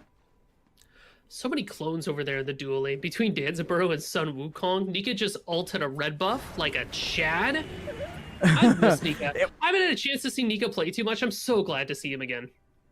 I'm on board with that, and that is the kind of playstyle that makes sense, right? But I want to actually go back to something you just brought up. The decoys in the dual lane. We talk so often about how Danza, hang on, ultimate out from inbound, a lot of damage on the Emoja, and speak no more as inbound gets a second kill for Cherry Slush. And a big one at that. Hydrogen will have to just step away. Usually we talk about Danza clones and how they make it a life harder for the opponent ADC. I think about Uller, where it's directly a hard counter to Uller. Wukong couldn't care less. I mean, he's still just swinging away anyway, right? I wonder if Hydrogen initially thought that it was going to be Medusa over there in the dual lane. And again, Medusa is another character that kind of gets turned off by those clones because Lacerate gets body blocked as inbound takes a lot of poke here. Yeah, there's a lot of damage. There's the waves. Inbound doesn't have a way out, and a rocket. Wow. And now inbound can't speak. The Typhoon to catch Cyclone Spin, and he doesn't get to the cloud. Karmic with the kill. The scoreboard gets tied up 2-2. Important kill there too for Karmic to kind of help them catch back up to Benny Q, but they're already so far ahead. It's going to be quite the trek to start approaching with that Aladdin stands. Yeah, 609 gold per minute. I know it's still going down, but just wow. It's going to be up for a very large portion of the game, I feel. That Wish for Wealth put in so much work. Cherry Slush just have to try to keep this aggression up through their jungle if they want to continue that streak, though. A little bit of poke and Karmic, nothing too serious. So, looking across, Gold Fury is up. You can see one there. A dive in. Benny Q onto Karmic. Damage on so far. Karmic has the answer back and has Anika for some help. And Benny Q bites the dust. One of the things that this Kukulkan is going to be able to offer for Clocked In is going to be those tornadoes, because think about who wants to do their damage and how they're doing it. Benny Q needs to do their damage on top of you. Scream has to do their damage on top of you. Inbound is doing their damage. Cheerio is doing their damage. There's a trend here, if you may not have noticed it yet, but Tornado turns all of that off and says, if you want to fight me, you're going to lose half your health in order to do it. Inbound gets the ultimate off and chasing down the dance. Hydrogen breaking ankles and heading back through. Cyclone won't be able to stop it, and the rocket will hit, forcing the somersault cloud. Inbound still on the hunt. The land down, it works perfect! Wow! It was like that was planned. Cherry Slush get another kill. Team coordination at an all-time high over here for Cherry Slush as they're able to find the Danza. With no rocket, no mobility, they're going to get caught. Kind of like Speak No Evil. Gets dashed on, but it's actually the purple buff where the focus is for Cherry Slush. Great catch by our spectator as Karmic goes for the gank. Gets that damage across. The pullback on Kabrakan. Typhoon should secure a kill. Karmic with the last hit. For as much as Kabrakan can tank, they are not very mobile. I feel like Susanoo does a good job of being able to, all right, Nika, he just does it. He's not afraid to whip it out. Like, just boom, one Spirit of the Nine wins for you, please. And now Scream's getting pincered. He is indeed. Karmic on the chase, gets the pull back. It works perfect. Whirlwind damage too, but is that a kill? It's close. Nika really wants it, but unfortunately that Zephyr missed by a lot, and Benny Q makes Nika pay. Karmic back in, and we're going in the lamp, and oh, okay, Karmic's already dead. Double kill for Benny Q. We're going in the lamp. We're out of the lamp. All right, wow. I mean, that just speaks to how big Benny Q is at this moment. Like, it's all off that Wish for Wealth, man. Level 10. You ever been in a game where Aladdin just gets ahead and all of a sudden you can't do anything? I feel like Clocked In is about to get a first-hand experience. Yeah, good catch, Moore. Left lane's left laning again. Speak No Evil's low. All the ults out, all the circles, but who dies? Speak No Evil goes first. Hydrogen is still alive, if not barely, but he gets away. This dual lane, it's just, they're tussling. Everyone is on the map. That's 10 kills in 8 minutes so far. Feels a lot like the previous game that we had on stream. Sun out, Cherry, Hydrogen. I mean, you walked out of Cabrakan. I'm not sure what else to say for you in that one. It feels like no matter what we do, I'll get a chance to talk for like 15 seconds, and then somebody's gonna go in again. Oh, Not even 15. Inbound has the jet stream on. Karmic looking for the chase, but he's not going so far. Karmic slow Cheerio. You got another one in you, buddy? No, the Typhoon knocks him away. Nika is here for backup should they have chased further. but it's another messy game, Anthony. I don't. This is another I don't got all enough over the tea place. for this. People are dying. I'm opening a second orange Gatorade. Like it's going kind of insane, but I feel like ultimately this is benefiting Cherry Slush just because they're kind of, with the way that they've shuffled their players, they are used to being in a state of constant flux, of constant combat, where they just kind of ignore bigger objectives and just constantly go for picks. And it really benefits Betty Q, so that this Aladdin can just get all the way up to level 20 and just continuously one-shot everybody. Where do we go from here, Musi? Oh, perfect. More fighting. I knew it was going to happen quick. Benny Q dives in. Spirit of the Nine Winds, no good. Into the lamp. He takes the dragon. But can he survive? It's going to be a tough one. You've got Karmic in now, too. But Benny Q doesn't seem afraid to take this fight. But he lands in between the two. And Karmic says, later. Enjoy it, Nika. Have fun, buddy. Tegmir goes in, though, to help out. But Benny Q's still alive. Now out of the lamp. Benny Q will go down. Shut down kill for Karmic. You've got Cheerio here, too. Tegmir goes up to the sky. But left alone, it's Karmic. Now Cherio's on the hunt. Tegvir dies on screen, cannot find the kill. Benny Q has revived, he's back, and pop goes Karmic at a kill. Karma's gonna get you one of these days. You abandon your friend, you in turn get abandoned. It is just a dog-eat-dog world. Was out that, here. Musi, was that the wish or did he respawn fast? I didn't hear the wish call in my ear, but he was moving so fast.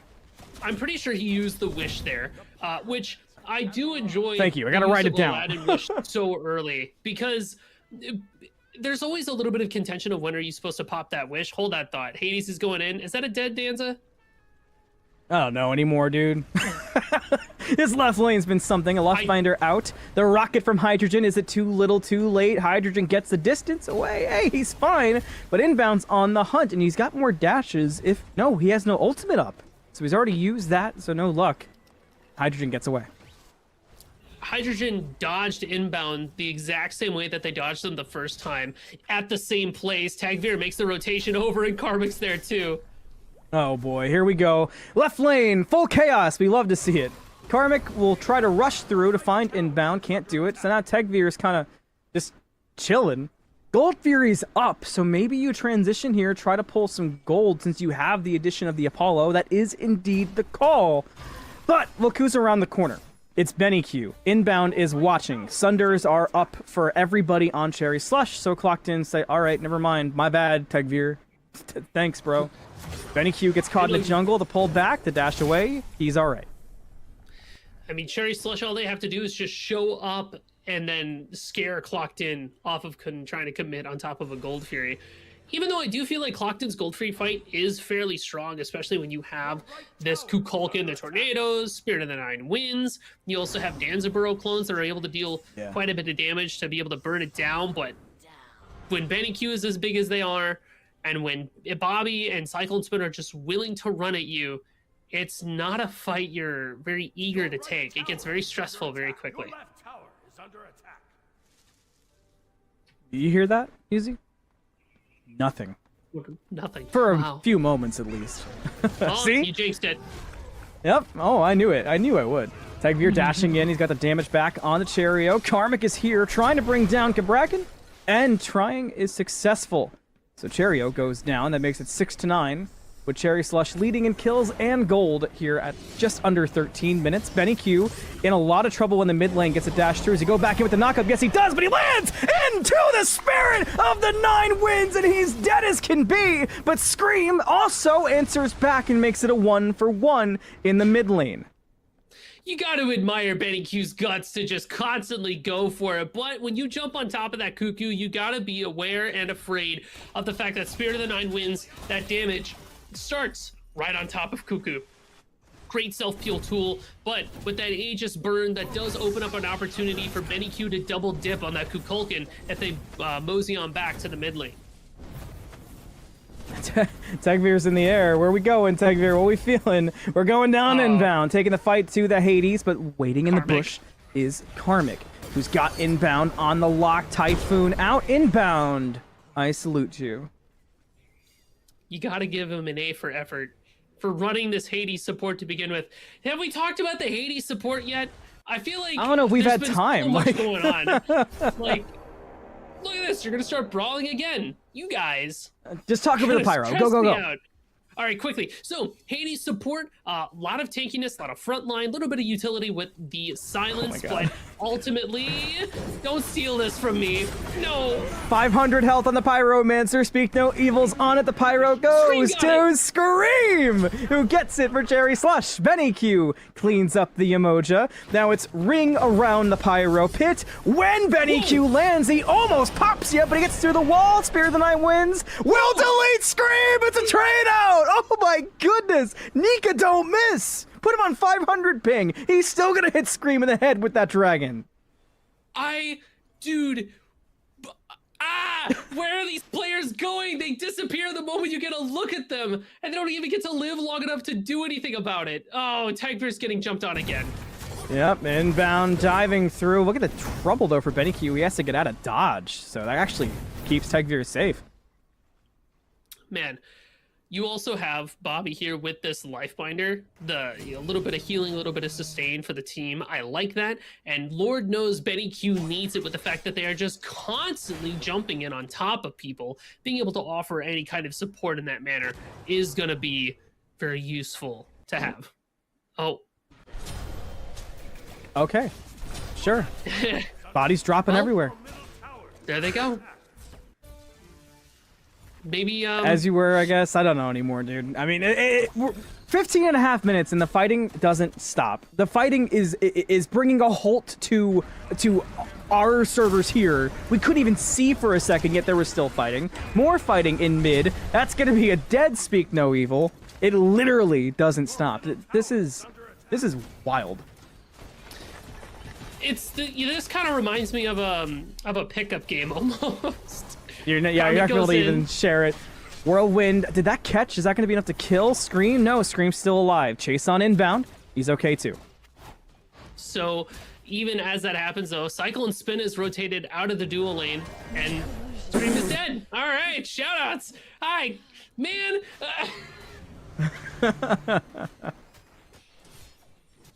So what oh man, how do we even parse this apart? With the constant brawling, it feels like people haven't been able to farm as much. That's why levels across the board look actually just about even. The only person who's truly down is going to be Cherio. And then gold looks to be about the same too.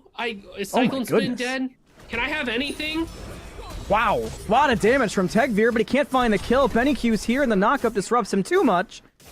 Tegvir will fall. Karmic's here after the fact. Typhoon won't hit anybody, but Benny Q still dies through it. Karmic breaks the ankles of Inbound and Cyclone Spin, and it might be able to get away, but Inbound's got the double dash thanks to the ultimate. Should bring him down, and they cut him.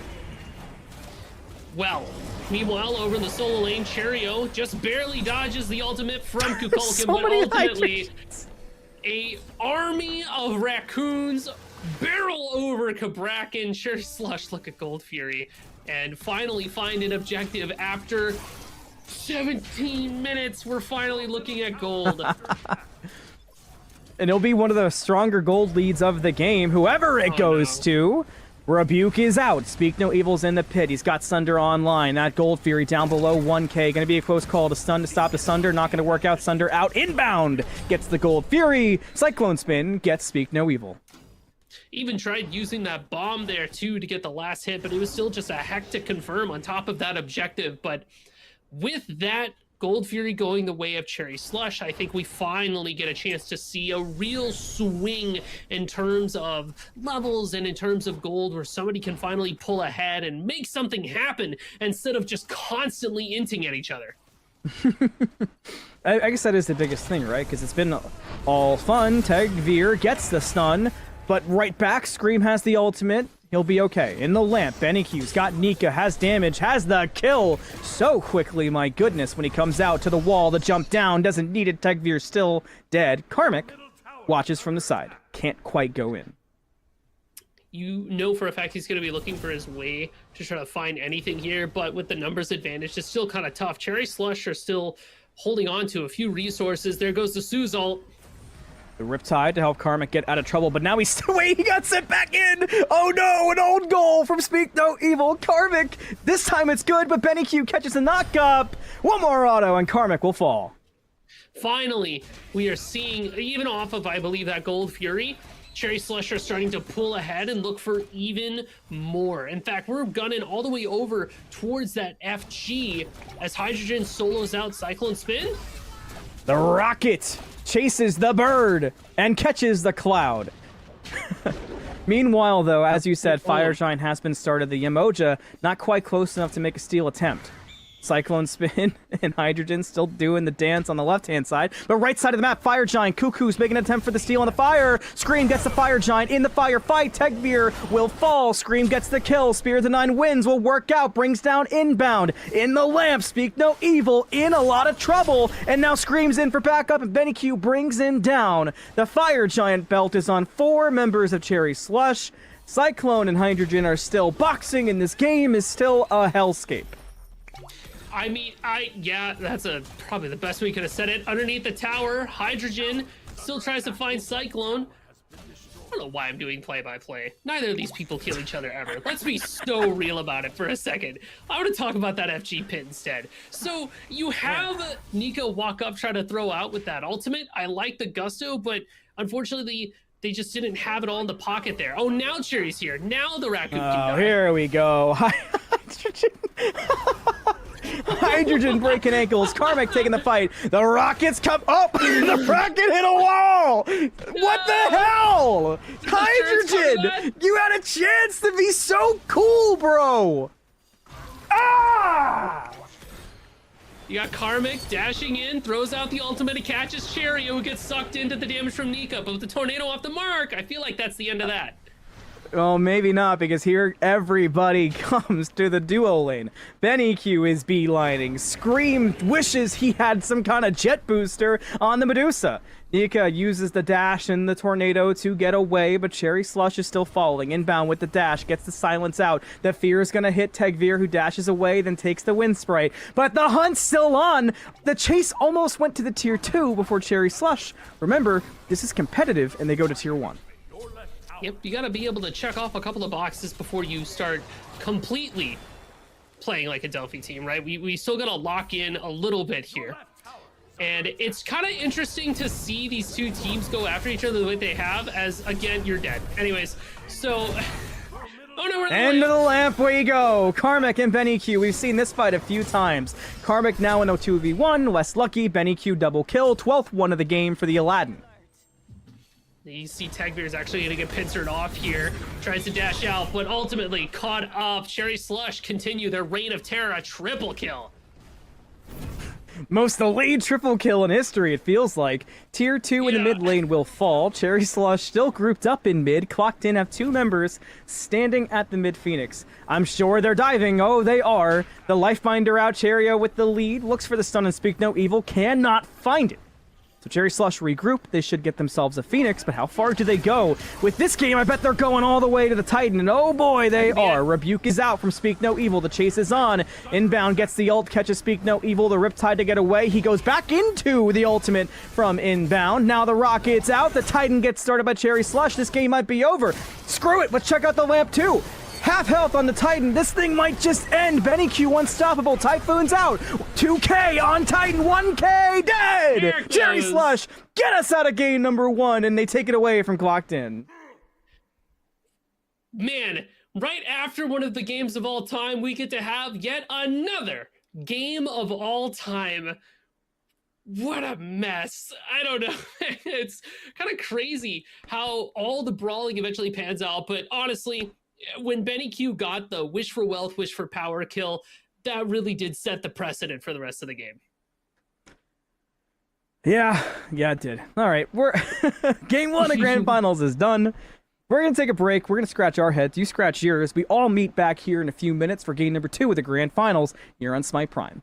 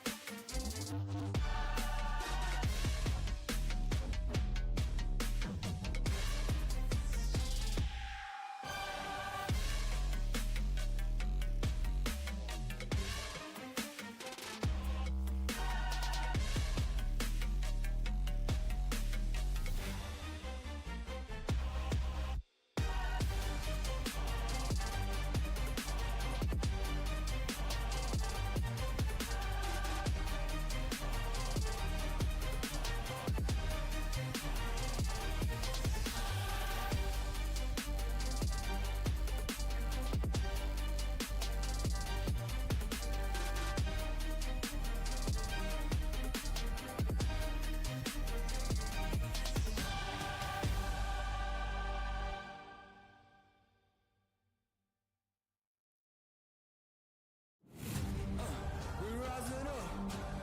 Yeah. Now look at us. We rising up. You don't really know I shine. Me, I got something that I need to prove. I cannot lose. Nah. Everything I do that really is news. You look confused. Why? You are what you choosing to do. Me, I've been making the moves, paying my dues, getting this done with the fam. Y'all know that I am the dude. Whew. Bend that low, hit that high, got that hustle, got that drive. One more time, best alive. I want it all, everything mine.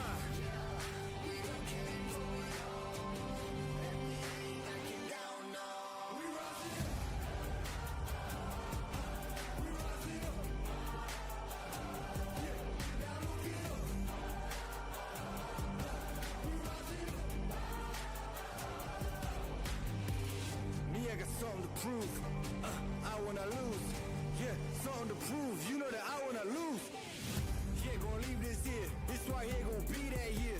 Yeah, that's too sincere. I don't really think I could be that clear.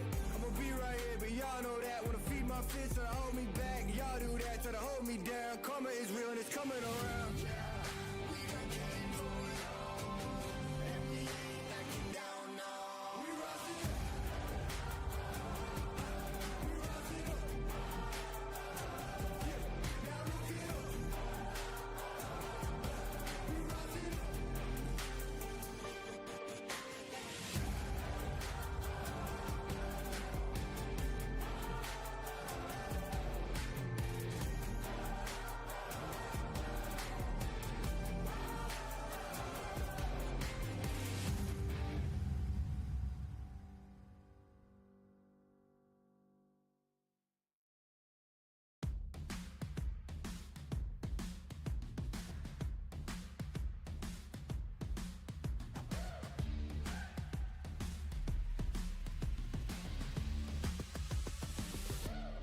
Take on the world. Hey, welcome back. Game number 2, Grand Finals.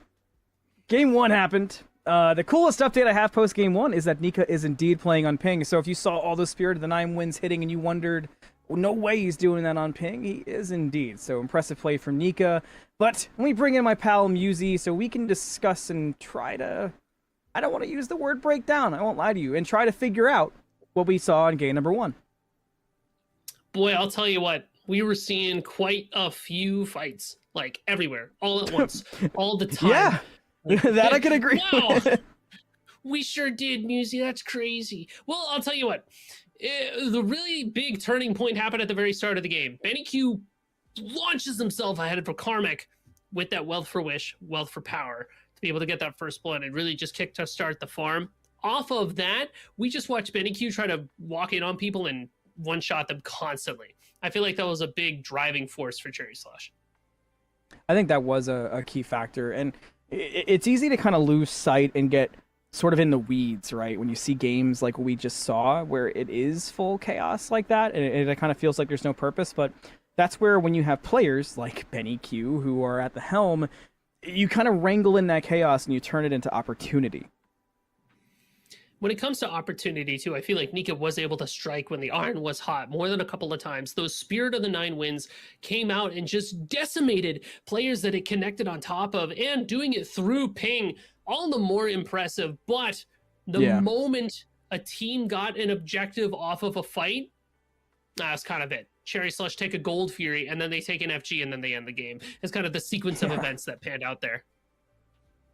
It did. It sort of felt like it was, and also I kind of want to draw attention to the team that lost in the sense of Tegvir, right? Tegvir had a very underrated game that is very easy, I think, to kind of overlook and forget because it feels like, oh well, that was a wash. But Tegvir, the stat line doesn't even show it. He was straight up harassing half of the map. He always had presence, and he was difficult to deal with. I think one of the bigger things I could point to is I feel like if they had a stronger ADC presence, I think that game could have gone better for Clocked In. It just felt like Hydrogen could not match the damage. Not necessarily Cyclone, well, Cyclone gets 28k, but the damage of Cherry Slush towards the end. Well, I wonder if part of that has to do with the build that Hydrogen ended up going Transcendence, Book of Thoth, Striders to Hootie. It's a lot of power, but not a lot of boxing potential. It's kind of like a mage build over in your hunter lane, which gets kind of dicey for you. Which, you know, as I say that, I glance down and I look at Cyclone Spin, and then I just kind of shut up because, like, what was even going on over there, right? Ancient Signet tech. We talk about it like every week, I feel like. It's got a lot of damage attached to it, and if for a character like Wukong that's always trying to hit you with abilities, it matches in there pretty well. I like it at the build. It's just the way that everybody, like, it was such a weird scramble. But you know, you got to break a few eggs to make an omelet, it would seem. Yeah, Benny Q as well, right? Was it Benny Q, or was it a little bit of Aladdin, or was it both? What's your call? What's your take? It's a little bit of both, right? Benny Q is a good player. We know this for certain. Benny Q is more than a good player. Benny Q is a great player, but maybe a little bit untested in the big screen when it comes to seeing them in the jungle. I think giving them a character like Aladdin, where it's kind of hard to fail with that god, definitely helps them out. And especially because Benny already has some experience with the Aladdin because of the fact that they would play it in mid sometimes. So it's again, it's a bit of both, but being able to just jump on top of somebody and kill them regardless of what they do to you does definitely help make you look really good. When you have a game, I mean, it's grand finals, the stakes are high. We've seen the prize pool for the August circuit. When you have games like this where the teams are clearly going about it with a very, we'll call it unique, I'll be polite, strategy. What do you think that does to picks and bans? Does that open the door for one team to kind of take advantage of the craziness of game one and almost bait out a team disregarding the top meta picks, and then all of a sudden you're playing a sweat comp and it's like, what happened to our fun scrim? You know what? I kind of like where your mind's headed with that, where you try to put some, shine a light on some picks and try to force value onto them, or some sense of perceived value onto them. Like, oh, how important was the Medusa, the Wukong, the Hades, you know, obviously Aladdin should be banned out regardless against Cherry Slush just because Scream's there. But maybe we can try to force them to acknowledge some other things and then come out from underneath them and be like, actually, we're going to play Hou-Yi, Ares, and Neath this game, and we're just going to take this and run, right? You know, try to force some sense of, a false sense of security in that you understand what their game plan is, and then just kind of turn it on its head there. I'd love to see what Scream can play also in mid too, because so far today we've seen Cerberus and we've seen Medusa in the mid lane, and both, I mean, neither looked bad, but neither felt to me like Scream. You know, I wonder in the mid lane what pick does he have that makes him feel like Scream? And my brain goes to something like the Aladdin. I know you wanted that to be a flex pick. It obviously worked out great for BennyQ, but it makes me feel like if you're going to play this way anyway, and if you do stick with the, again, we'll call it like chaotic path of picking gods, then why not just pick something Scream is nasty at? You know, like pick a jungler or something. Like, we've seen it before. We've seen Pele mids. We've seen this and that, and it's Scream. So if you're going to take this route regardless, I kind of feel like that could be the play. Well, there is a mage that positions very much like a jungler. We had a chance to talk about him earlier in the sets. Yanis could be a really strong slot in for the way that Scream likes to play the game. Like hyper rotation. That means they're always able to go off and farm and be there in time for fights when they pop up. You have a global ultimate. You can shoot out. You might even be able to do a little bit of split push action with them if you bring a Polynomicon with you as well. I feel like that would fit his playstyle all in all. Or if you remember, all the way back in Bobby Tourney, there was a game where we had, it was BennyQ playing Anubis, and it was Scream. Oh no, Scream played Anubis and BennyQ played Poseidon, right? So we know he can play Anubis, right? We could see an Anubis mid there too. Did it work out for them? You're actually asking for Anubis. I'm doing it. I'm sitting Which way up. are you? I feel like D-Lo. I will get so mad at you, sir. Don't do it, man. If we were realistic heights, though, I'd be like, I will beat you. Listen here. Don't talk back to me, young man. We're waiting on the players to remake the lobby, if you could not tell. Yes. So we'll have that started soon and get into picks and bans. Should be momentarily, you know, fingers crossed. I'm on board with you. But I feel like we've touched on a lot of different kind of keystones of it. But ADC is still kind of the one sticking out of my brain at the moment. Just because when we think about, like, Danza versus Wukong in the ADC role in the year 2025.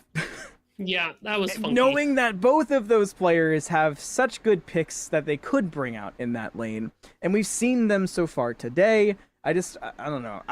There's a part of me that feels like the players might not even want to ban at this point. They just want to get in and play whatever, you know?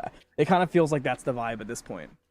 Got a little random God wheel action going on, you know what I mean? We're just like, yes, exactly. Spin that wheel. Like, what do we got going on here? Let's spin a random God wheel. Let's add the fun modifiers you guys do on Thursdays. Like, it feels like an all-star game almost, you know? The old all-star games where we'd have, you have the pros versus staff at the beginning, or casters or what have you, and then later in the day you'd have the all-star game where they would all play just the dumbest thing you could think of.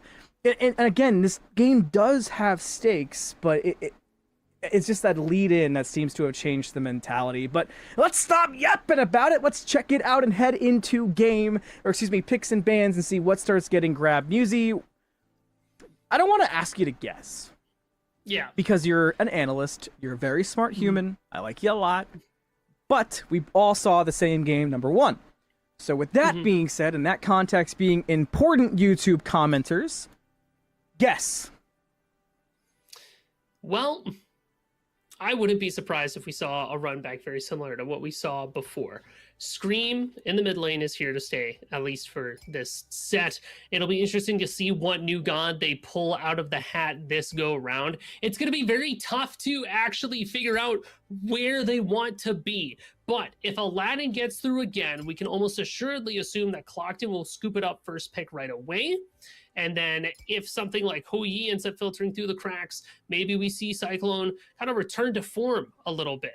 But it's going to be Clocked In who are on this first pick, who have the Aladdin open and available. I wonder if they take that bite.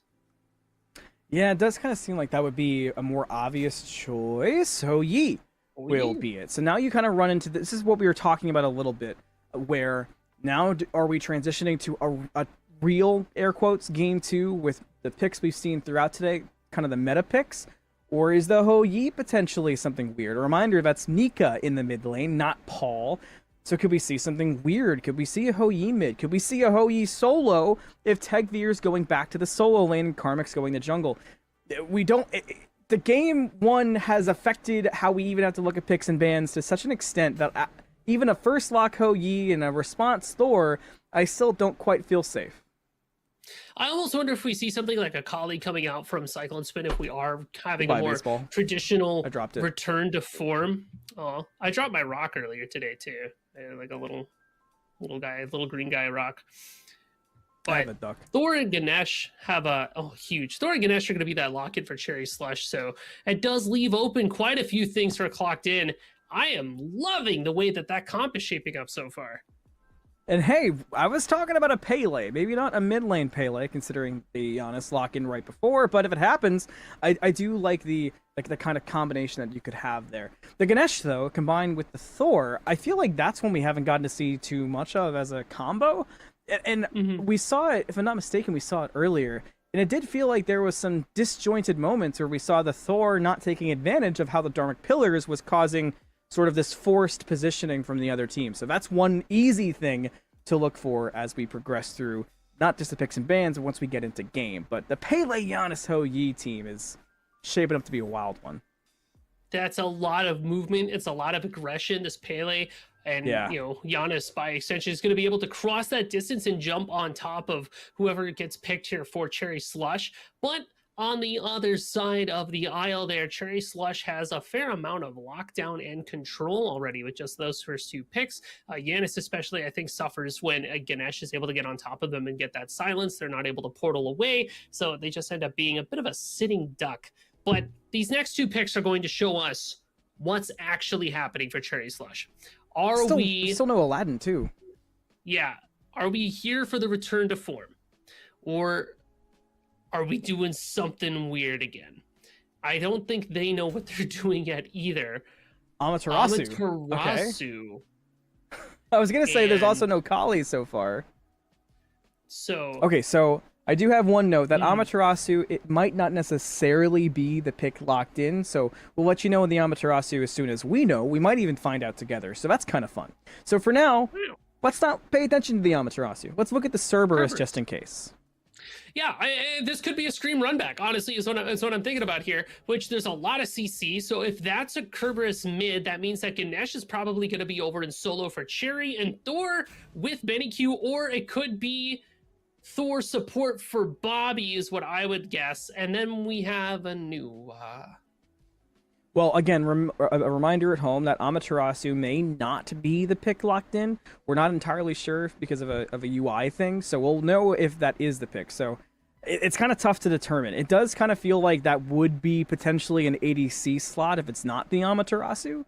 So I wish I could tell you. But on the other side, let's look at the Achilles Vulcan combination, right? And kind of see how they function together. And it is indeed Amaterasu, Busey. So you can commit. So forget the Achilles Vulcan for now. Give us the thoughts on the Amaterasu, because I don't see an ADC. Nuwa ADC. Unless you do Nuwa. For Yeah. Cyclone Spin. Yeah, because Scream's going to be headed mid with the Cerberus. Yeah, Nuwa in the ADC. Thor support, Ganesh solo, Amaterasu jungle for Benny Q. Those are my chips on the table there. That's how I think that's going to shake out. You got a lot of jungle burn, got a lot of damage on hand, but against the team that Clocked In has, that team over there, that is classic traditional Smite. Yeah. Giannis min, you got Achilles. Assuming they don't change it up and do something weird. Right. Well, actually, right as I say classic Smite, I kind of look at the Giannis and I look at the Vulcan and I'm like, oh, wait, no. Oh, God. What happened? What are we doing? Because where's our frontliner? It's going to be all on Achilles and Pele, it looks like. But one of them is going to be jungle. And nobody... Giannis jungle. None of the picks made it through either. I guess that's gonna wait. I have a whole tangent to go on, but it can all wait. Let's head into game number 2 and see if Cherry Slush can bring home the victory today in our grand finals. Or God! All right. Oh. Nobody till inbound. We don't want him to know yet. We're gonna break this guy so freaking hard. He's never gonna see this coming. His stream's about to be so funny. First blood for Speak No Evil and Clocked In. Get jumped on, loser! You just got pranked. I got Ashton Kutcher. Elbozo. Woo! Well, that'll be a rough start. Oh my God! Start of the Amaterasu. He's back though, ready to argue over that purple ball. Oh, screw that guy, right? So, Amaterasu support with the aspect. So we're not even offering both modes to our teammates, right? For the aura, which is what I would initially think for an Amaterasu support. So what are you doing? You're just trying to go in and fight people and kill people all the time? Anthony, I think you should gear yourself up, put the Crocs into sport mode. This is going to be another messy one. Yep, and we've got ourselves Hydrogen with Tegvir support on the Achilles, and Hydrogen is rocking Aspect Ho Yi Musi, which I think that's one of the first times I've seen Aspect Ho Yi make it to competitive.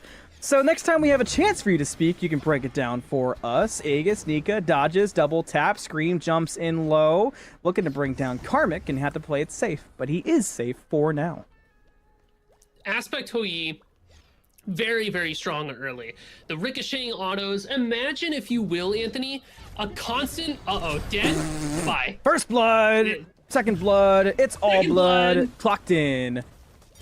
Third blood? Third blood? He got him! This game's breaking my brain. Just Boy, keep talking. howdy. I'm It's going to be another banger. I'm so imagine with fried. Yeah, it's going to be like that. This aspect Ho I'm Yi, hungry. Anthony, it's a lot like a branching bolus constantly.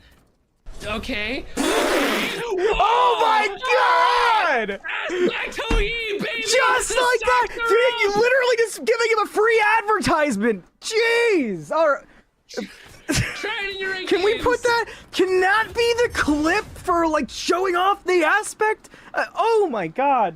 This is rigged! So, yeah, it's something. It's a game of all time. Here's the most important thing about Aspect Ho Yi, Anthony. When you get your mark off, and you hit that ricochet, no stuns. So jumping on top of Hydrogen is going to be easy. He can't peel for himself. Jump forward, Cyclone Spin is in trouble, ricochets again! No way. Oh my goodness! Don't do this. Don't do it to him again! Don't do it! Oh, Tegvir. We were having fun, Tegvir. Gosh, Tegvir, you do this every time, man.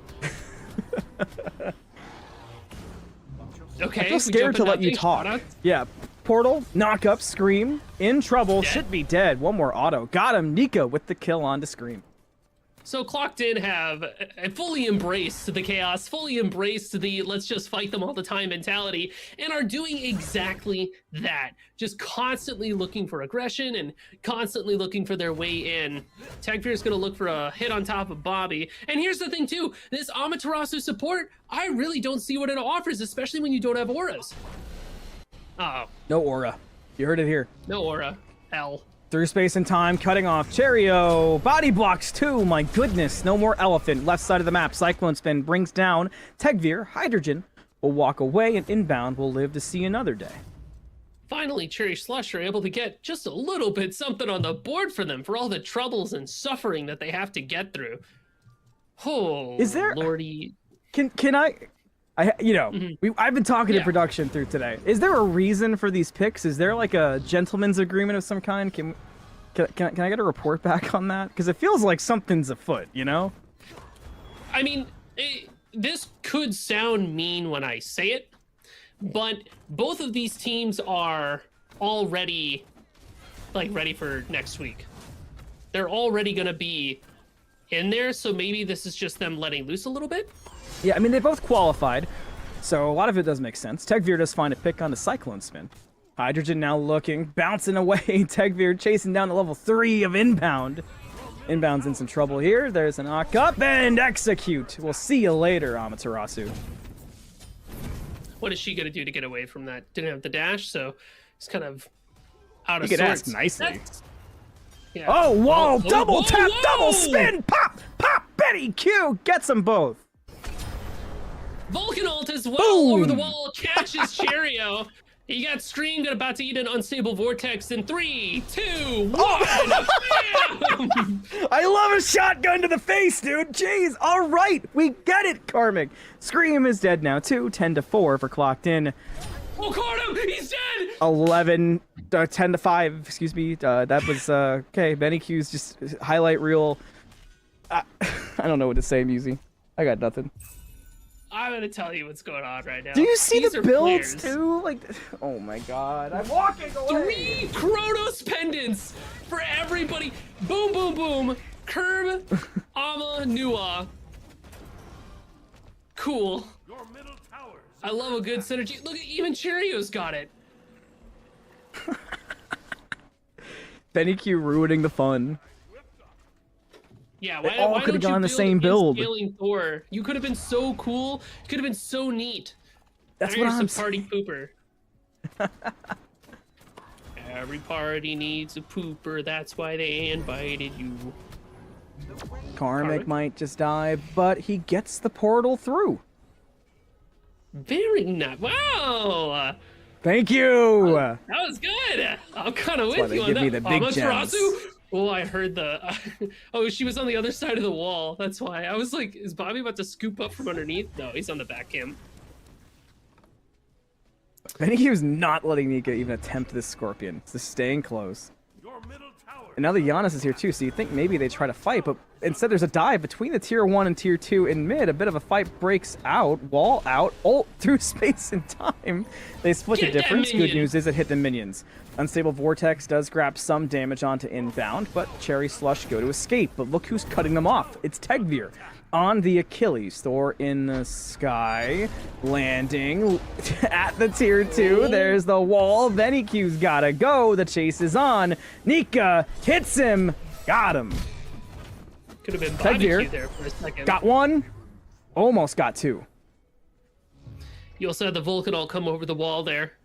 So Speak No Evil was around. Speak No Evil in solo. Oh, my brain hurts. This is. Are you dead? The portal through to the tier 1, answered by the dazzling offensive. Tegvir trying to be dazzling himself, but can't get the kill. Has to step away with Karmic back to safety. It's going to be another one of those games where the first Gold Fury is going to dictate how the rest of the game goes, but neither Once it team gets has done at really been 17 able minutes. to. Yeah, no kidding. Neither team has really been in a position to commit on top of it after they fight. As long as you kind of fight everybody away from the objective, maybe that's how you prevent that fate, but jeez. Oh, hold on. So, Oh, Dark Pillars pops Karmic. Benny Q gets it. Cherio dashes away, still in trouble. You can see Nika on the hunt. Just needs some more. Gets one. Tegvir does go down, however. Cyclone Spin will grab that one from afar. Now, while Nika dances and considers potentially fighting, hang on. Wall, no good. Look at the builds, because not only do I see 4 Chronos pendants, on the other side, there's also matching builds going on slightly. I know it's a little bit different, but still interesting, I guess. Volcanic Lightning screams dead. yep. Is Benny Who's Q, next? though. Benny Q? Your middle tower is under attack. It's Through space and time towards the left. Nika could take that if Benny gets away. Doesn't need to. My goodness. Hang on. The ticks. No. Are you going No back way. in? Are you going back in? Do it! Do it! Do Benny! it. Do it. Do it. Do it. Give in. Come on. Oh. Oh! Whatever. Oh. Well, Bobby's 9 minutes. I guess that's your job. 9 minutes. 15-7. 3K gold lead. About to be even more as the Gold Fury is pulled by Clocked In. It appears there is no answer from Cherry Slush, so this Gold Fury will be free. So this should be a pivotal moment in the game. One Gold Fury dead. If the last game informs us of anything, it means that Clocked In should just be able to kind of run over with the rest of it. But with the way that everybody has been constantly fighting, there is opportunities here for Cherry Slush to kind of come back. But if you think about how they do in a scaling sense, I really feel like Clocked In should still be able to pull ahead. Nice cute little dash from Tegvir, avoiding some of inbounds damage. Tegvir clearly wanting to really force this fight, but now there's 4 here, so not much to force. Through space and time, does connect. Does not get the purple, though. Nika does take the fight after the fact, gets the big-time damage through and gets 1. And the Volcanic Lightning damage is pulling through. He might find 1 as well onto Scream. No, Scream gets the jump away. The shutdown. Gold goes to Benny Q. Speak No Evil, I think, was watching. He's got the cameraman. He's got the cherry sitting down. making sure that his teammates are going to be okay. You know what's interesting? Is that Benny Q is like the flagship kill leader for Cherry Slush, just constantly looking for it. Go back in. Yes, for real! Gets the land. Can he find more? Speak No Evil's gotten one in the meantime, but the knockup, is that enough to stop it? Yes, it is! Hydrogen kills Benny Q and stays alive despite being so low. Boy, it's just going to be like this all game, isn't it? It is tough to actually find the time to, you know, kind of break things down, because you start to go on your next point and then instantly there's another fight. I mean, even now in the mid lane, as we're talking, you can kind of see the Achilles considering a movement. I can give one kind of tangent. Tegvir on the Achilles. That's actually my brain always been one of Tegvir's signature picks that he couldn't really play in Founders when he was an ADC. Tegvir used to play jungle and solo. I saw a lot from Tegvir in different amateur leagues, and Achilles was always one of my favorite picks to see Tegvir on. So to see it come out, even in interesting circumstances, is still pretty exciting. Tegvir is also going to be the one tank here for Clocked In, and they're not even quite true to form tank because they started that Oathsworn Spear and then picked up the Brawlers, so there's still some prots attached to Brawlers, and anytime anybody from Cherry Slush heals in front of Tegvir, they'll get a bit more prots and some power. But Clocked In, if the game goes a little bit too far, we might be looking at a scenario where that's how Cherry Slush comes back, where they just kind of blow people up. Nuwa doesn't have aspect though, so you can't get a massive crit on top of everybody to start a fight, but this still is Benny Q's playground of, oh, hey, you're not a tank, so I'm going to kill you. That's true for everybody except for Tegvir. I have liked so far the Ho Yi aspect too. I know we haven't gotten to put much attention there, but it seems like it's performing pretty well. It is interesting to see it go with crit. Is that an aspect related thing, or is the crit just kind of a Hydrogen feeling out the build in this particular game thing? I do feel that Hydrogen should perform pretty well with this crit. I feel like it fits Hui pretty well. Just because your autos... Uh-oh. Jumped on by Thor? Well... That's tough. Triple ulting a Hui. Shoutouts. But what it does help you do is it helps you scale pretty well. And it helps you just blow people up. When your autos are your main focus, you're able to ricochet them. You might as well get the crit just so that you can focus on getting crazy damage off. A lot of damage on to Tegvir. He'll go down before we can even get the ult away. Solo lane chase on. Cherry, oh, has barely any health left. But Speak No Evil over the wall. Meatball later, Cheerio. The Pyromancer was confirmed by Clocked In not too long ago, but in turn, Cherry Slush are just running it down in this dual lane, pulling that tier 2 tower off the map. Could open up a Gold Fury if they're feeling bold and ambitious, but it's kind of weird the state that this game is in. Constant fighting, the objectives that we're looking at are not the first ones you would necessarily think of. And oh, okay, so you want to know why Hydrogen is going crit? The ricochets can crit. Volcanic lightning, a potential, no, it's down, excuse me.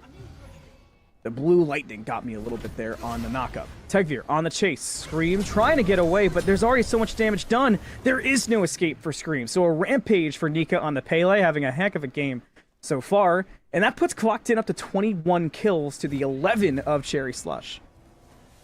Now they're going to move all the way over towards this Gold Fury, and Cherry Slush, even if they know, can't really do a whole lot about it. Going to be the second objective, or the third, I guess technically. They also got the Pyromancer that they'll be able to pull away, so that's going to really pull the gold away from Cherry Slush as well. This play style of this constant brawling and less formalized, I think would be the best way to describe it. Yeah, I that's think a good way of putting it's gonna hurt Cherry Slush quite a bit. Oh man, Speak No Evil might just get a solo there on inbound. If he can get the distance close, he'll be okay.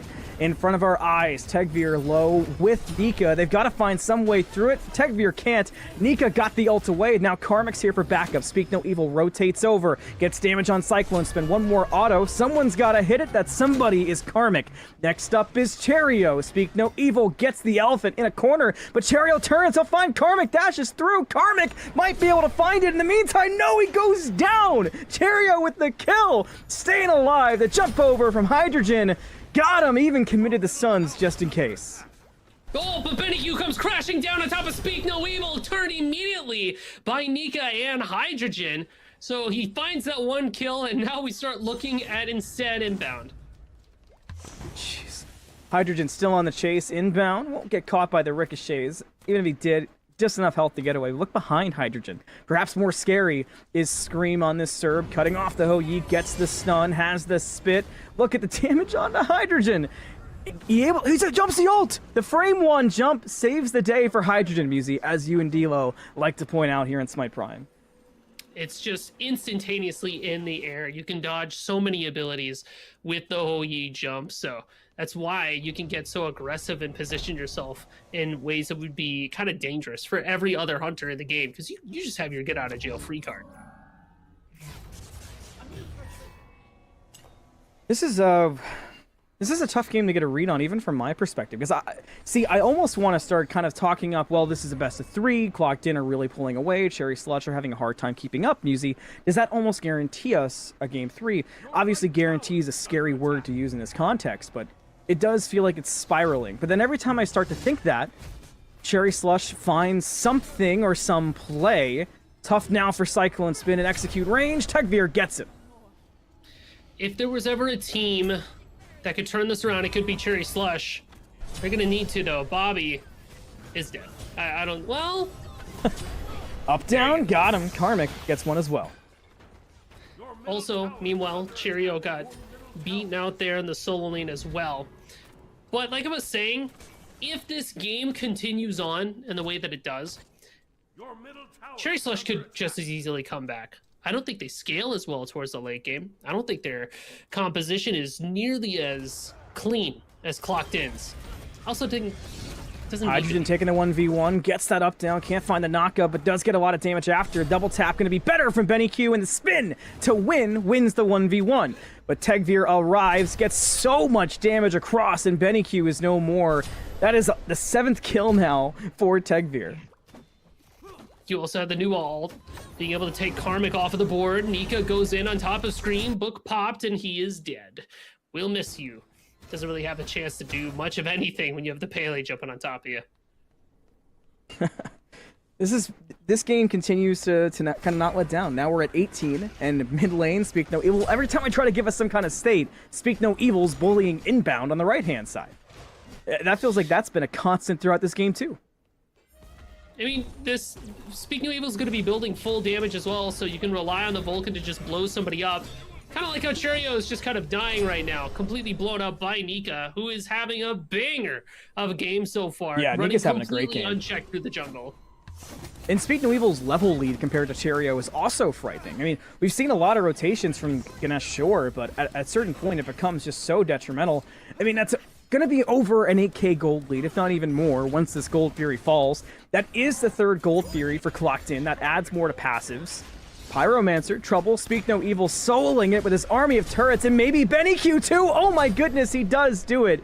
Scream shows up, and one simple spit brings him down. Pyromancer could go to Scream, but Tegvir's here to interrupt it through space and time. Scream gets the Pyro, but is he getting away? Oh no! The portal with an own goal that time! It should still work out!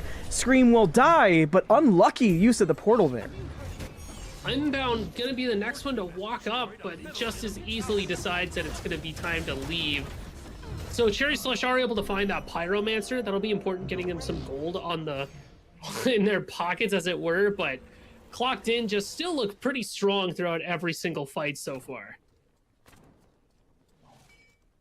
So who's the player to watch in your brain that can be the difference maker for Cherry Slush? Because it kind of feels like at least for me, it feels like BennyQ is their source of actually getting back into this game, but everything else feels messy. I mean, inbound so far behind, he's building some damage, but he has the war flag that started it slow. So where do we look, Musi? We're looking at BennyQ. We're not looking at anybody else. Nua late game will have some ultimates that'll be able to do a fair chunk of damage, but look at the builds here. What is Bobby building? What is this? That's what I mean. Like, they're never going to be able to get back into the game. We just spent like 3k plus gold on a Dreamer's Idol on a character that has war flag attached. I don't want to Anthony, I don't want to say that we're throwing, I don't want to say that we're trolling, but it kind of looks like that when you start to put all these pieces together. I personally do not understand the plan from Bobby right now. Cherry can be close for a steal attempt. Hydrogen gets the Fire Giant for clocked in. The pillars were close. Tegveer and Hydrogen combined to bring down Cherio after. Through space and time, not going to quite hit, but Speak No Evil didn't need it anyway to bring down Benny Q. That's 2 dead on the side of Cherry Slush. Fire Giant on 5 members of Clocked In. And Clocked In this whole time has been moving together as a unit, playing as a team. Feels like Cherry Slush are more opportunistic in looking for fights and stuff like that. They're not playing with a game plan in mind. They're just kind of playing Smite, which is a harsh criticism to give a team like Cherry Slush, but you gotta call it like you see it, man. This cannot happen in game 3. Mid Phoenix falling down, Clocked In getting closer to forcing game number 3 of our grand finals. Onto the Titan they consider. They don't quite go, so the throne room is safe for now. Speak No Evil will be a little bit of a terror still as the retreat begins for Clocked In. Cherry Slush will have some time to lick their wounds. Moving forward here, Cherry Slush, trying to think about how they even could start a fight. How could this ever go their way? But when you get picked off like that, it's just not going to happen. We're kind of waiting for Clocked In to end the game, which is the best I got, I think. Jump in. Tegveer, Benny Q, gone. Tegveer trying to do just what Musi said, end the game. Hydrogen will follow Tegveer like a good little soldier. And there goes Cyclone Spin. Double kill for Tegveer. Throne Room Siege has begun. Cherio's almost dead. Screen the last full member ready to defend. Some light healing. The Titan at half health. Scream steps up with Cherio. Not all the members are on. Dagger going to be popped. And that should spell the end. Clocked In will force a game number 3 today in our grand finals. Yeah, I you know, they forced a game 3. I don't know if force might be the right word here, because it just kind of happened. They were gifted a game 3 might be the best way to say it. And that's not to say that Clocked In wasn't playing well, but Cherry Slush, I don't know what they put in the drink, but you know, it might be time to lay off. Well, we've got our game 3. It could go literally any direction, especially with the terms of picks. So when we come back from this break, we'll have our final game of today in our grand finals. Do not go anywhere.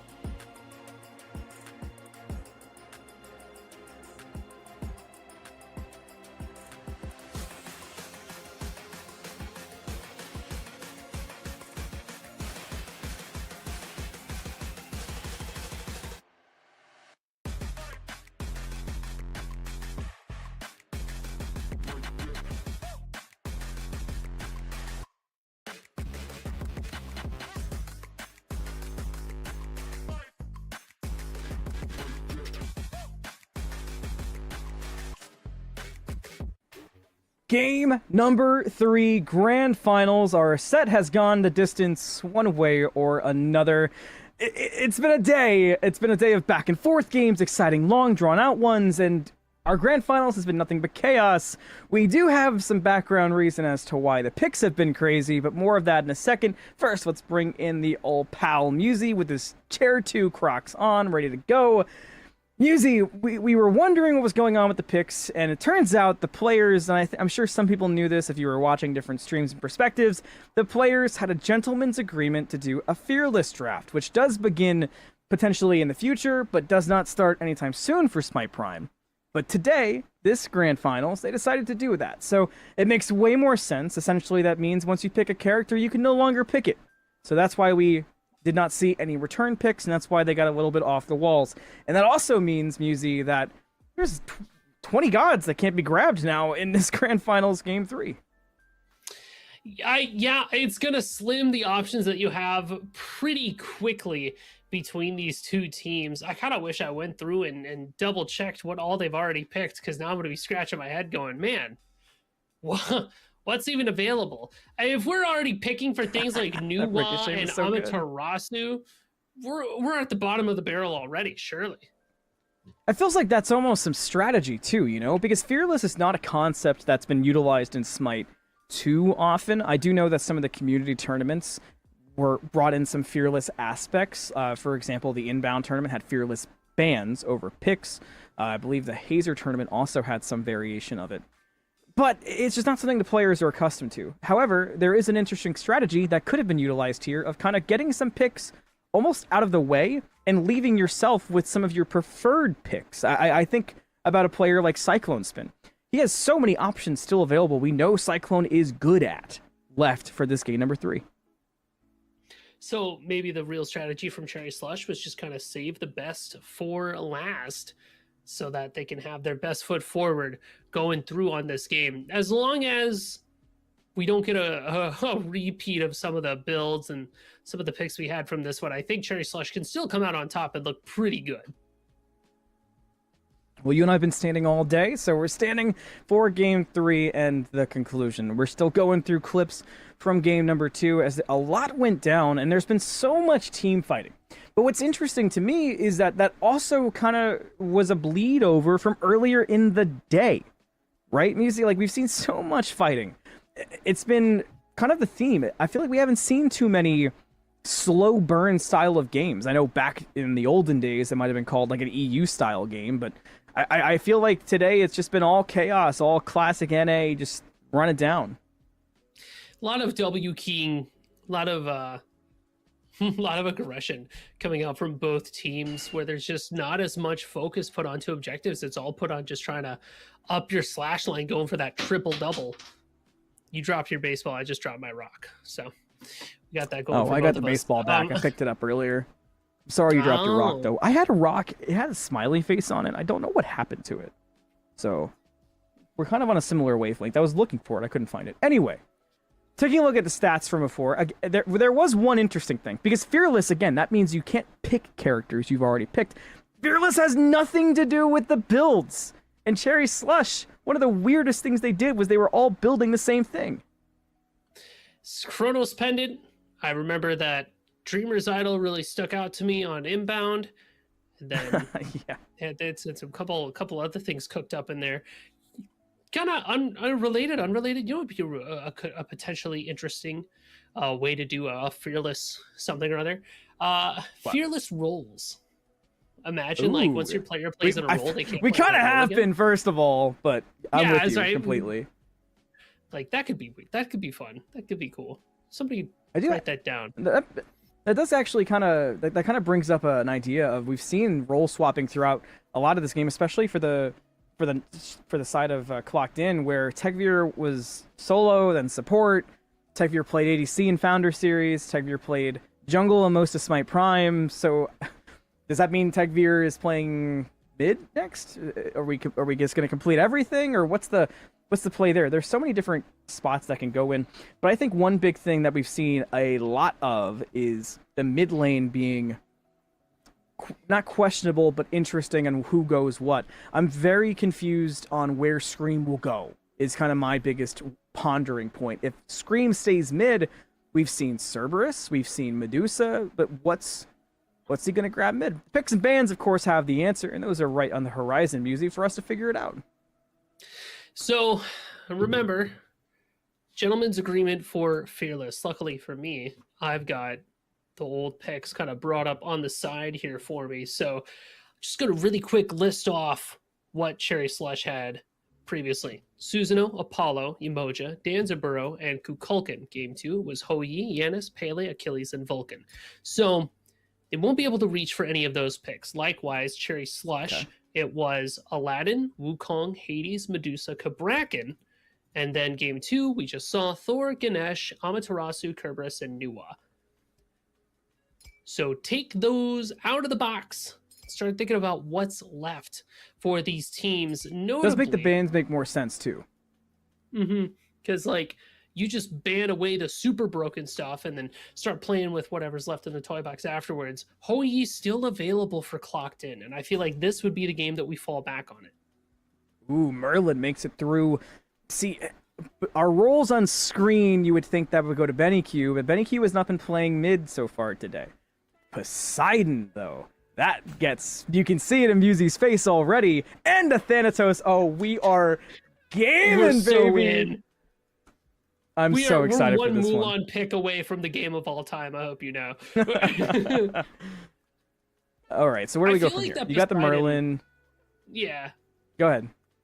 I feel like the Poseidon is actually going to... Oh, no, I got it switched up in my head. So I still feel like the Poseidon could be for Hydrogen in that ADC role, just because that feels on brand for what we've been seeing so far today for some real spice. And then Tagveer obviously gets to have their Thanatos in the last game. On her gets grabbed for Cyclone Spin, one of Cyclone Spin's best picks, so it kind of does hit what we were talking about. Ymir is here! He makes it through to a clincher of a game for the grand finals. That's pretty exciting, and if that goes to Inbound, assuming no crazy swaps, I've always been a big fan of Inbound's Ymir. I feel like it's one of his more, I wouldn't call it a signature pick for him, but I think it's one of his better picks I've seen when we have gotten to see it, even going back to Smite 1. And I like what Ymir does for Cherry Slush here, just because the wall cuts off Poseidon and Thanatos. So a little bit of geometry you can add to the map there, and works very well, obviously, with On Her Impale. But for the rest of Clocked In, it's going to be Fenrir and Athena. That is a lot of CC for Clocked In. That is a lot of CC and a lot of setup for the Thanatos, whoever pilots that. Now, I will say, as much background as we have on these players, I'm thinking in particular of you and I having more unique background on Hydrogen Karmic Tagveer, whereas Speak No Evil for that matter, whereas Nika, who's subbing in for Paul, has much more kind of obvious picks and signature picks. I don't know who the Thanatos really applies to necessarily. I really feel like Thanatos is going to be headed towards Tagveer, like I said. Like, I really feel like he's going to be able to run that in the jungle. If it's not Thanatos for Tagveer, it's probably Athena for Tagveer, just so you can get some crazy CC and damage out there. Moonbots gets locked in alongside Raw, so... I mean, the middle... I mean, even the four of the 5 picks for Cherry Slush is as classic Smite as it gets.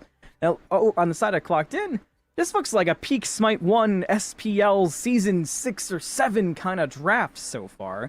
Just depending on who they pick for ADC, which that's where it might differ here for Smite 2. Because as you've said, Poseidon is a pretty great ADC selection.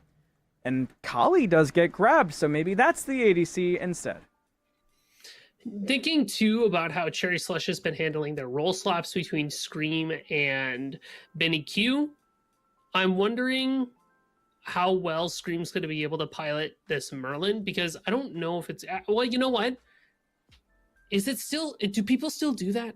There was a Merlin build that was hopping around for a bit, a Merlin solo build of like Shield of the Phoenix, you had Bluestone, there was a couple other things going on in there, but that was the big cook where it was just a Merlin that lived forever. If Cherry's going to be opting for something like that, or if it's going to be that more traditional raw solo, which we haven't actually had a chance to see too much of recently, but with some of the healing items that came through, I feel like Raw definitely has his place.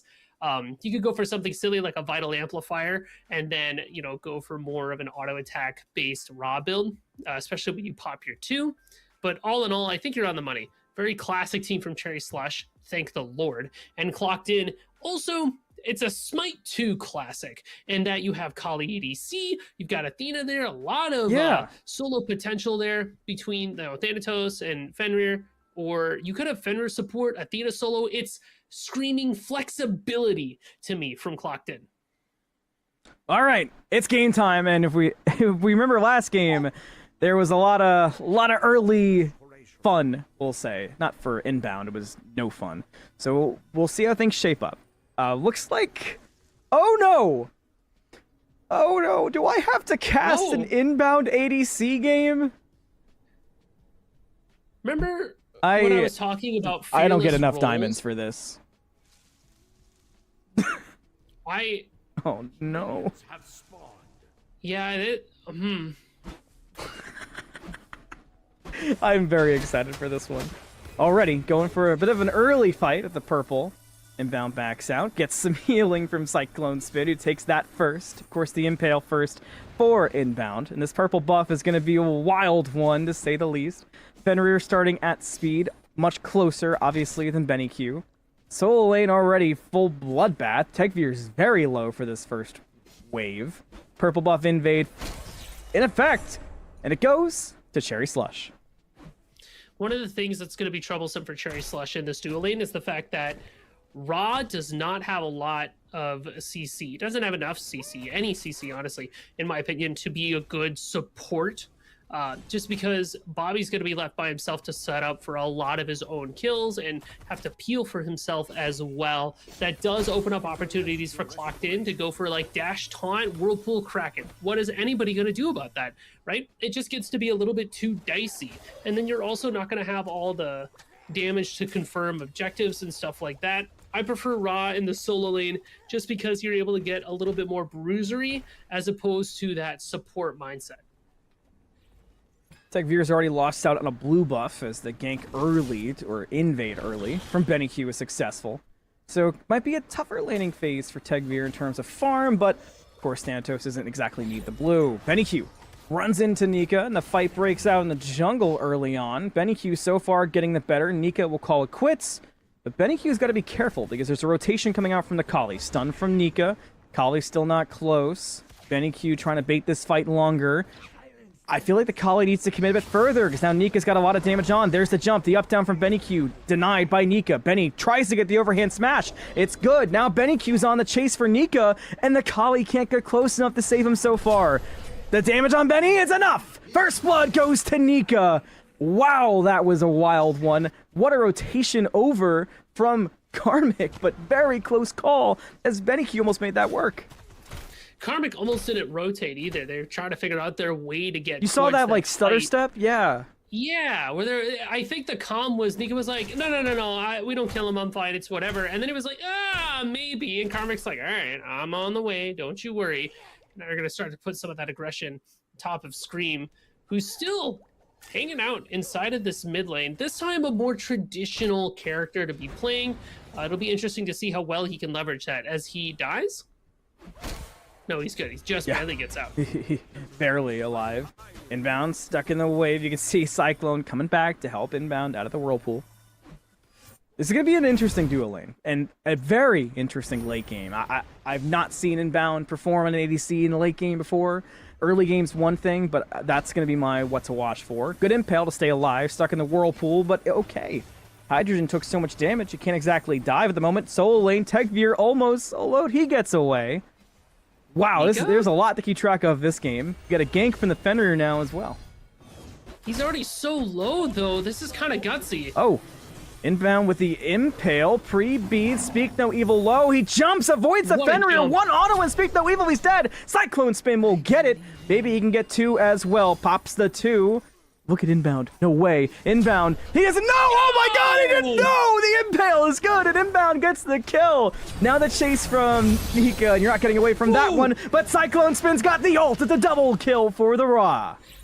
Bobby coming up from the back there, that he's, you know for a fact, he's like, this is payback for game one. Yacha! It just throws out that impale. And I'll tell you what, even though you put Cyclone Spin on this raw support, it's still Cyclone Spin. They're still going to maintain all of their mechanics. Those raw snipes are so much easier to hit with that aspect as well. You have a little bit of leeway, a little bit of leverage room to line up that shot. So you can imagine these hyper beams are going to be coming out in full force. That was a pretty surprising start. You know, I'm trying to not sound like too negative about Inbound. I don't mean it negative for the ADC. Obviously, he's just always played support. But for that to be the start already with the kill, some good awareness as well of the role, and even a sneaky impale, that's a pretty good start. So we'll see if it continues forward. And Cyclone Spin as well on this Raw, pretty fun support to have. Two-man taunt for Speak No Evil slows down the damage on Hydrogen, but the ultimate's committed from Inbound. Now he's on the chase, the impale too! But he can't chase all the way. Just a little bit off of the damage department. Now Cherio getting jumped on. There's the Ragnarok. Beads burn, but who's in the sky? Thanatos crashes down and takes him out. Tagveer eliminates Cherio, but BennyQ's here too. Has the monkey. Will he teleport? No, doesn't want to go over aggressive into the 1v2. So it'll be a 1 for naught. It's got to put a lot of pressure on top of Cherio. This Ymir is not mobile at all. And when you take this mobile solo laners, they are just food for anybody with a leap or anybody with any form of movement. Tagveer and Nika have that in spades. So you can imagine Cherio is going to be dying quite a bit at the beginning of the game. But that is just kind of how Cherio plays. They're willing to take that knee if it means that they can find something later in the game. Be very, very quiet. BennyQ will back. I thought it was just a bait because it was there for so long. No, maybe it is. Back in. Fear No Evil gets the fear on. The jump after for the chase. Cherio, the wall will hit. It's perfect. The freeze too. That should be a dead Tagveer. Even when you have the shell, which came out a little bit late there, imagine if you shell through that wall instead of trying to use it to save your life. Kind of disrupt the whole plan, right? Yeah, like how do you respond to that? Nika's here, jumps in. Kraken out. Damage. Good. Cyclone Spin will fall. Yep, that's the classic CC combo from Clocked In, Caveman combo, D-Lo likes to call it, where you get a little bit of CC, you follow it up with a lot of damage. So, Inbound next is going to be taunted up, and I think pretty much dead here. Yeah, I'll miss you. Wait. Yeah, should be. Yep, there it is. Your left tower is under attack. Bit of a tough position to be in. Well, coming up in 7 minutes, 4 to 5 so far. Gold's interesting so far in this game. Cherry Slush holding on to a slight lead, but I would say the map it feels somewhere kind of in between. I feel like the left lane feels very dangerous to be clocked in as Cherry Slush pushes up so far, but the mid lane has been incredibly quiet, whereas last game, mid lane was all the rage. Well, and think about who's going to be inside that mid lane as Tagveer gets scooped up by BennyQ moving over in that solo lane. You have Merlin, who's going to be very safe to clear, maybe not very aggressive, unless Cyclone Spin rotates over and catches out a Karmic. Athena ult will be committed to help out Karmic. Karmic even has interest in taking the fight, but watch around the side. BennyQ's got the flank, and Karmic's already low. The snipes come out. Fear No Evil. Fear BennyQ. Scream with the last hit on Karmic. Nika's trying to get away, but the overhead smash catches. It's a double for Scream as the Void stance. There's no escaping that. That's a big couple pickups for Cherry Slush in the mid lane. Yeah, well, you were asking for a little bit of aggression in that mid lane, and we found it there, dictated by Cherry Slush. BennyQ shows up in the nick of time with a wonderful Fear No Evil, and then the jump over the wall there actually body blocked away and was able to confirm that last kill that Cherry Slush was looking for. So already we're looking significantly better than we were last game. It feels like we're taking proactive stances, we're taking the initiative on these fights, and we're going to be able to leverage this lead a bit. I was going to say, there's no way Scream's going to back, right? Karmic does stop that. And even still harassing Scream, hits with that too. Scream continues to back and just kind of be irritated by it, but now the wave is here. And sometimes stuff like that equals chaos. You can see the Athena in the bush, but now Scream will be A-okay. But still, an interesting just note of how these lanes are playing out with these players being off-roll. Oh, Cyclone Spin walked up too far, gets caught by the taunt, and should just be dead. He is indeed. Nika gets the credit. No peel for himself there. Benny Q rounds the corner and says, hey, all right, I'll catch you guys later. But this is another problem that I have with raw support, and that you can't peel for yourself, you can't peel for your team, you end up dying. You can see him another scuffle in mid. As soon as I talked about the lack of scuffles in mid, that's all we're doing is scuffling. Another kill for Benny Q. Speak No Evil falls. Now Fear No Evil onto Nika. Scream's got the damage. The flames burn him down to a crisp. Over the wall. Here's inbound. Why? Impale. And the ult. Oh Wow. my goodness. It's like he's an ADC main. Inbound with the kill. A rotation from Hydrogen, a Kraken onto Benny Q. The Sharks aren't killing. The Athena's there, but is she too late? It's a double for inbound. This dude's Who crazy. is this? The triple is stolen by Benny Q, but the damage is done. It is a deicide. Collecting get wiped before 10 minutes. Dude, who is this guy? This is Dark Inbound. This is Brick that we're seeing on our screen right now. I cannot believe this. It's kind of wild. Like, how crazy it is that we're seeing this. Ragnarok pre-beats turnaround. Oh my goodness. Scream just almost was able to spit on Nika, but they both trade out under the tower. I am flabbergasted. There's your $3 word of the Yeah. day. Boy, howdy. Ooh, that was a good what a one. game. Yeah, Rotation it out is- in duo. Teleporter taken by Tegvir, looking Oh, potentially jeez. for inbound. The Thanatos could be looking for trouble, but no, now inbound's backing. So it kind of burns the teleport used by the Thanatos. Benny Q's going to be around in that area, though. Maybe they try to look for a re-engage here. You know what's crazy? Is that off of that D side, we didn't get a gold fear, we didn't get anything. We just went back to brawling. Kraken out on top of Benny Q, and he is Alive on the jump. He gets away. Now inbound takes the fight. Whoa. Hydrogen sure Whoa. dead. Killing spree for inbound. And he's feeling himself. He's jumping in on Tegvir. Takes a scythe to the forehead. But Bobby don't care. The autos are good. The ult's even better. But Tegvir is able to get away. Does he land back down? If inbound's back in execute range, and he is, it's a shutdown for Tegvir. The patience pays off. But meanwhile, Gold Fury considered dash away from Speak No Evil. Being hunted by the Merlin. Cherio there as well, just in range of the wall, and the carpet takes out Speak No Evil. this wall does so much work for Cherry Slush, being able to catch out a whole bunch of these gods that just can't deal with it. Looks like the purple buff was stolen away there by Nika. He should be able to get out, but again, calling attention to it. Who here gets away from Ymir wall? The only people who can get out is Karmic, is Kali. Everybody else gets trapped in there. Athena ult in. And a jump from Nika to lead the way. The Ragnarok bites the Raw, holds the chicken still, and the Kraken pops him. This is the most dangerous farm you've ever seen. Now on to Cherio they go. Is there a taunt up soon? Couple seconds maybe. A Ymir ult. They're all low. They couldn't kill the Ymir. And Benny Q's on the way. The Fear No Evil catches Tegvir. And Benny's got one revenge for the solo laner. It's again, we're devolving back into a lot of brawling, a lot of fighting, not a lot of focus being put on top of these objectives. So it's going to come to who gets to get the final leg up. Benny Q wants to scoop up a double kill if He's they can level have it. 14. He's got the monkey in, the beads boy. from the taunt for the overhand smash. That's a rampage for Benny Q. Doesn't even need the aspect, just doing it out there based on vibes and feeling alone. If he catches you, you are dead. And who gets away from the Hunbots? Poseidon without their Kraken kind of lacks the peel. Like the Trident doesn't work because Benny Q, displacement immune when they are in that overhead smash. 13 minutes crosses, 28 kills so far. Multiple thousand gold lead for Cherry Slush, though, who seem to have found some return to form. Two-man taunt sets up for Nika, but you've got the Merlin here, and the damage is real good. Add a raw, the Fear No Evil, but the execute works through it. A trade 1-for-1. Scream wants more blood, but does he have enough damage? Cyclone's there for backup over the wall. There is a Poseidon. Scream and Cyclone play it slow, play it safe. They back up, stays 1-for-1. Speaking of Scream, remember that build I was talking about earlier where the Merlin never dies? That Shield of the Phoenix World Stone? There it is. Barb Carver as well.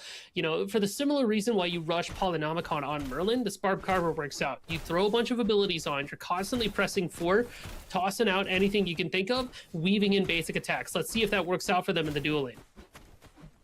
Yeah, the fight in duo is chaotic as the gold gets done. You can see the health bars are fine for now. There's a chance for a steal on the gold. This freeze, though, stops Techveer from getting close. It's not dead yet. The gold fury goes to... Cherry Slush is inbound, able to secure it. The support main works out an ADC. Now he jumps in after Speak No Evil. 2 fights, 1 right, 1 left. The one on the left's going better so far for Clocked In as Nika gets 1 kill.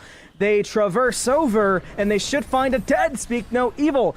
Bobby ult's not good enough to stay alive. Techveer with an additional kill. You've also got the Raw still here with Benny Q and Cherio, but how far do you push this fight? Ultimate is available for Benny Q if he wants to try to take a crack at it. He's going to settle instead for the speed up. But look, Clocked In still trying to chase him away. It just feels like there's constant brawling. And we've been saying that for the past, what has it been, an hour? But it will never not be true at this point. But ultimately, Cherry Slush finally take away that first gold fury. And for every game, this has been the turning point. This has been the moment where a team really starts to pull ahead now that they've got that extra global gold in their pocket. So I would almost expect, based off of that alone, Cherry Slush looked to be in a very good position to walk away with today's game. Well, it's 15 minutes and we've got our first true kind of prediction feel of how this game's been going. And with the gold lead growing the way it is for Cherry Slush, I can see why you'd feel that way, Musi. So what's the key for Clocked In then? How do you kind of turn things around and change the fates?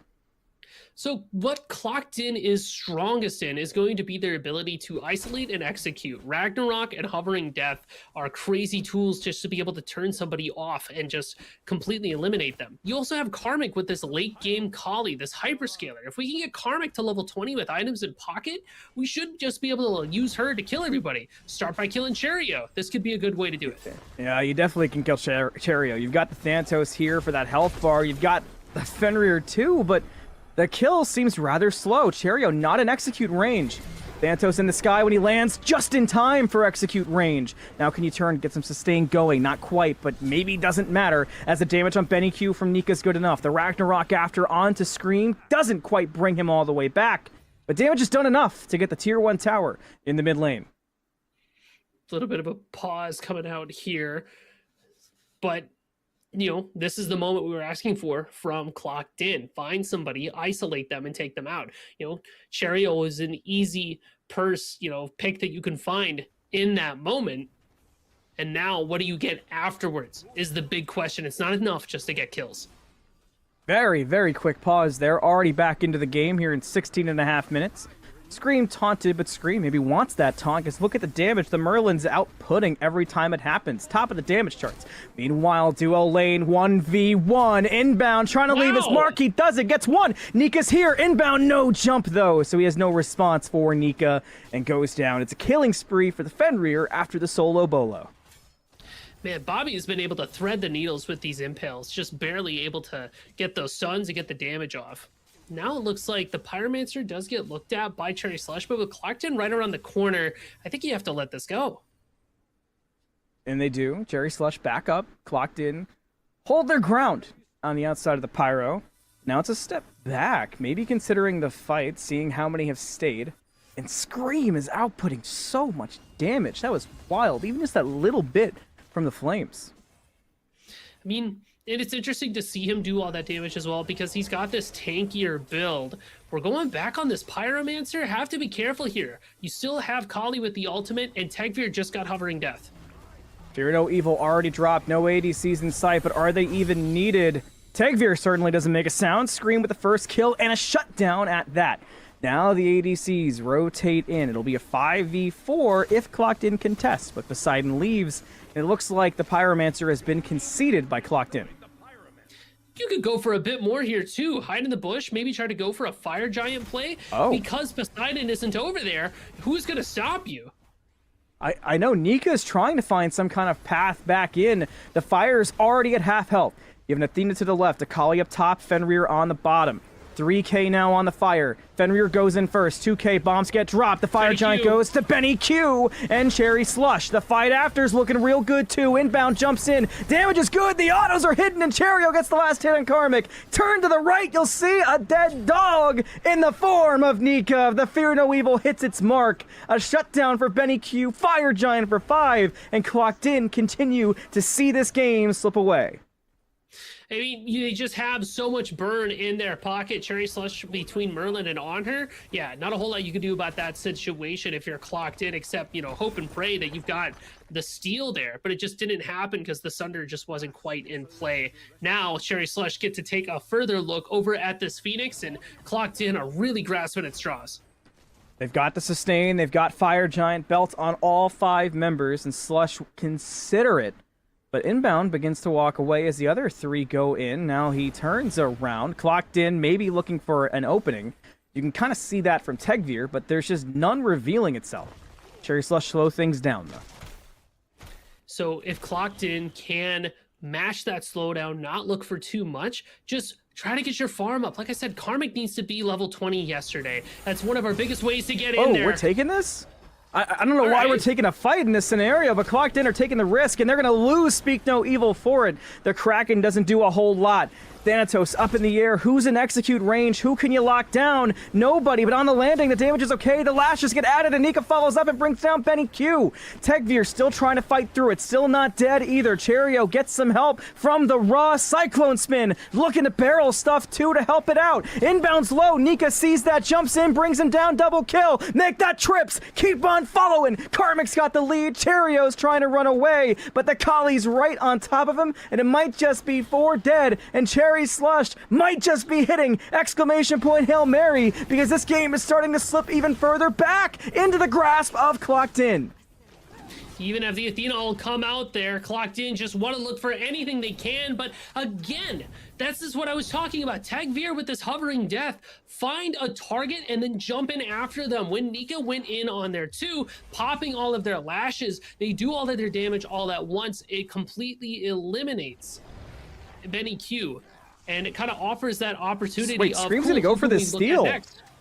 They just see him. He's right in front of them. Scream's taking on the entire team. Now Cherio gets here. Maybe this works out. Look at the damage on Tegvir. One more auto can do it, but Cherry can't find it. The knockup, the wall, something's got to hit Tegvir to bring him down. It's the magical carpet of ice, and Cherio finds the first one. They continue forward. Scream follows suit, and the rest of the team is here. So right as we thought this game might have been thrown, Clocked In seemed to not make the most of the advantage they gained. Nika might just fall now too. That is tragic for Clocked In, because that was your momentum setter. That was the moment that maybe you could try to turn it around, but now you have 2 people down, and Cherry Slush have the best opportunity to just walk it up on this left side. Everybody has their ultimates. All the tools are here. Here they come. The wall gets him so stuck. The dash away for Speak No Evil. He barely stays alive. The left Phoenix will fall. The mid Phoenix cannot be done right now. The tier 2 still standing. Right side of the map, though, solo Phoenix is possible. But Cherry Slush, remember, this all started with them having Fire Giant. They lost Fire on 3. It's only left on 2. So that they don't seem to want to play this overly risky. They can't even get Ancient Gold Fury either, because there's only been 1 gold on the map that's been cleared. A consequence of this new brawling style that both teams have adopted. Gold Fury is stolen! Speak No Evil gets the Gold Fury away without using Sunder either. Without Sunder? Wait, they got that with a reach proc? And they're not done either. Scream is in a lot of trouble. Gets the flicker, has backup. Inbound and Cyclone Spin are waiting. Clocked In. Don't take the bait. They stop the chase. So 22.5 minutes will pass. 1 Gold Fury per team. 4K gold separating Cherry Slush from Clocked In. 28 kills to 19, but this game is remarkably close. The biggest difference on the map being the duo side, or the, quote, good Phoenix, the one you want to get down, has fallen for Clocked In. The Cherry Slush kind of have the momentum, UZ, but do they have enough to secure this fire? What does the fire fight look like? So the Fire Giant pit with that, objective smack dab in the middle, it's not the most ideal place to fight. If you're Cherry Slush, you want to try to take the fight over to Clocked In before trying to really hard commit onto that objective. Athena all popped over on Solo's side. It does look like Cherio is forced to back away a bit, but should be okay. You can see the Poseidon and Athena still there. The wall cuts off at least one. Athena needs that tankiness to prevail. The ult from Cyclone to help out Cherry. Everybody's showing up. It's a party in the solo lane, but this could be one of the last fights of the game. Fire Giant is up, so do you overcommit or do you stay alive for the bigger target? The walls, the damage is all out. Thanatos has to go up to the sky. Is anybody in execute range? Maybe inbound. There's the landing. Nika with the last hit. Now it starts to trade back and forth. 1 for 2 so far. Everybody diving in. It's a mosh pit in solo, but the blue health bars start to look worse. Karmic gets Cyclone spin. Scream trying to trade out. The 1v1 works for Scream. That makes it a 3v3 somehow. The two have clocked in, chasing out Scream. Benny Q has got caught. Karmic in. Can he find it? Yes, double for Karmic, but Hydrogen falls to Scream. It's a double-double, one standing per team. Oh my goodness. Yeah, nobody gets to have anything this game, it would seem. You cannot have FG. Everybody's just going to go back, spend some gold, and try that again. You had an opportunity there from Cherry Slush, maybe to try to cut somebody off. You know, we're looking at Cherio, see if they could be in range to put up the wall right before that wind sprite. Didn't really get the chance, and then the fight itself got super split off. You had a big ult from Benny Q that nobody was really able to capitalize on, and while Cherio and Cyclone Spin were up fighting against the squishies of Clocked In, you had Nika and Tagveer just getting active in the backline, just causing a whole bunch of havoc. This all buys time for Clocked In to get their left side Phoenix respawned. They just got to shove out a few more fire waves, and then they're back to parity.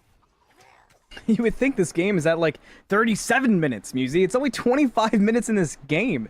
And it feels like we're teetering on the end of a game at any given point. And the trading in that fight is just so insane. But I will say, what's crazy to me is the amount of damage a Scream is outputting so far. Especially when you look at his build, and it's the build you talked about all the way back in Picks and Bans. Yeah, and this is a little bit different from what we're used to seeing as well. We're relying a lot on Heartseeker damage paired with just proccing your ult again and again and again. That's why that World Stone is there. Bladed Boomerang there for a similar reason. You're just out there spamming abilities. Last item for this build, maybe something like a Hold That Thought, double freeze wall out from Cherio. But you can see him backing away. It wasn't quite the opportunity they wanted. It did burn a Ragnarok, so you'll take that 5 ults to 4. Of Clocked In. Cherry Slush get the Pyromancer as well.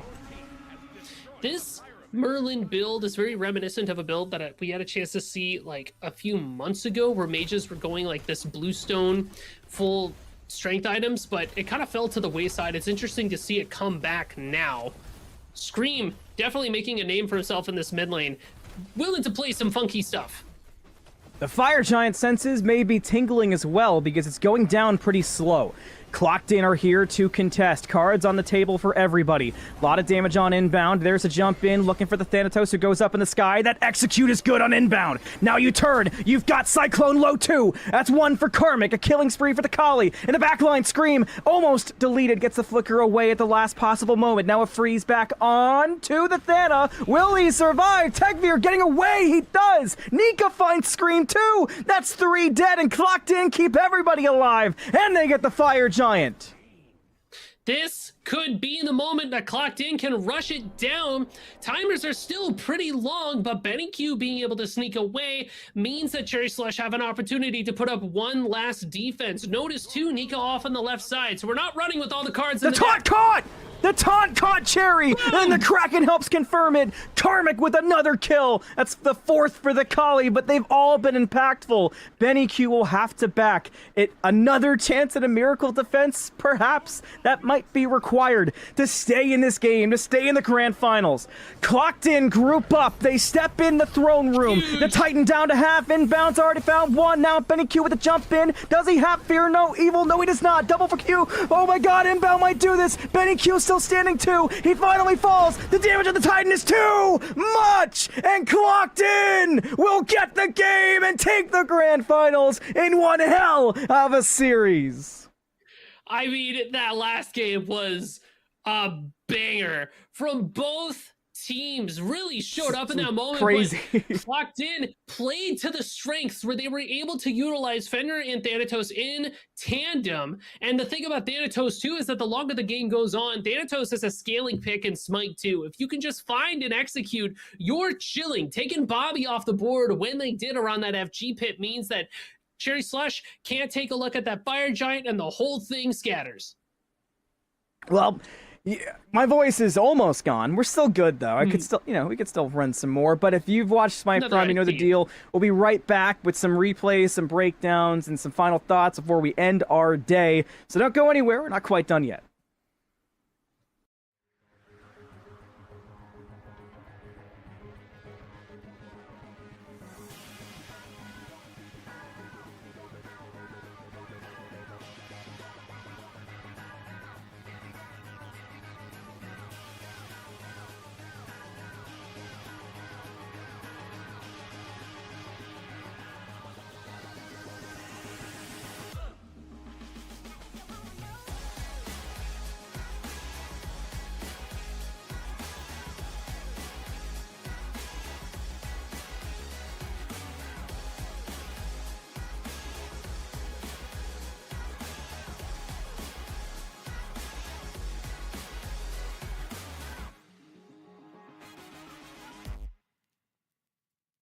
I'ma keep back when you fake like that. Head out of the game, I don't play that fact. I'ma keep back when you fake like that. Push you let me go, no you never come back. I'ma keep back when you fake like that. Head out of the game, I don't play that fact. I'ma keep back when you fake like that. Push you let me go, no you never come back. I'ma keep back when you fake like that. Head out of the game, I don't play that fact.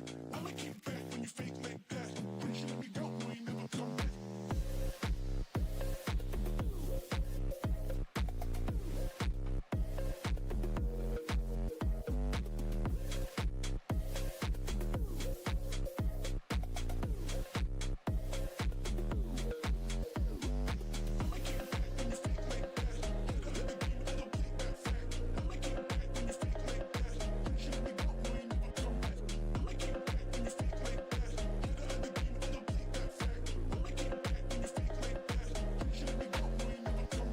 I'ma keep back when you fake like that. Head out of the game, I don't play that fact. I'ma keep back when you fake like that. Push you let me go, no you never come back.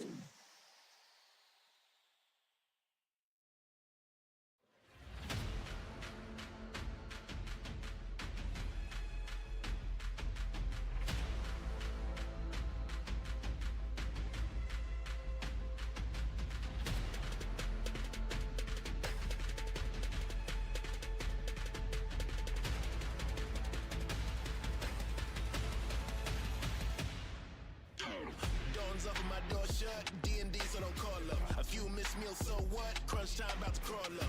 I'm a force under big pressure. Under pressure, they sprawl us. If you coasting with a mediocre, then any over you cold luck. I've been about the grind though. Got plenty of receipts too. My lower back tell me all the time what 12 hours on repeat, dude. But can't stop, I don't got breaks. I've been putting in years, dude. Ain't it funny how you get lucky when you work harder than your peers do? Guess I'm lucky all day. Guess what? I guess I'm lucky all day. I guess I'm lucky all day. You wanna tell me that I'm lucky all day? Some call me a king, others say I drew oasis. They think I picked up the crown from the pavement. Well, if I'm lucky, guess I'm lucky all day. Guess I'm lucky all day. Guess I'm lucky all day now. Everybody around me gets gold things. Call it coincidence or good omens. If I'm lucky, guess I'm lucky all day. Guess I'm lucky all day. Guess I'm lucky all day now.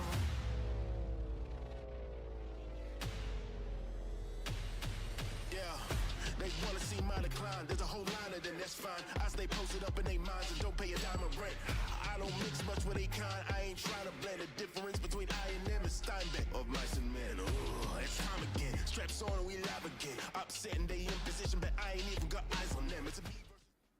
Hey, welcome back. We did it. The grand finals has been completed. That brings us to our end of day recap. Still Mal and Musi, and of course, a shout out to the whole team behind the scenes has made everything happen. Mort, Tess, Billy, and of course, happy birthday, Jithens, making everything go on behind the scenes. Musi, our grand finals is completed, and it was a heck of a game and a kind of a crazy ending. So take us through what you saw. Well, it started off with Cherry Slush really looking good, but they had just one trip up, and that trip up ended up costing them the entire game. And honestly, that's about what I got. It was a banger of a game, Yeah, constant fighting. Sometimes a like, simple one like that works, you know? I mean, that was the end of it. This was ridiculous, though. I thought for a minute Cheerio was about to have the highlight of all highlights when I saw that.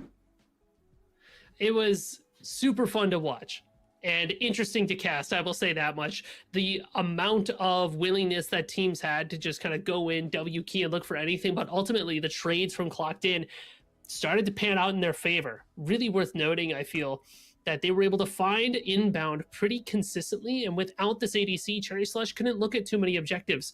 Not like they wanted to look at them anyways, but what Clocked In was also able to do was fight to the last man. They played their life really well by constantly looking for trades that made it so that nobody could do anything on the map. It kind of staled the game out and gave them an opportunity to get back in.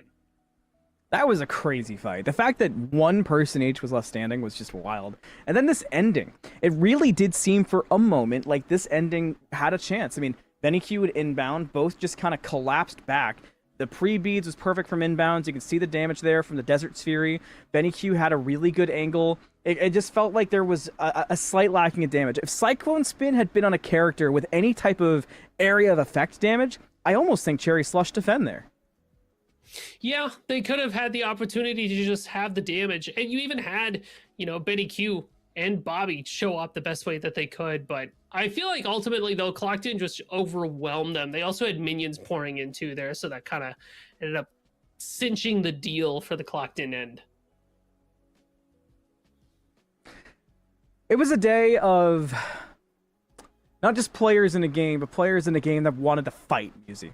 I think that is the most simple, kind of down to earth, keep it clean example of what our day consisted of. And that goes not just in the grand finals, but throughout the entire day.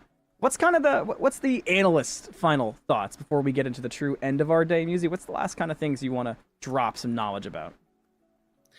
I think we can really start looking at, even though it's not in this game, but Yanis as a character, definitely here to stay. A lot of potential that we saw from them today.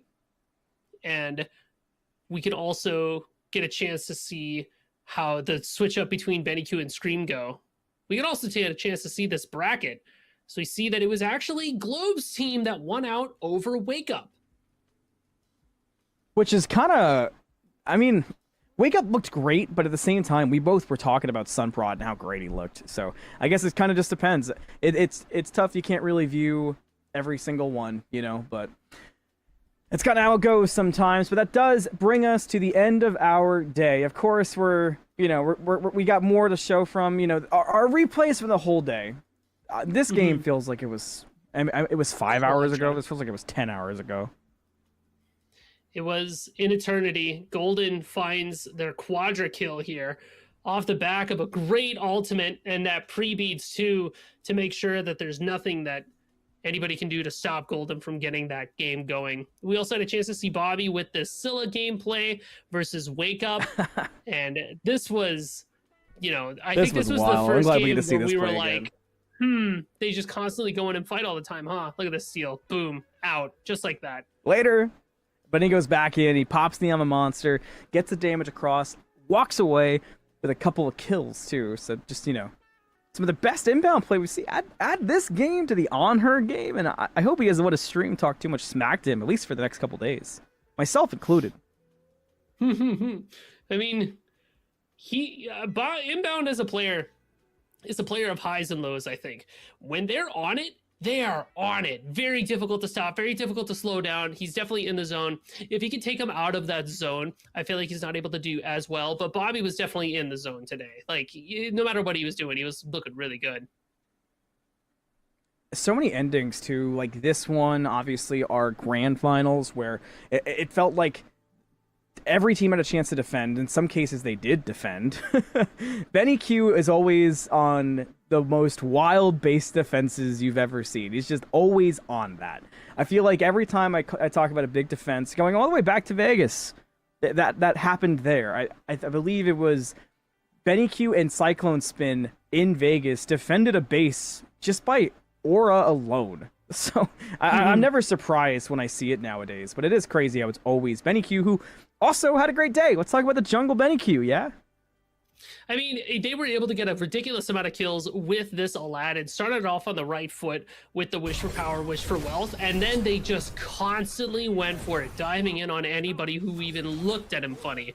So definitely standing out today amongst the other junglers as well. Jeez, there's so much to go through. Nico playing on ping and subbing in for Paul. No easy shoes to fill, even for somebody of the stature and prestige of Nika. Tegveer also had a great day. I mean, Tegveer's support game on Achilles was nasty. Hydrogen with one heck of a ricochet right there. Putting the aspect to use and kind of showing it off. And then, of course, it brings us to what we just saw, which was the near defense for Cherry Slush that gave Clocked In the victory today in our grand finals.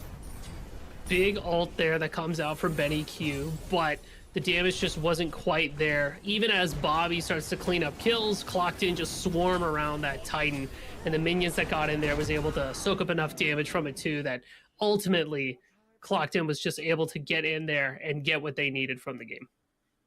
Well, we're playing for all this every Saturday. That means, by my calculations, there's one more Saturday to go. So you don't want to miss that as we continue along what's been a wonderful August circuit.